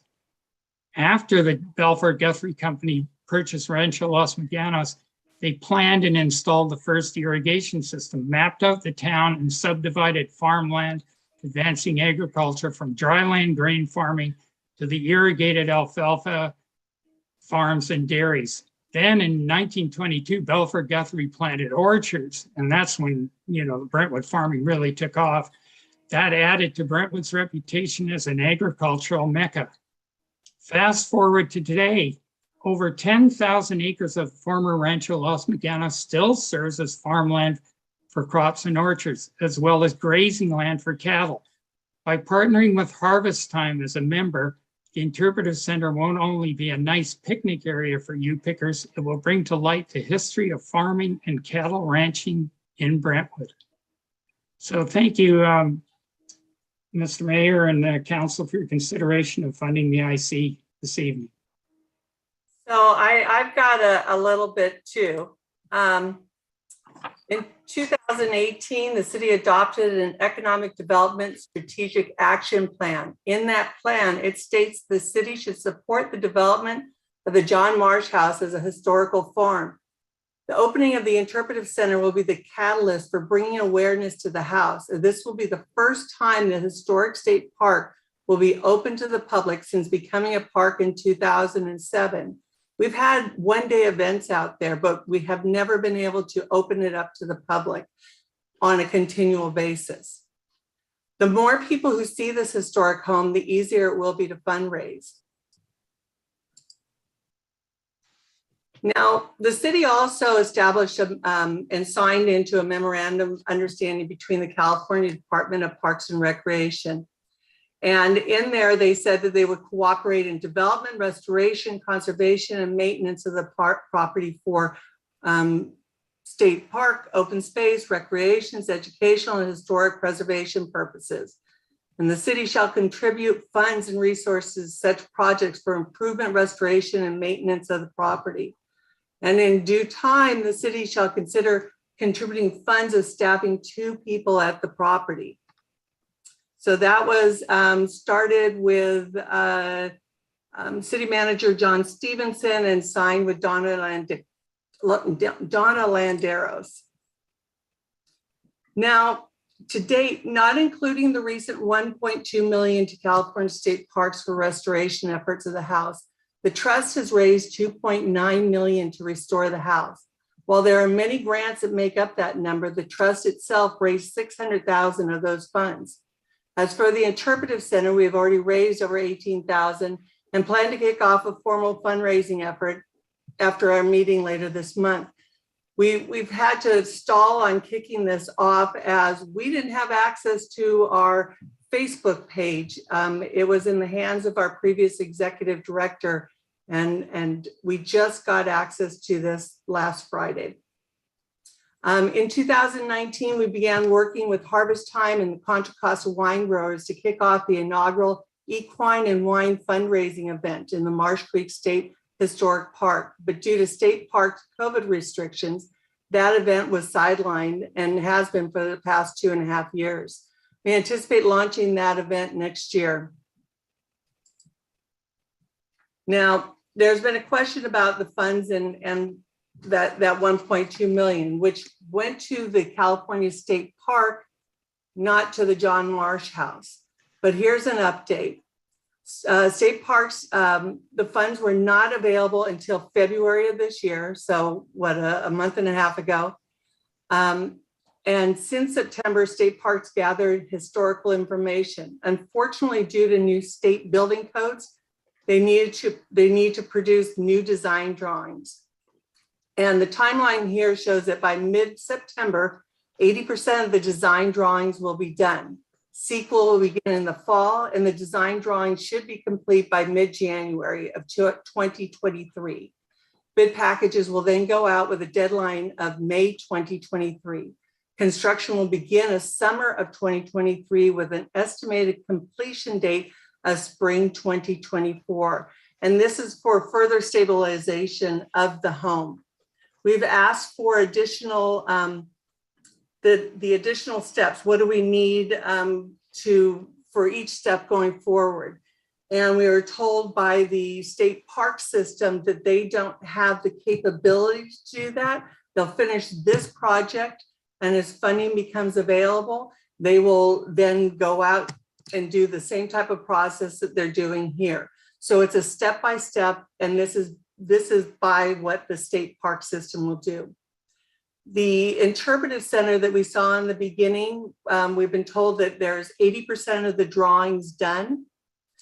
So we've only got about 20% left to do, and a need of about $200,000. We are hoping to work with the labor unions like they did at the for the gazebo in downtown Brentwood to see if we can reduce some of those costs, because the majority of the cost is actually labor. I want to say about 140,000 of it is labor. So if we can get them to donate it, that may come down the cost, but we still haven't gotten a commitment from them. And that is it. Let me stop sharing.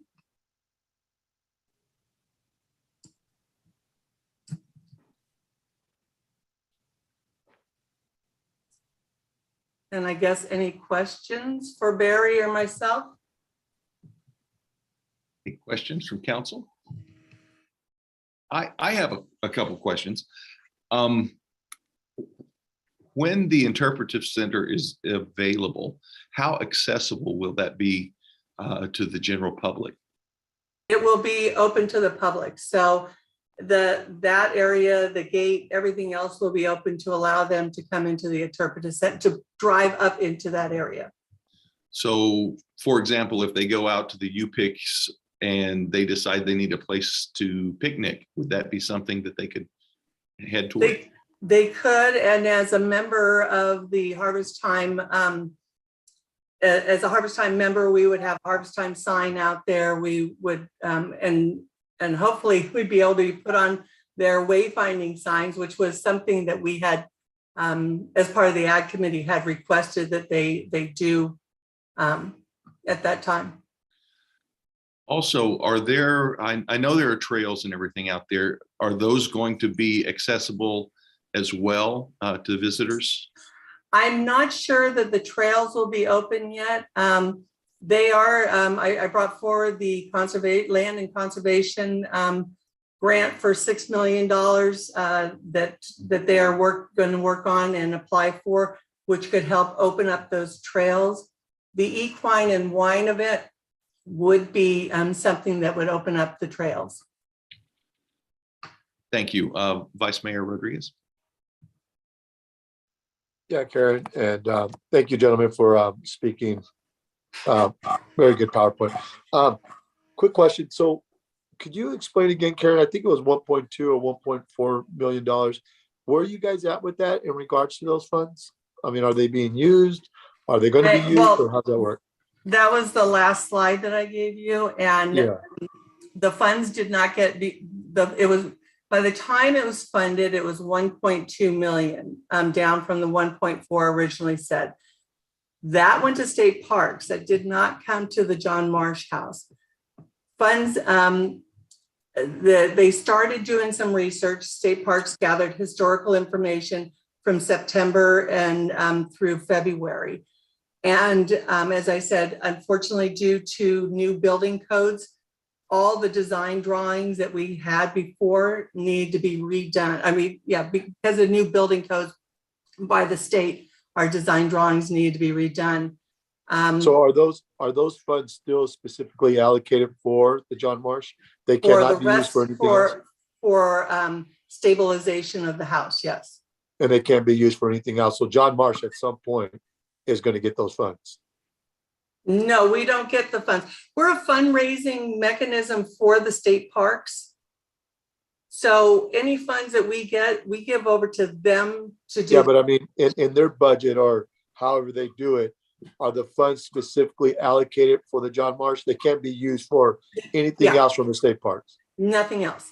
And they anticipate the stabilization to be completed in the spring of 2024. So my next question is the 200,000 that we're looking at, those would be coming from the Ag Committee? Ag Enterprise, yes. Now, I know that we put together a lot of committees and different groups, and we're really big about being transparent with them and letting them be part of the process.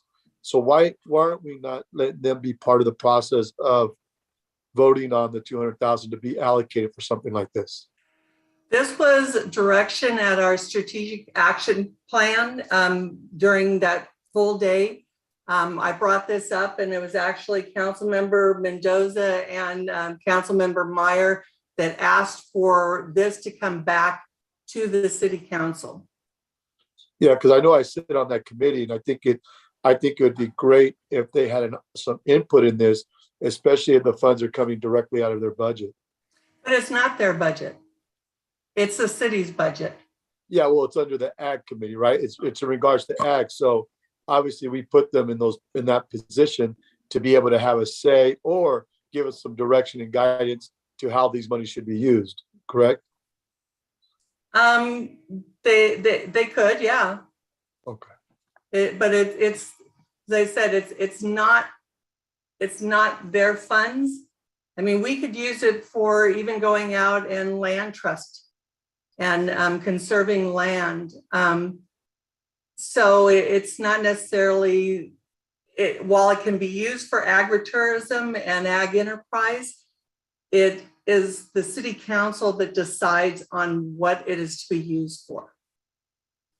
Yeah, but my thing is that we put together a variety of committees, right? To make sure that we're being transparent, one, with the community, but also at the same time to be able to give our community residents to have a voice and a place when it comes to decisions for the city. So I don't see where this doesn't pertain to that or how any different this is in regards to where the monies are coming from, because they're not coming from our general fund. They're not coming from any other budget, but the ag. And obviously, I think that it would be great if they somewhat had not a say, the final say maybe, but had some input in regards to us using this type of money for that type of project. And as I said, it was Councilmember Meyer and Councilmember Mendoza that recommended that it come back to the full council. It wasn't me who recommended that it come back to the full council. Yeah. No, okay. Thank you. Mm-hmm. Councilmember Meyer. Thank you. It was a fabulous PowerPoint. I mean, beautiful. In talking about the MOU that you brought up, you mentioned something about 2 staffers, and I'm curious if you're if there's a plan to make a request for that as well down the road, especially if, as The house opens. This would be for when the house opens. So the mayor was asking about whether the lands would be fully open during UPIC season so that anyone could just come by during the same hours, right? Would staff by volunteers at that point? Yes, docents, yeah. Okay. The other thing is, when we first started talking about the interpretive center, it kind of looked like just a shelter, but the drawing we just saw is, I'm looking for some clarification about how much more it is than a shelter. So there's going to be, I think, 12 or 13 panels that have the history of the area from the original, from 7,000 years ago, to the inhabitants at that time, all the way through current day.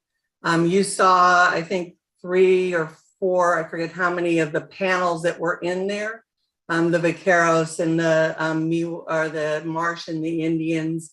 I forget what the other ones were, but so those panels will be out there.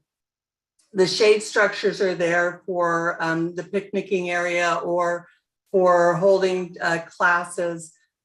Just last week we had what they call them, planed artists, who came out and were out there painting or doing their stuff.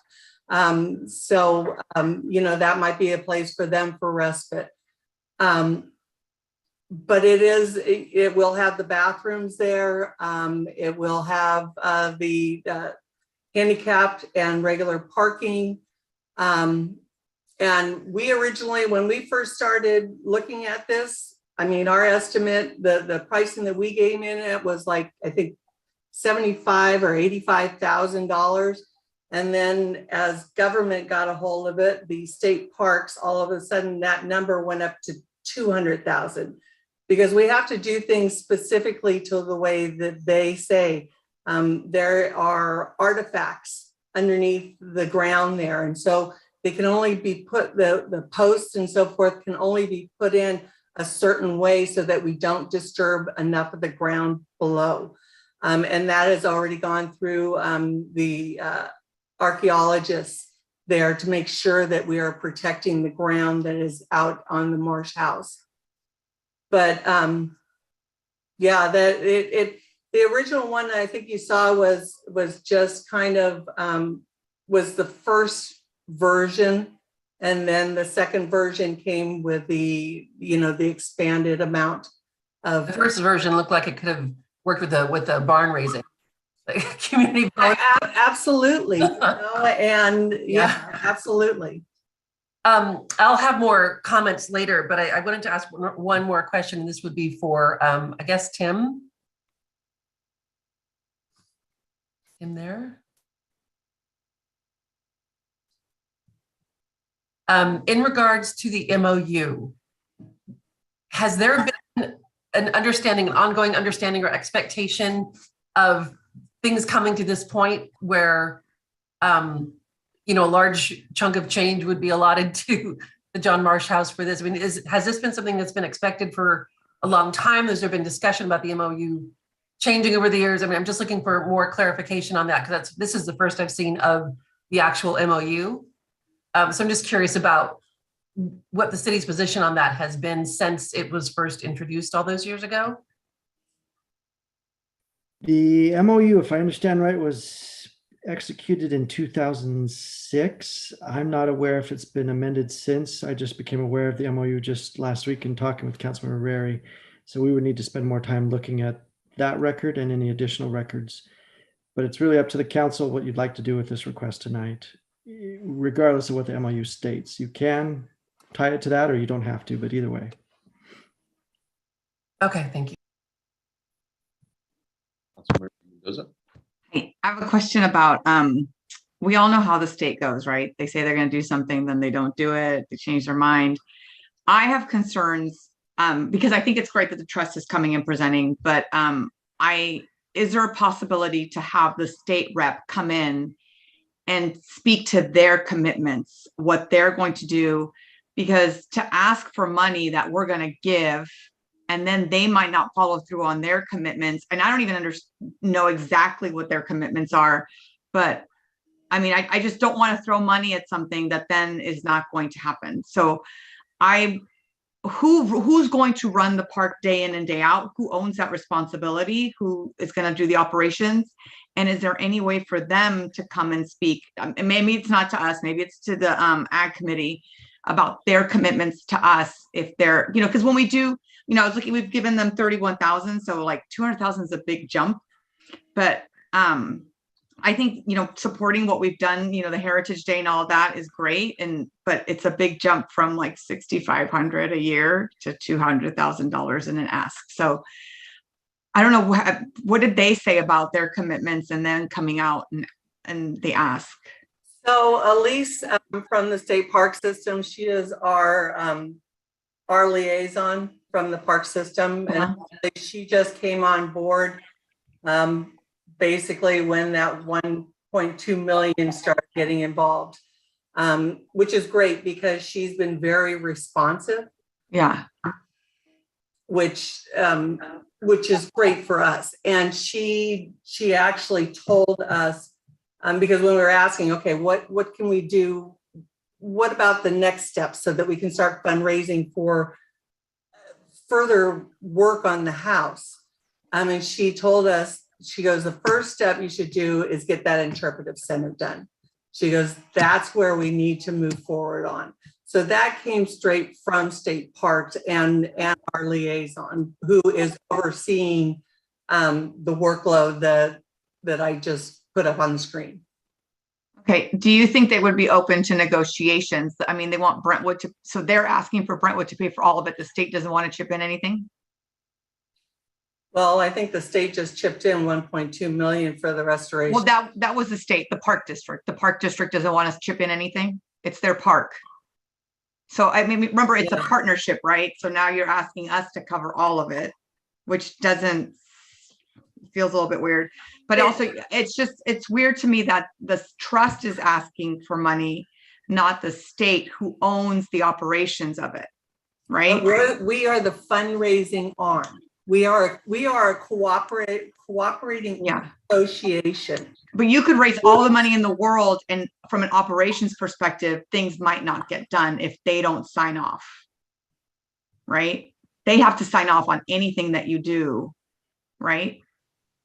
Well, the plans go through the state, just like. But even to start building it, all go through the state. Yeah. So I mean, it would be great to, and again, it could go to ag, but we need commitments from the state on timelines of what we see happening when, because it's a big chunk of money. And again, I mean, it can be conditioned that, you know, until the plans are done. And I mean, the funds don't have to be like, the check doesn't have to be written today, but yeah. This can be conditioned to, you know, the timeline being put out there. Yeah. It could also be conditioned on them presenting to the ag committee, right? Like they need to come and ask for the funds because it's money that they're not the fundraising arm of the they're not the fundraising arm. But they could come if they wanted to, right? They could come and say, hey, like we'll match funds, like we can all match funds. It doesn't all, I mean, it's a joint park, so I would expect the expenditure to be joint as well. That's the part that's getting me. It's like, yeah, I don't know. Those are my questions.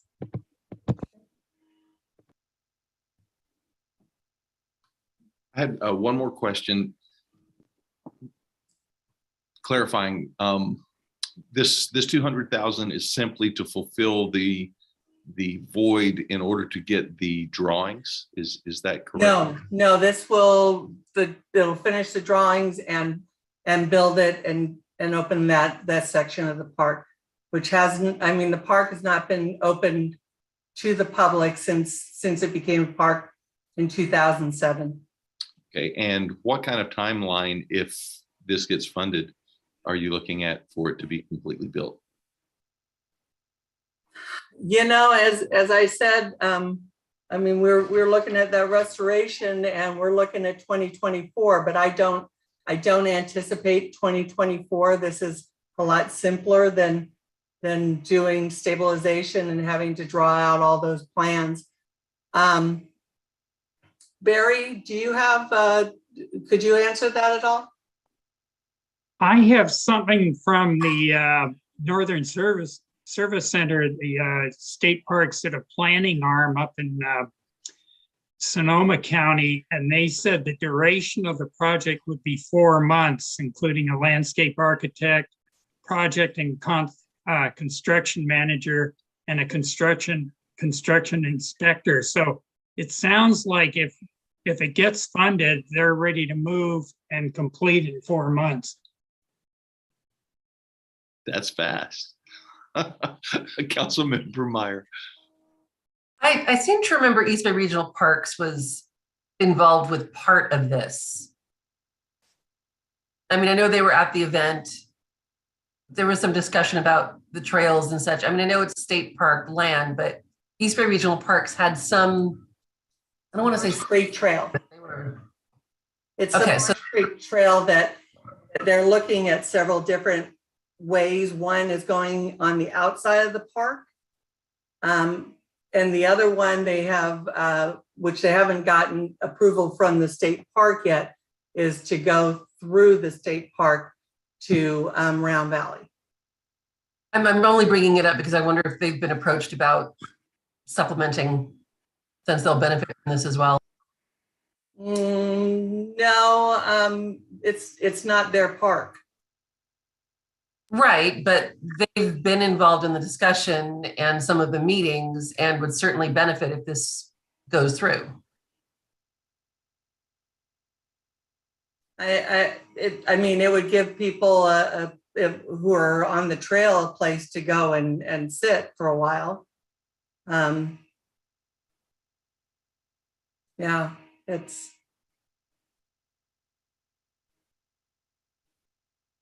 So is the rest, so part of it's in Brentwood and part of it's in the county, correct? The place we're at is strictly Brentwood. But the overall John Marsh House, part of it is in the city and part of it is in the county, right? Yeah, I think about 56 acres are in the city. Okay. Has anyone asked them? It was actually counted as in the information that was sent out from Bruce. It was included as parkland that we could use towards our 1,000, our acre, whatever, 5 acres per 1,000. Has anyone approached the county about funds for this interpretive center as well? It's not in the county. But the overall park is in the county. This land happens, that's like, I'm gonna put the bathroom here, but it's, half the bathroom is in one city, half the other. It's part of the park is in the county, part of it is in Brentwood. So has anyone approached the county about funds for this? The county doesn't have any ag funds. I mean, that was why we brought it to you for the ag funds. I think they should contribute as well. I think that all the entities that have anything to do with it shouldn't, I just don't think it should just be Brentwood that contributes to this. I mean, I guess I'm getting to discussion. We can discuss after, after we take public comment, sorry. Well, if there are no further questions, we will open public comment at this time. Turn to you, Margaret. I received no written public comments on this item. If you wish to speak on this item, please raise your hand using the Zoom feature. I'll call your name if provided and unmute you to speak. Remarks are limited to 3 minutes per person, and your microphone will be muted after the timer has expired. I do see one hand raised. I'll go ahead and share the speaker screen.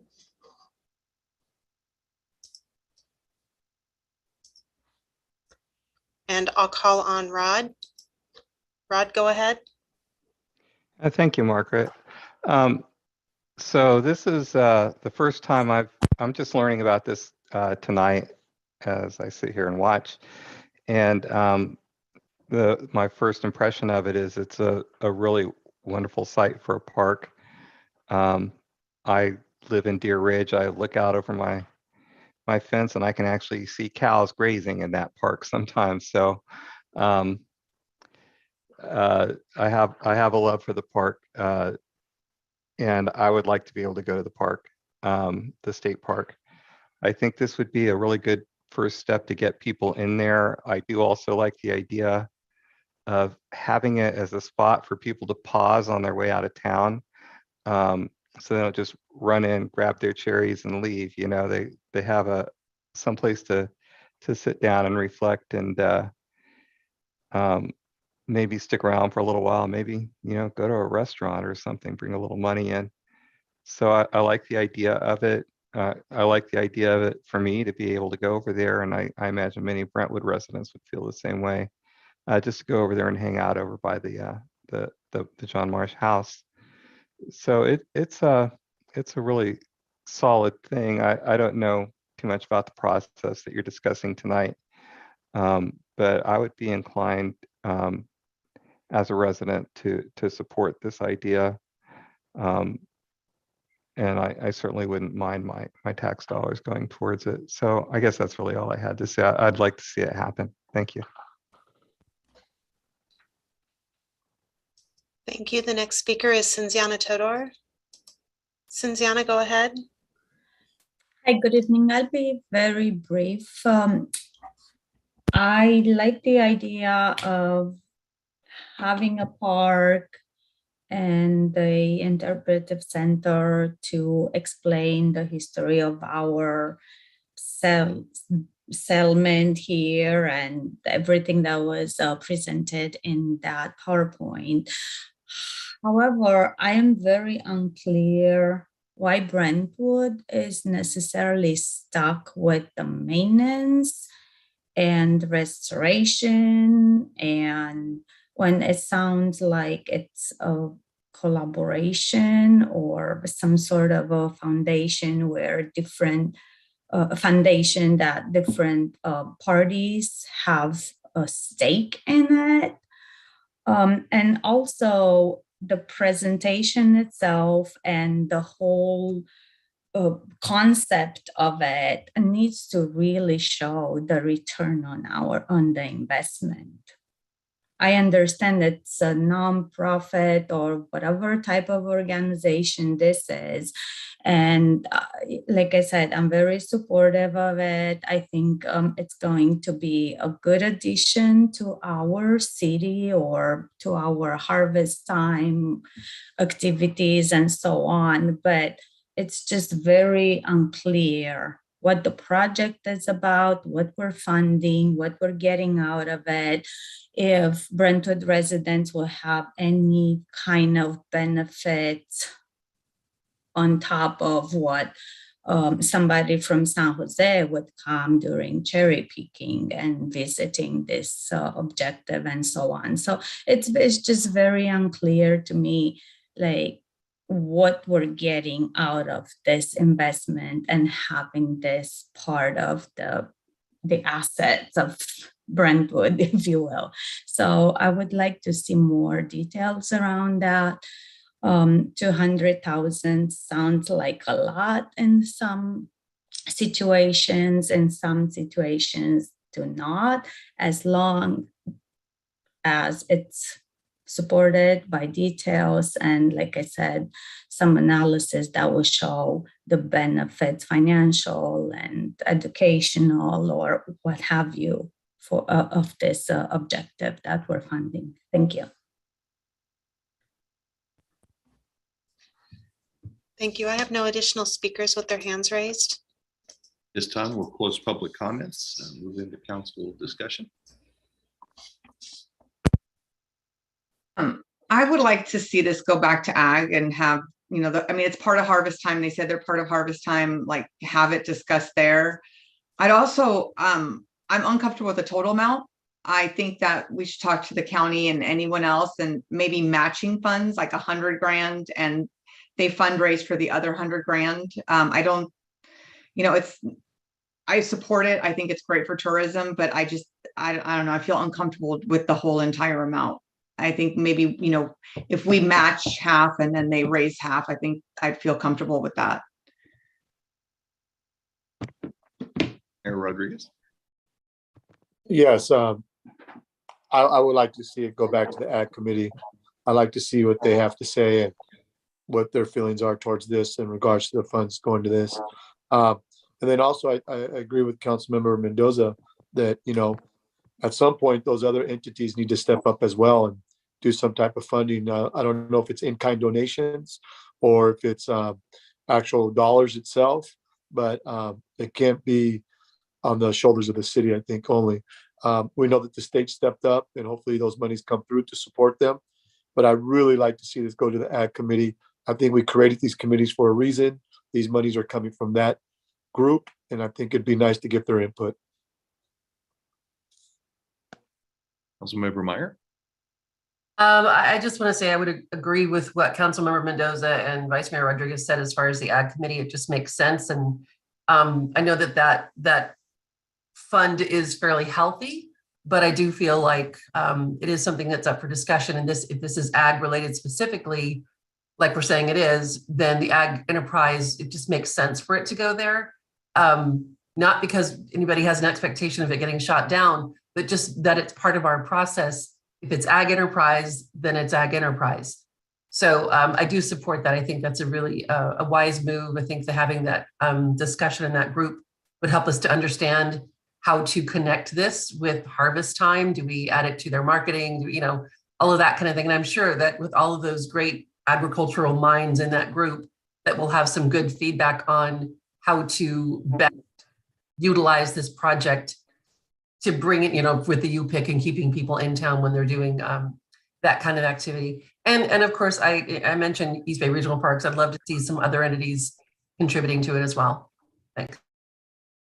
Councilmember Mendoza. One other thing is, can we have someone from State Park come in and speak to their commitments? Because they're the ones that have to execute.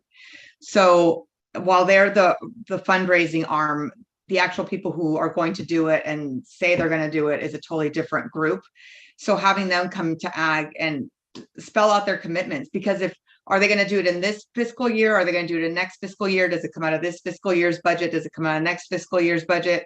Because I don't want, you know, we don't want to get into a point where like we're carrying a debt for a long time because they're not, you know, is it 5 years from now? Then let's talk about it 5 years from now if that's when they think it's going to happen. If it's going to happen next year, then we build it into next year's budget.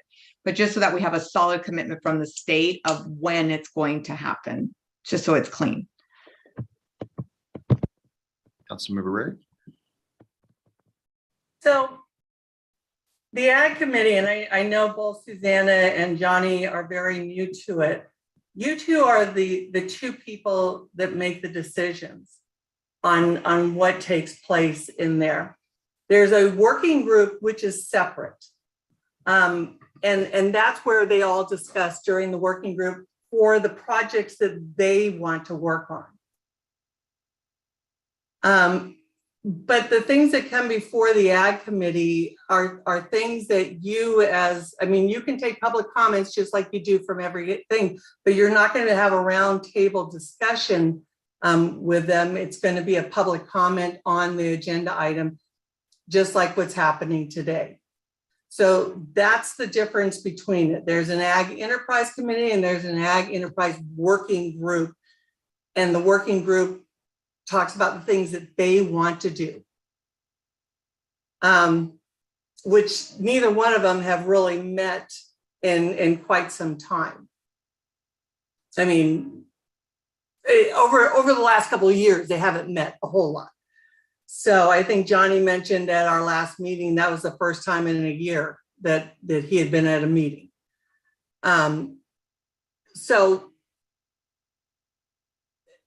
You're asking them to come back and give the same information that you just got as an entire council, which was the request of the council. 2 of the council members had requested that this take place. So then you're going to send it back for the same thing at another meeting, and then it comes back to here again for another presentation of the same thing.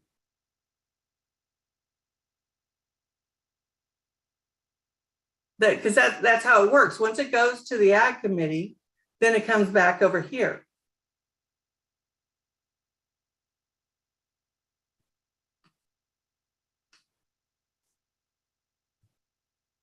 I guess I'm confused why two council members had requested that it come here first.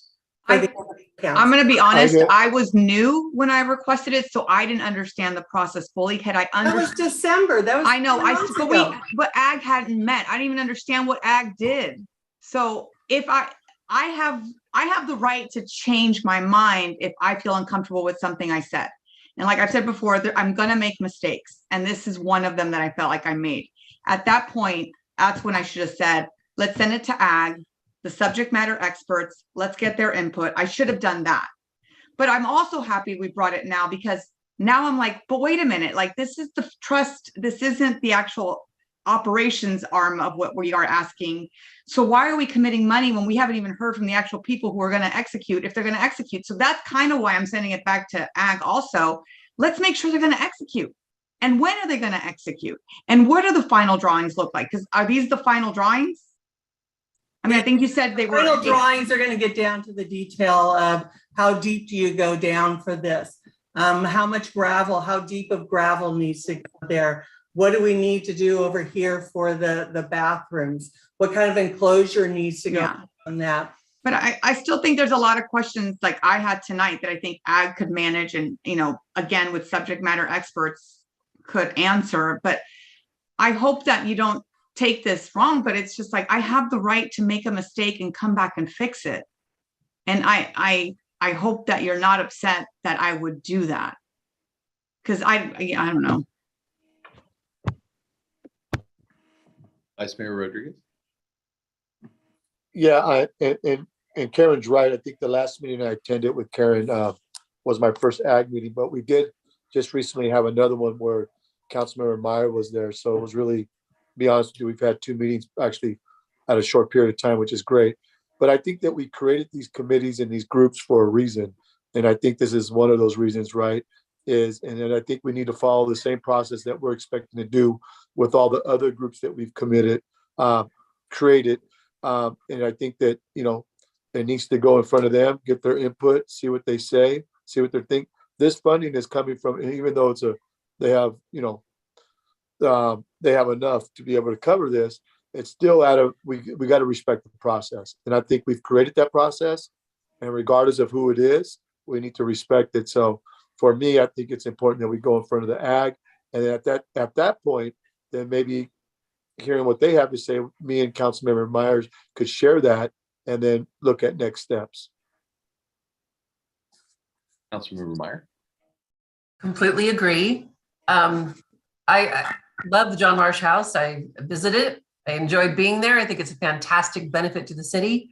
I do feel like if we're going to loop it together with harvest time, if we're going to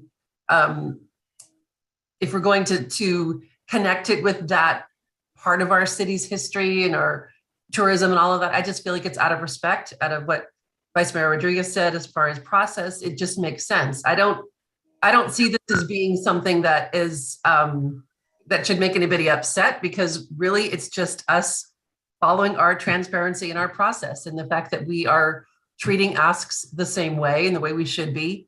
I hope that this does eventually get to the point where everyone feels comfortable with it, because it is an exciting project, but for it to get there, it should go through the process. And I did ask for it to come back, but I'll be honest, I didn't recognize at the time that the funds would come from Ag Enterprise, and I hadn't been to a first meeting to even understand that to the point. So I don't know if I'm saying it's a mistake or not. I'm saying I'm learning as I go. I don't see this as something to be upset about. I more see it as something to just understand. We're trying to establish our processes and our transparency and keeping things consistent for all of our applications that come towards us. And I'm sorry if I don't mean to upset anybody. I just feel like we should be really careful about that. This is a large chunk of money. I mean, look what we just went through for the $10,000. It feels like we have to be appropriate in the way we spend money. And so the processes need to be transparent and consistent. So I do think that it should go to ag. I think that, again, like I said before, these are some really great minds that could pull in some ideas about how to more bring people in with part of what they're doing with UPIC and the harvest time. So I don't see a negative to that, but I guess maybe that's just me. I don't know. And I think that even going to harvest time, they might have some great fundraising ideas that we have that we don't think about. Like, I don't think there's any negative in it going to harvest to back to the ag committee. I don't see it. And so I mean, I'm hoping hopefully they can help some. Okay, well, according to our discussion right now, Damien, do we need, if it's council's desire to send this back to the ag committee for input and direction for them to bring back to council, do we need a vote on this, or do we just send it back to the ag committee as a council? Well, your item before you, Mr. Mayor, is to determine whether or not to include $200,000 in the upcoming operating budget. It sounds to me from the discussion that looks like at least a majority of the council is not prepared to make that vote tonight, and would like this matter to be considered by the ag committee first, or the ag committee and the ag working group to consider it.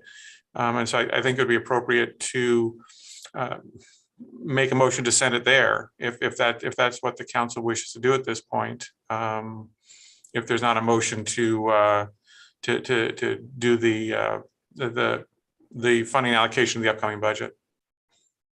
Okay, thank you.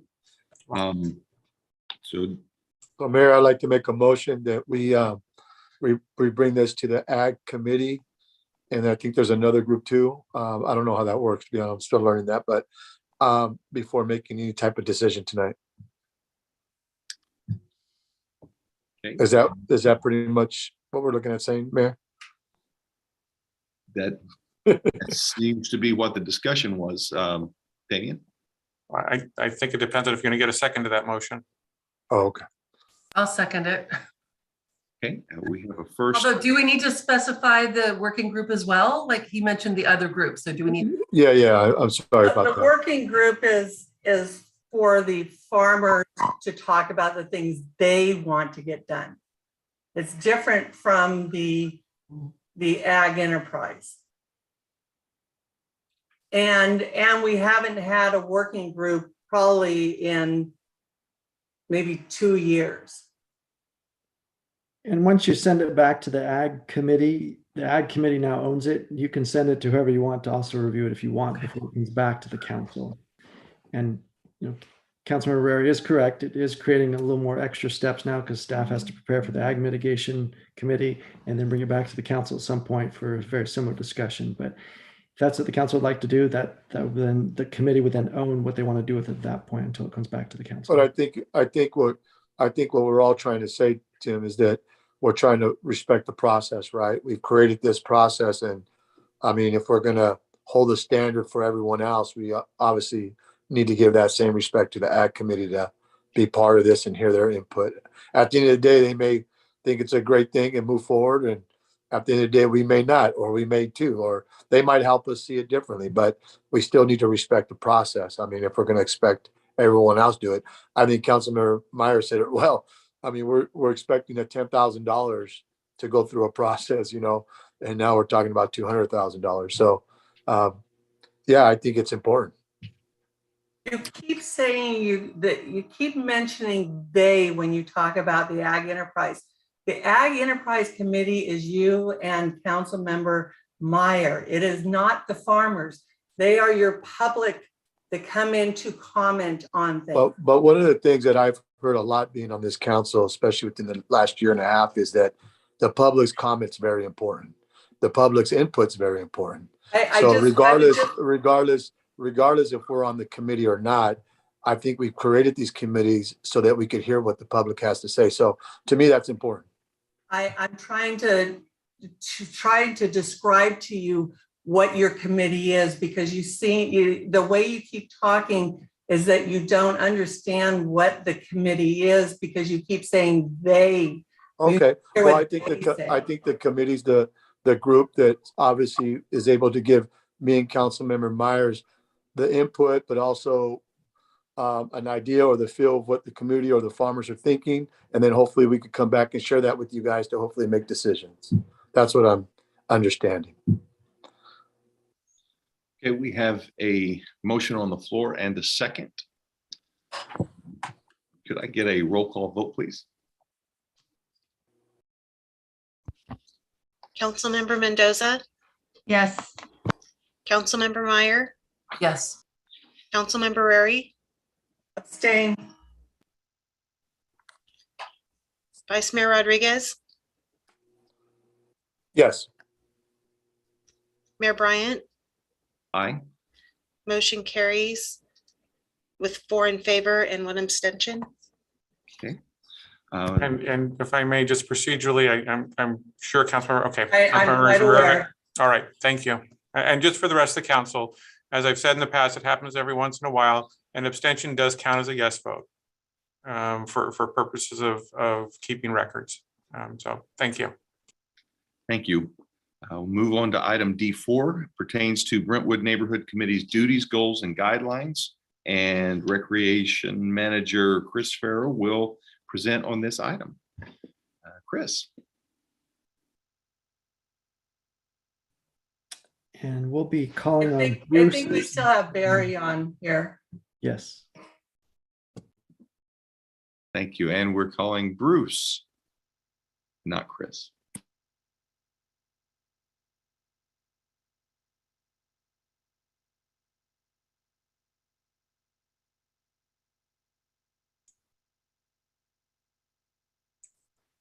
All right, good evening once again, Mayor and council members. Yes, I'll be presenting on this item. So as the council recalls, earlier this year, I think it was February, staff brought the BNC guidelines to the council for discussion. At that particular time, council provided some great ideas for the BNC to consider. And a brief summary of these items include some of the following. So a welcome wagon concept to welcome new residents to Brentwood, an ambassador program to represent the city and provide outreach, providing neighborhood events on more of a small scale targeted towards neighborhoods. And by small scale, not a citywide event, necessarily all citywide events kind of at City Park, but bringing things to individual neighborhoods at a smaller scale. And continue the Home of the Season program to recognize pride of ownership, including yard and landscaping recognition. So it was also noted from the council that the BNC consider these options realistically on what they could currently be able to do with the resources they have to implement these programs. So staff brought these ideas back to the BNC. And they've updated the guidelines for consideration. So from that, I will review what these updated guidelines are for consideration for council this evening. To administer and participate in neighborhood pop-up events, including coordination with the city's National Night Out event. So similar to that neighborhood event program. Administer and participate in 2 Home of the Season events, which is consistent with council guidelines on in a program they've already been doing. Administer and participate in the park event, so they still continue to have interest in that particular event. And provide support to Parks and Recreation Department in the planning and implementation of city-sponsored special events by providing volunteers and assistance as needed.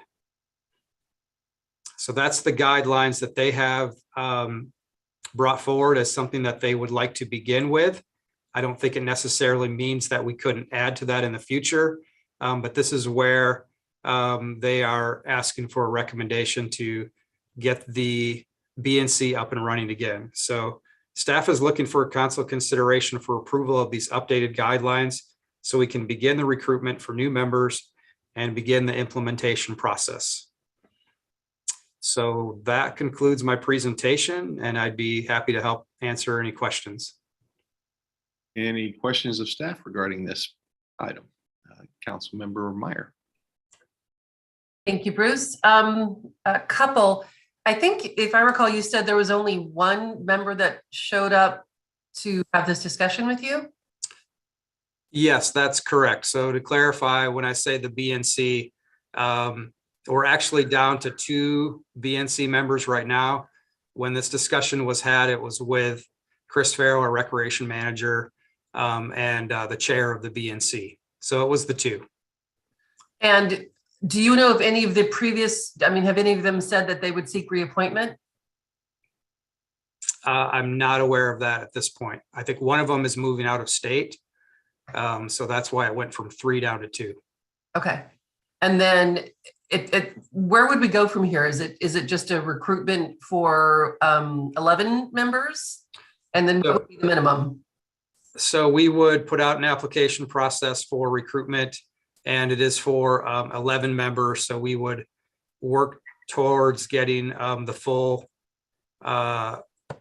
committee back up and running again. But the minimum would be how much for it to just start moving forward? Well, we would do a recruitment, and depending on how many we get, we want to get the 11, but we would work towards, if there's a lesser amount, I think we would try to at least get it started to get it going. Okay. So I don't know if there's necessarily a number that's the minimum. We would aim for the 11 and do some recruitment to get applicants. Okay. And then if it sounds like if these members come on board and want to tweak things, that could be done fairly easily. They want to like add to it or. Well, I think what we would do is we would start with these new guidelines as approved by the council and work off of this, do this for the first year. And then we can always, if we have a strong B and C and they want to build off of this, then we can bring that back to the council for consideration. Okay, thank you. Councilmember Ray. Yeah, in the staff report, under the city council information, it states that that they would participate in park ribbon cutting ceremonies. And if we're going to get right back to taking things and doing them in the orders that they're supposed to be and with the right committees, Park and Rec does all of the planning of a park. Why would we then turn around and let another organization do the ribbon cutting of the park that they designed and put hard work into? I think that's a great question.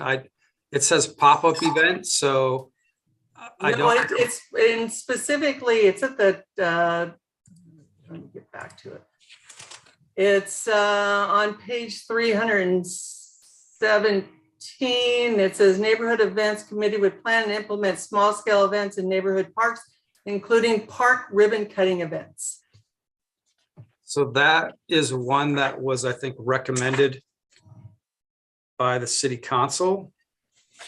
And I think a more general term that was used is these neighborhood pop-up events. So I think the idea is to make it more general and not necessarily just ribbon cutting. So there's not that many ribbon cuttings, and you're absolutely right that staff are involved in those, or if it's something through the Park and Rec Commission or at the city council level, then I don't know that necessarily we need to use the term ribbon cutting. Okay. Are there any other questions of staff at this time? Okay, seeing none at this time, we'll open public comment. Turn to you, Margaret. I received no written public comments on this item. If you wish to speak on this item, please raise your hand using the Zoom feature, and I will call your name if provided and unmute you to speak. Remarks are limited to 3 minutes per person, and your microphone will be muted after the timer has expired. I do see one hand raised. Go ahead and share the speaker screen. And I'll call on Rod. Rod, go ahead. Thank you, Margaret. Yeah, I guess I'll be brief. I would like to see a Brentwood neighborhood committee that was involved in things that are other than public events. I see the potential to have a neighborhood committee that could have a more of an influence on city opinions about planning, that would encourage citizen involvement in government. Basically, if to prevent us from having things go on like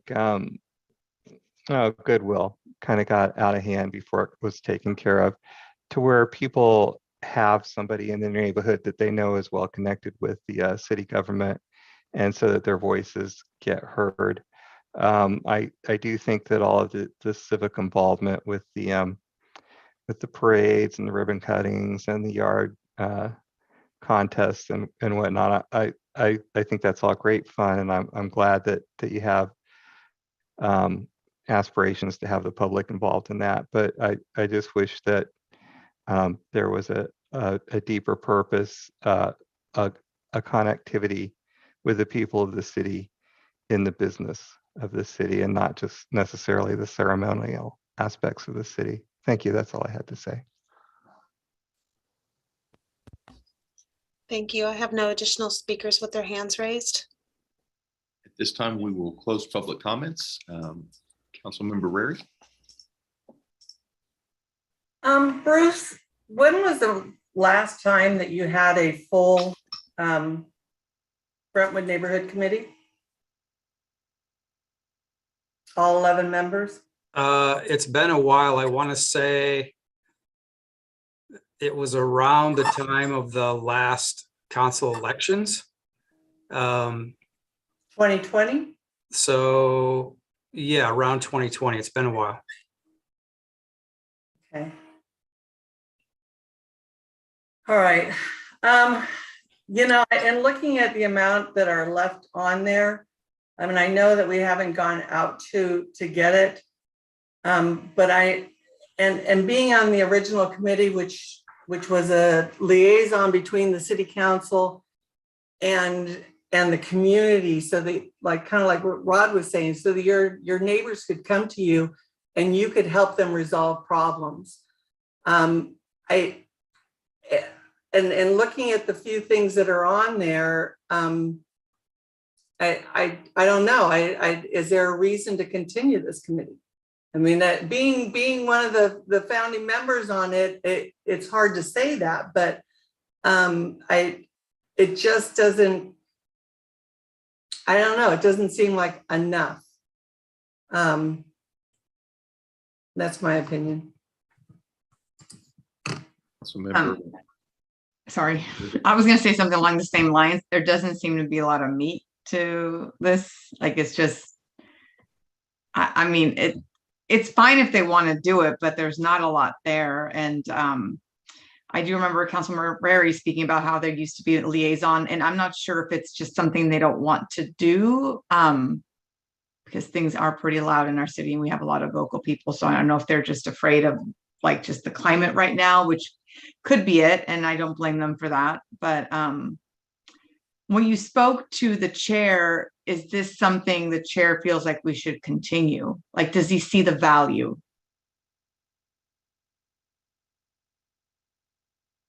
Yes, I think so.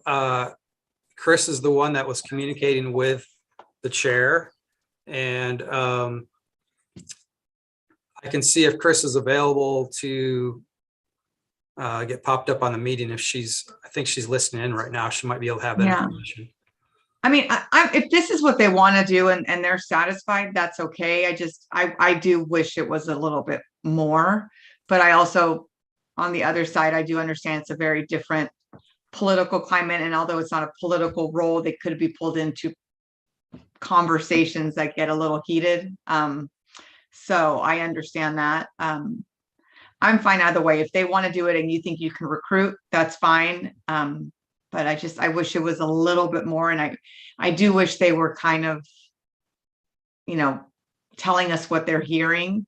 Because like Mrs. Wallace said earlier, like there are other voices. And what are those other voices saying? Or do they do they just, are they saying the same thing that the voices are coming in already saying, and just, oh, someone's already saying it, so I don't want to speak up? Or are there other voices that have completely different points of view?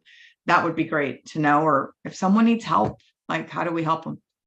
You know? Yeah, I agree. I absolutely see value of this committee, but right now with such a short, small amount of members, it's hard to know exactly what they're, where they are. Chris, I think, is on the line right now, so she could be able to answer that question regarding the chair.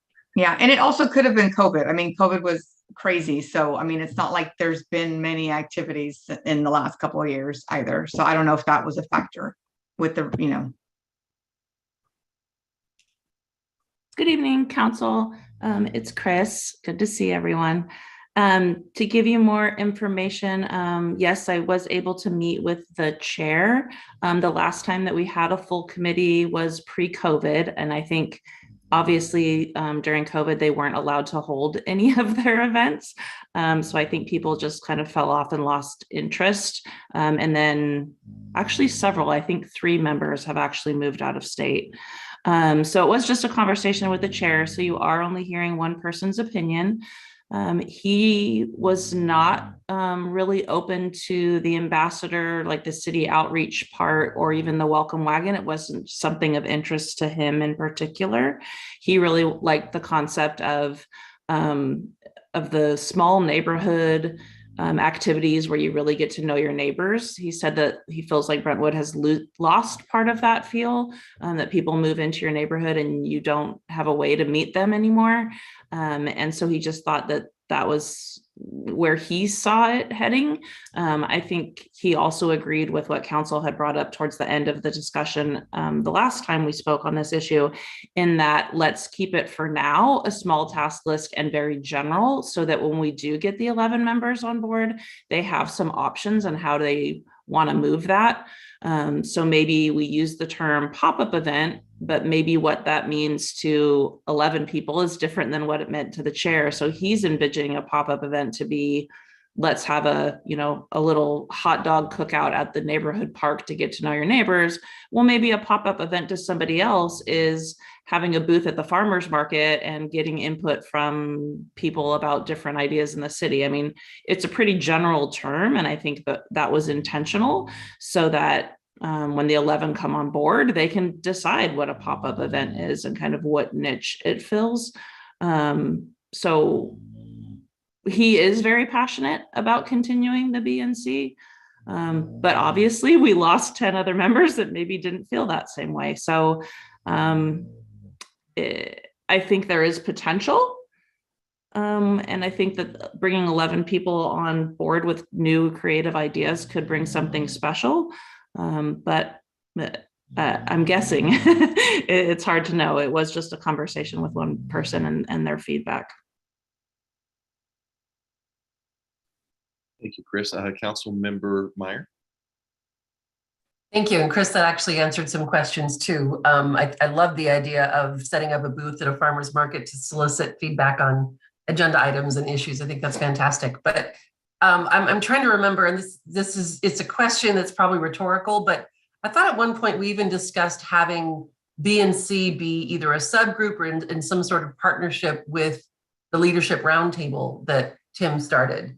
I don't know if anyone else remembers that, but I think it was kind of that part of the engagement and the connection to the council and that kind of thing. There was some discussion there.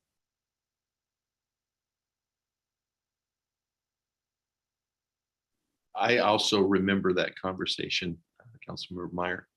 And the idea of having representatives from all of the different areas in the community also was a part of that conversation as much as possible. I know that we don't have the ability to mandate certain neighborhoods to put up a representative, but there very likely could be. And I would love to see more involvement from the whole community. And ideally, like has already been said, it would be great to at some point have this morph eventually into something more substantive than the beginning. of it that the chair has recommended. But at the same time, all of these other events are also very much what makes our community a family community. I love going to these smaller events. Taking our dogs to Bark in the Park was great. And the fact that it's a committee made up of community representatives, or at least residents from all over the community, I think this is an opportunity that we could also bring in the diverse cultures that we have that could be represented on this as well. Not just neighborhoods, but also different cultures. We have an absolute tapestry of amazing different cultures here in Brentwood that many of our residents aren't aware of how rich the different cultures and groups that we have here in our community. I'd love to see representatives there as well.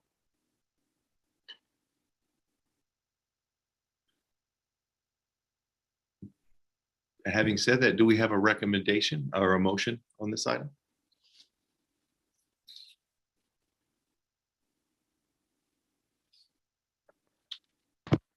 As detailed in the staff report, approve the revised Brentwood Neighborhoods Committee's duties, goals, and guidelines. Second. That's good. We have a first. Second. Second. I'm sorry. I thought you said that's good. My computer froze for a minute. So we have a first and a second. Roll call vote, please. Councilmember Mendoza, Yes. Councilmember Meyer, Yes. Councilmember Rary, Aye. Vice Mayor Rodriguez, Aye. Mayor Bryant, Aye. motion carries unanimous.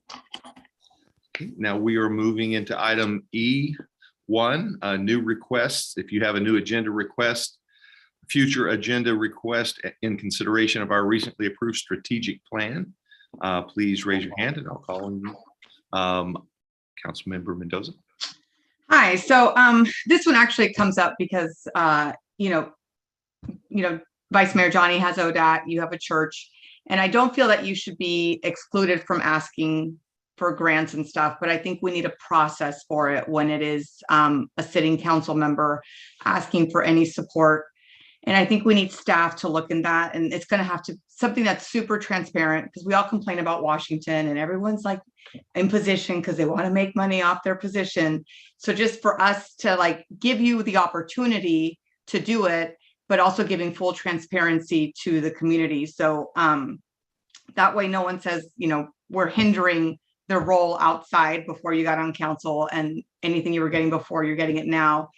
And because we saw the, LUD had moved away from a grant for ODOT for Dia de los Muertos, and then come to find out, a resident had asked for the information, and come to find out we did give something of value to Vice Mayor Rodriguez, which was the bleachers and the stage, which I feel like we should have known because it's been asked. So we just need to be more transparent. So coming up with a process for that would be fantastic. So that way everything is just, on the up and up. And that's my agenda item. Thank you. So Mayor, if we could just make that succinct. So a policy that states that council members who have businesses or nonprofits can't participate in. Not the regular grant process. It has to be separate, and it's anything of value, right? So, I gave I don't talk about my brands. I don't talk about my company, because even saying it is a thing of value.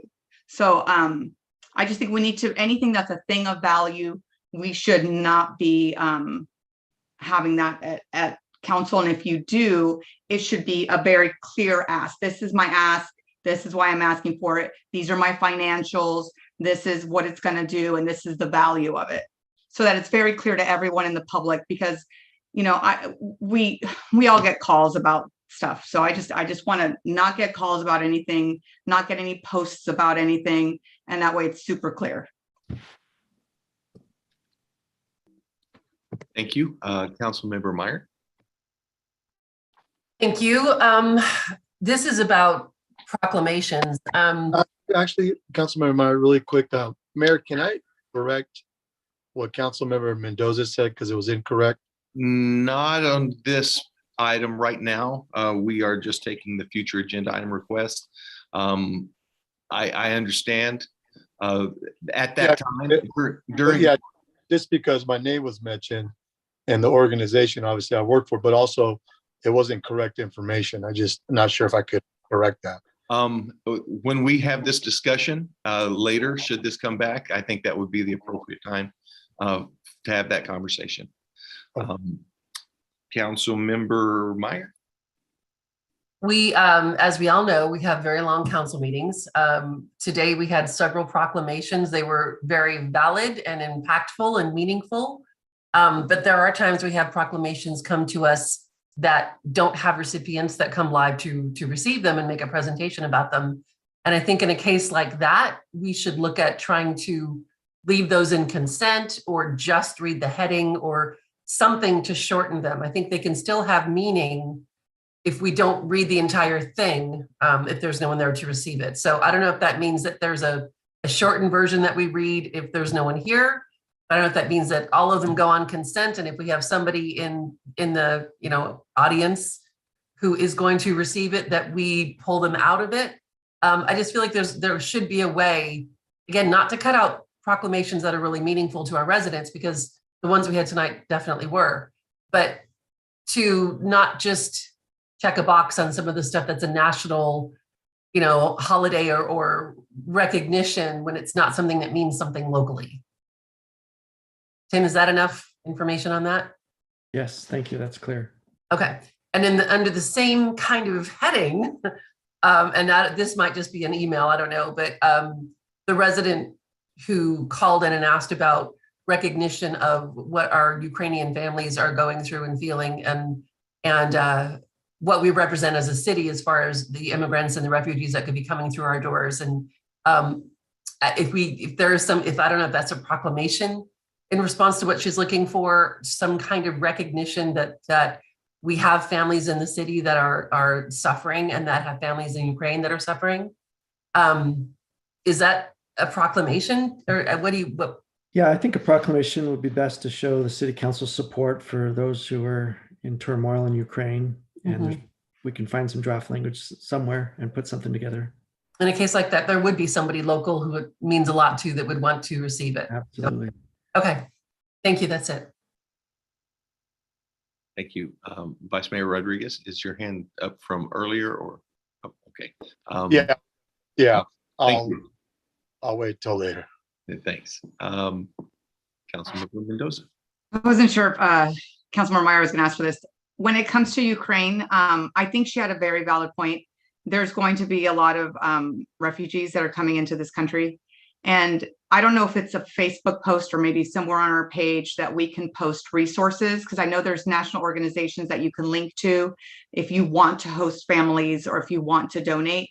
I think that would maybe help people know where they can donate. So I don't know if that's an agenda item, asking staff time to look up those organizations and make a post.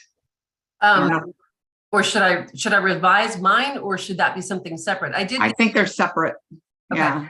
I did get a list of what have been verified donation recipient nonprofits for the Ukraine from a Ukrainian resident who'd been researching with others in the Bay Area. So I guess that wouldn't be part of the language of the proclamation. That would be a separate item then. Can staff just take hers and put it on a Facebook post and the link to our website, and then we're done? I don't know, Damien, can that just happen, or does it have to come back to council? That could be incorporated into the proclamation as a way of your showing support, is directing some resource information on the website. So we can incorporate it into one agenda request. Okay, so I will send you the list that I received. Great. As well. That'd be helpful. Thank you. Okay, if there are no more future agenda item requests, we'll move into item E2.1. And it is a future agenda item request from Councilmember Meyer related to development project notifications. Councilmember Meyer. Thank you. And again, this came in part from this discussion happening several times through council discussion, one item or another, and also hearing the Planning Commission make the same request for there being some kind of official review of our processes around notifications. And I guess the new projects are currently at 1,000 feet. I would love to discuss the feasibility of expanding that to 2,000 feet. And currently design review and extensions are not notified, but I'm thinking they could be. I think sometimes that can be very impactful to nearby neighbors, and they might want to know about that happening. I know maybe the second notification, if we're sending a second one, that could be done through electronically, like the first one is sent in the utility bill or however, and the second one maybe is sent via email, so that we can still expand the reach and expanding the number of contacts, but not necessarily expand the budget when it comes to notifications. And I think, and we talked a little bit too about having a dedicated page on the website, and I think you were reviewing, Tim, the idea of having that incorporated into the projects list. So I think this is just all around the same discussion of just making sure that we're being very clear with residents about what they can expect in their neighborhoods. And I think because we still have so much going on that, you know, the discussions in front of council happened years ago, so people aren't necessarily aware of what changes are coming in their own neighborhoods. And I think we could do a little bit better about that.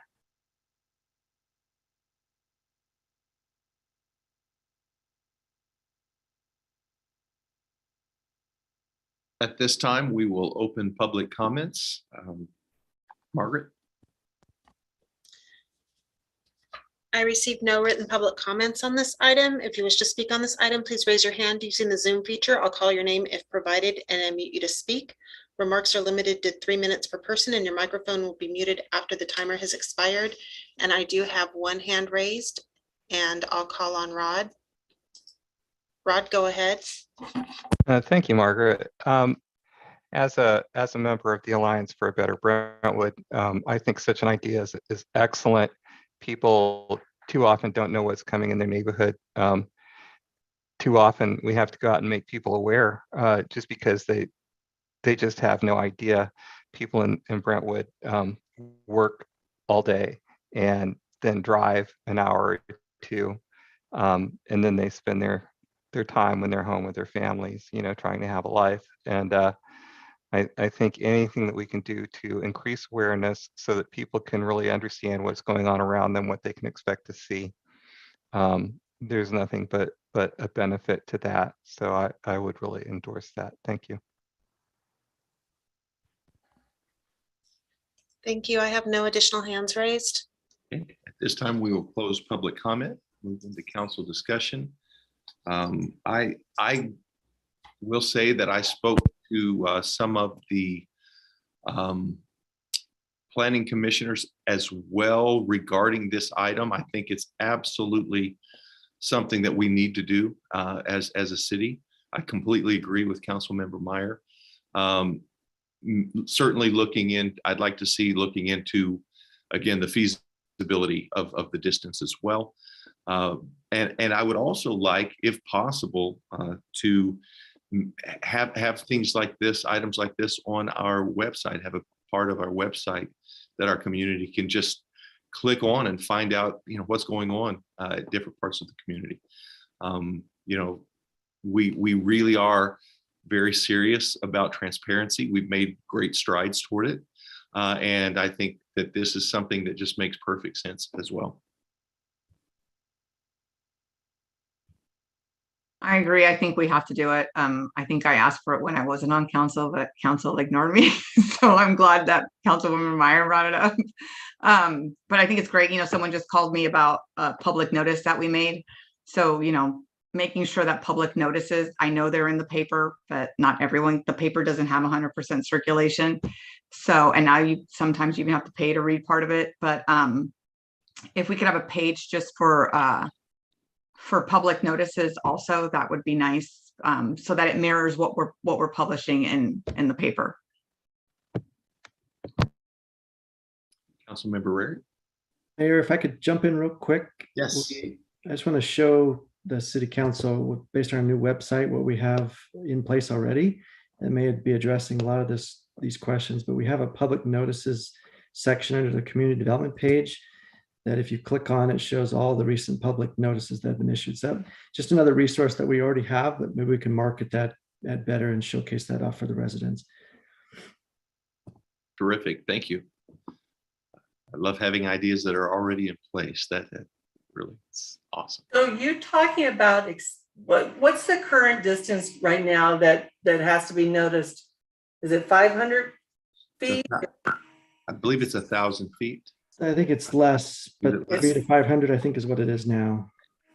Okay, yeah, because I was going to say, even from my house to the corner of West Country Club, which is like 2.5 houses away, well, not even that distance, they were going to build something for the golf course, and I didn't receive notification of it. They were going to build, like, I don't know, 14 townhomes there. This was a while back.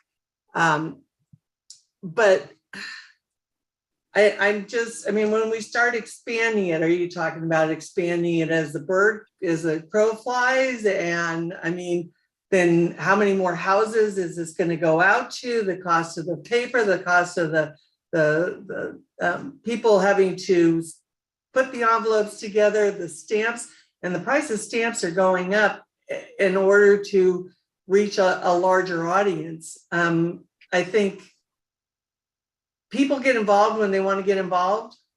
And I mean, today I heard, and I don't know how many different things, that we need a process, we need to do this, we need to do that. And, you know, this policy needs to be put in place. And I think that we're getting down into the minutia. And I think that I think that the notification of 300 or 500 feet, whatever it is sufficient. They have to put a big sign out there when they're going to be doing something, when they're going to be building. It's kind of a red flag that says, hey, look at this big sign. It's a huge sign that has to go out there. Unfortunately for me, they put it on the other side of the club, or not clubhouse, but the maintenance yard. And I never saw it because I don't go up that side of West Country Club. But I think that we're just adding so much on to everything that we do. And I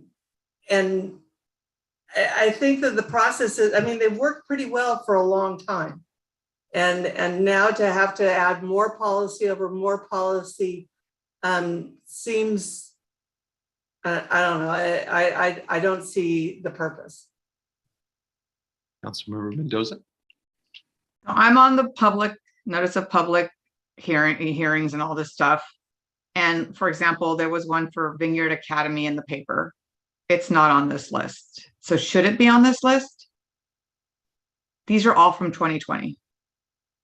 That's part of this migration that's still in process. But yes, that should all be updated with the latest notices. So it's in process.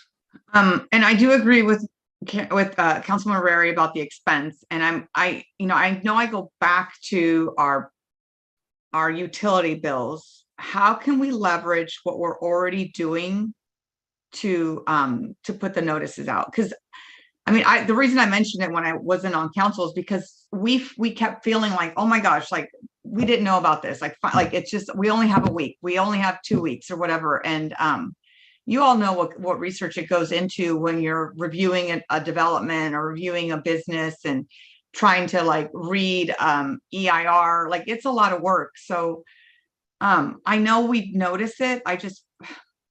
I care about all of Brentwood, and that was the other gripe I had, is like, I care about all of Brentwood, not just a section. Like one time someone said, well, you don't live in that neighborhood, why do you care? And I'm like, because I'm a Brentwood resident, I care about everything. I don't care if it's 300 feet or 500 feet or 1,000 feet from my door. So I do agree with Councilmember Meyer. We've got to find a way to do it for the people who want to know. So I don't know what that looks like. And I don't know what the expense is. I think that's part of the agenda ask, right? Figuring out what the expense is and all of that good stuff. Yeah, our report that we can come back with can give a range of, it is 300 feet currently. Would you want to go to 500 to 1,000, 2,000? We can give you a couple options and also show some different costs, some different ways to advertise it through, whether it's the website, whether it's emails, newsletters, utility bills. We can list all that in the staff report, and then some potential costs as well for you. Maybe a map that highlights them. Like puts like dots on a map, and you just open a page and there are all the dots on the map.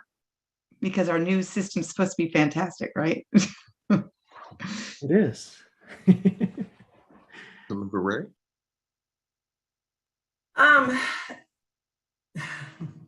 Forgot what I was gonna say now. It's, you know, as far as utility bills, I don't know about you guys, but we go online, we open it up, see what we pay, and we pay it. So if a utility bill comes in, it usually goes straight into the shredder. I've never even opened it. And I bet there's a lot of people out there who pay online like I do. And so sending anything in a utility bill, we could be sending it and nobody ever sees it. So I do believe that we should have a separate envelope for it, so that people are notification. I mean, you get something from the city that's not normal, you might look at it. You know, whereas you see a utility bill right into the shredder. Anyway. But I mean, we do have a significant amount of emails that are out there. I don't know how we can utilize those. Yeah, much like we sent the newsletter out, perhaps unsolicited, to the emails that we had, in some 20,000 emails. So that's another resource that we can utilize. Councilmember Meyer? And Tim, I definitely was thinking, as far as the notification goes, that would be part of it for me anyways. I would agree with Councilmember Rary on the potential for people throwing the envelope away, but I'm wondering if there could be a sticker or some kind of label when the utility bill goes out with a public notice inside, that it says public notice included, please open, something like that in yellow. Because it would be cheaper than sending it separately, but maybe that's an option to consider. Okay, do we have a motion on this item? So I would like to make a motion to spend time, staff's time and resources on reviewing our notification process. Do I need to go through all the different things that I discussed, or? The most important one is make sure you include in your motion. And then we've heard a lot of feedback from the rest of the council that we can go back and look at the tape on. Okay, so I'll yes, staff second. time and resources. Thank you. I'll second that. We have a first and a second. A roll call vote, please. Councilmember Mendoza, Yes. Councilmember Meyer, Yes. Councilmember Rary, Sure. Vice Mayor Rodriguez, Aye. Mayor Bryant, Aye. motion carries unanimous. Okay, we'll move on to item E 2.2. Future agenda item request from Councilmember Rary related to World Down Syndrome Day. Councilmember Rary. I was contacted by a resident to add this, as she had seen that Danville had recognized it. And I think, unlike what we do, that they posted on their social media, which I think is a great idea. I mean, I look at that list of proclamations and the time, I think we spent an hour today doing 4 proclamations. And I some of these things could go through the consent, and then you go to the event, the mayor or vice mayor or whoever had requested it can go to that event and present it at the event. And then post things on this one, as Damien's popping up. Just do it on social media. I mean, If we can stick to the I have item no at hand, problem please. with mine going out on social media. I think it'd be appropriate for public comment then, if that's your request, Councilmember Rary. And then just send it to whatever organization it is. Thank you. At this time, we'll open public comment.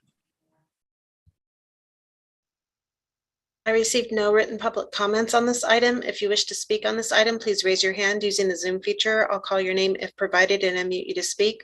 Remarks are limited to 3 minutes per person, and your microphone will be muted after the timer has expired. And I'm seeing no hands raised. Okay, this time we'll close public comment, move into council discussion. I like the way you work, Councilmember Rary. But yeah, I support this. I think it's, if they called and asked them, it's important to them. Okay, so do I have a motion on this?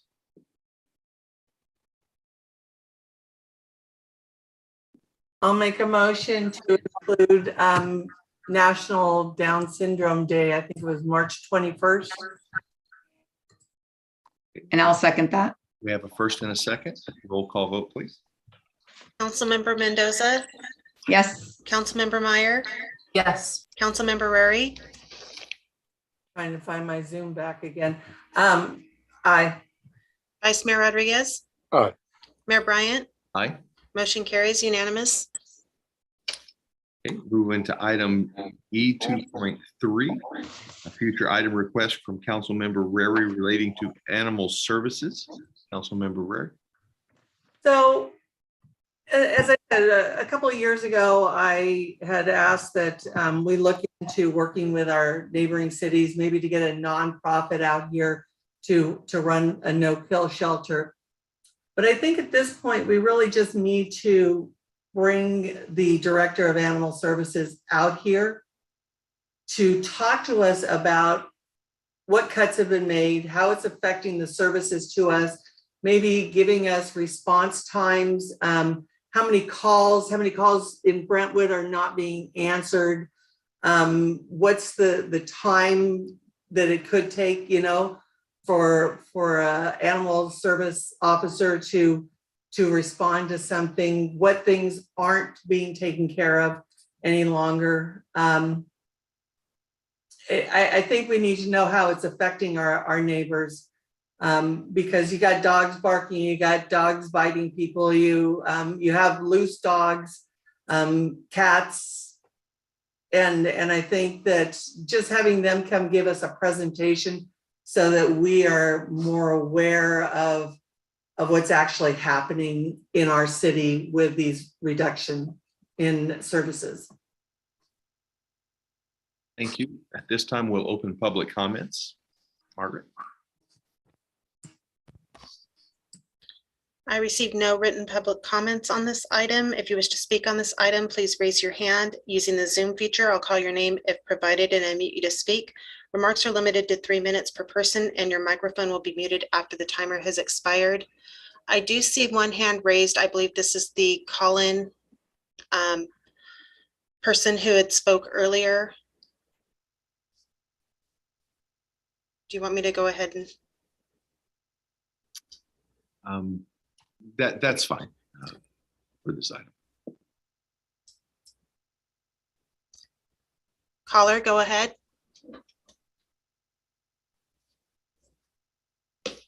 Caller, Can you hear me now? Yes, go ahead. Okay. So I think you need to evaluate the city contracts that are before you and see if you're going to do $1 to $2 per capita more, what are you going to get? Because you have not been getting, even your mandated services have been limited. And I'm not sure what you're going to achieve for that additional money. And I'm going to tell you the nonprofits out here are struggling. Even there are now, I'm a cat trapper that I'll go out and trap cats and stay and neuter them. There are people out here that are now trapping dogs because animal services, if they don't get them on the first time, will just leave them here. So there is a major issue going on with animal services. I trapped up in Sacramento County. Sacramento County is similar to Contra Costa County in the amount of people and the budget that they spend. They have not closed down their shelter to cats. They provide and work with nonprofits on making sure that there's spay and neuters. They have 2 large nonprofits up there that do about 19,000 animals, cats, owned animals at each site. But it doesn't exist here. And animal services is going to have to be the one entity that establishes this and then either turns it over to nonprofits for the spay neuters. The reasons you have dogs and cats running everywhere is because the shelter has closed down to the intake. During these 3 years, the population has just doubled. And between COVID and people being evicted, in my personal opinion, Animal Services is not addressing this and asking you for more money. We asked for Measure X money to try to get a spay and neuter clinic. We were turned down. And the Measure X proposal wasn't even signed and dated by the Animal Service Director. And the county went back and forth on it. They should have considered it, but I think because they were coming to you for more money, they just ignored it. So there's other ways to get money for non-mandated services, but even the mandated services that you're receiving right now, I know that Brentwood has a lot of issues where they're told to bring the dogs in through your police department. If this doesn't change, if your $2 per capita amount that you're about to pay doesn't change that, I don't know what to tell you to do. And you should also look at those contracts, because I think the only way to change them is by the county board of supervisors vote once you enter into them. Thank you. I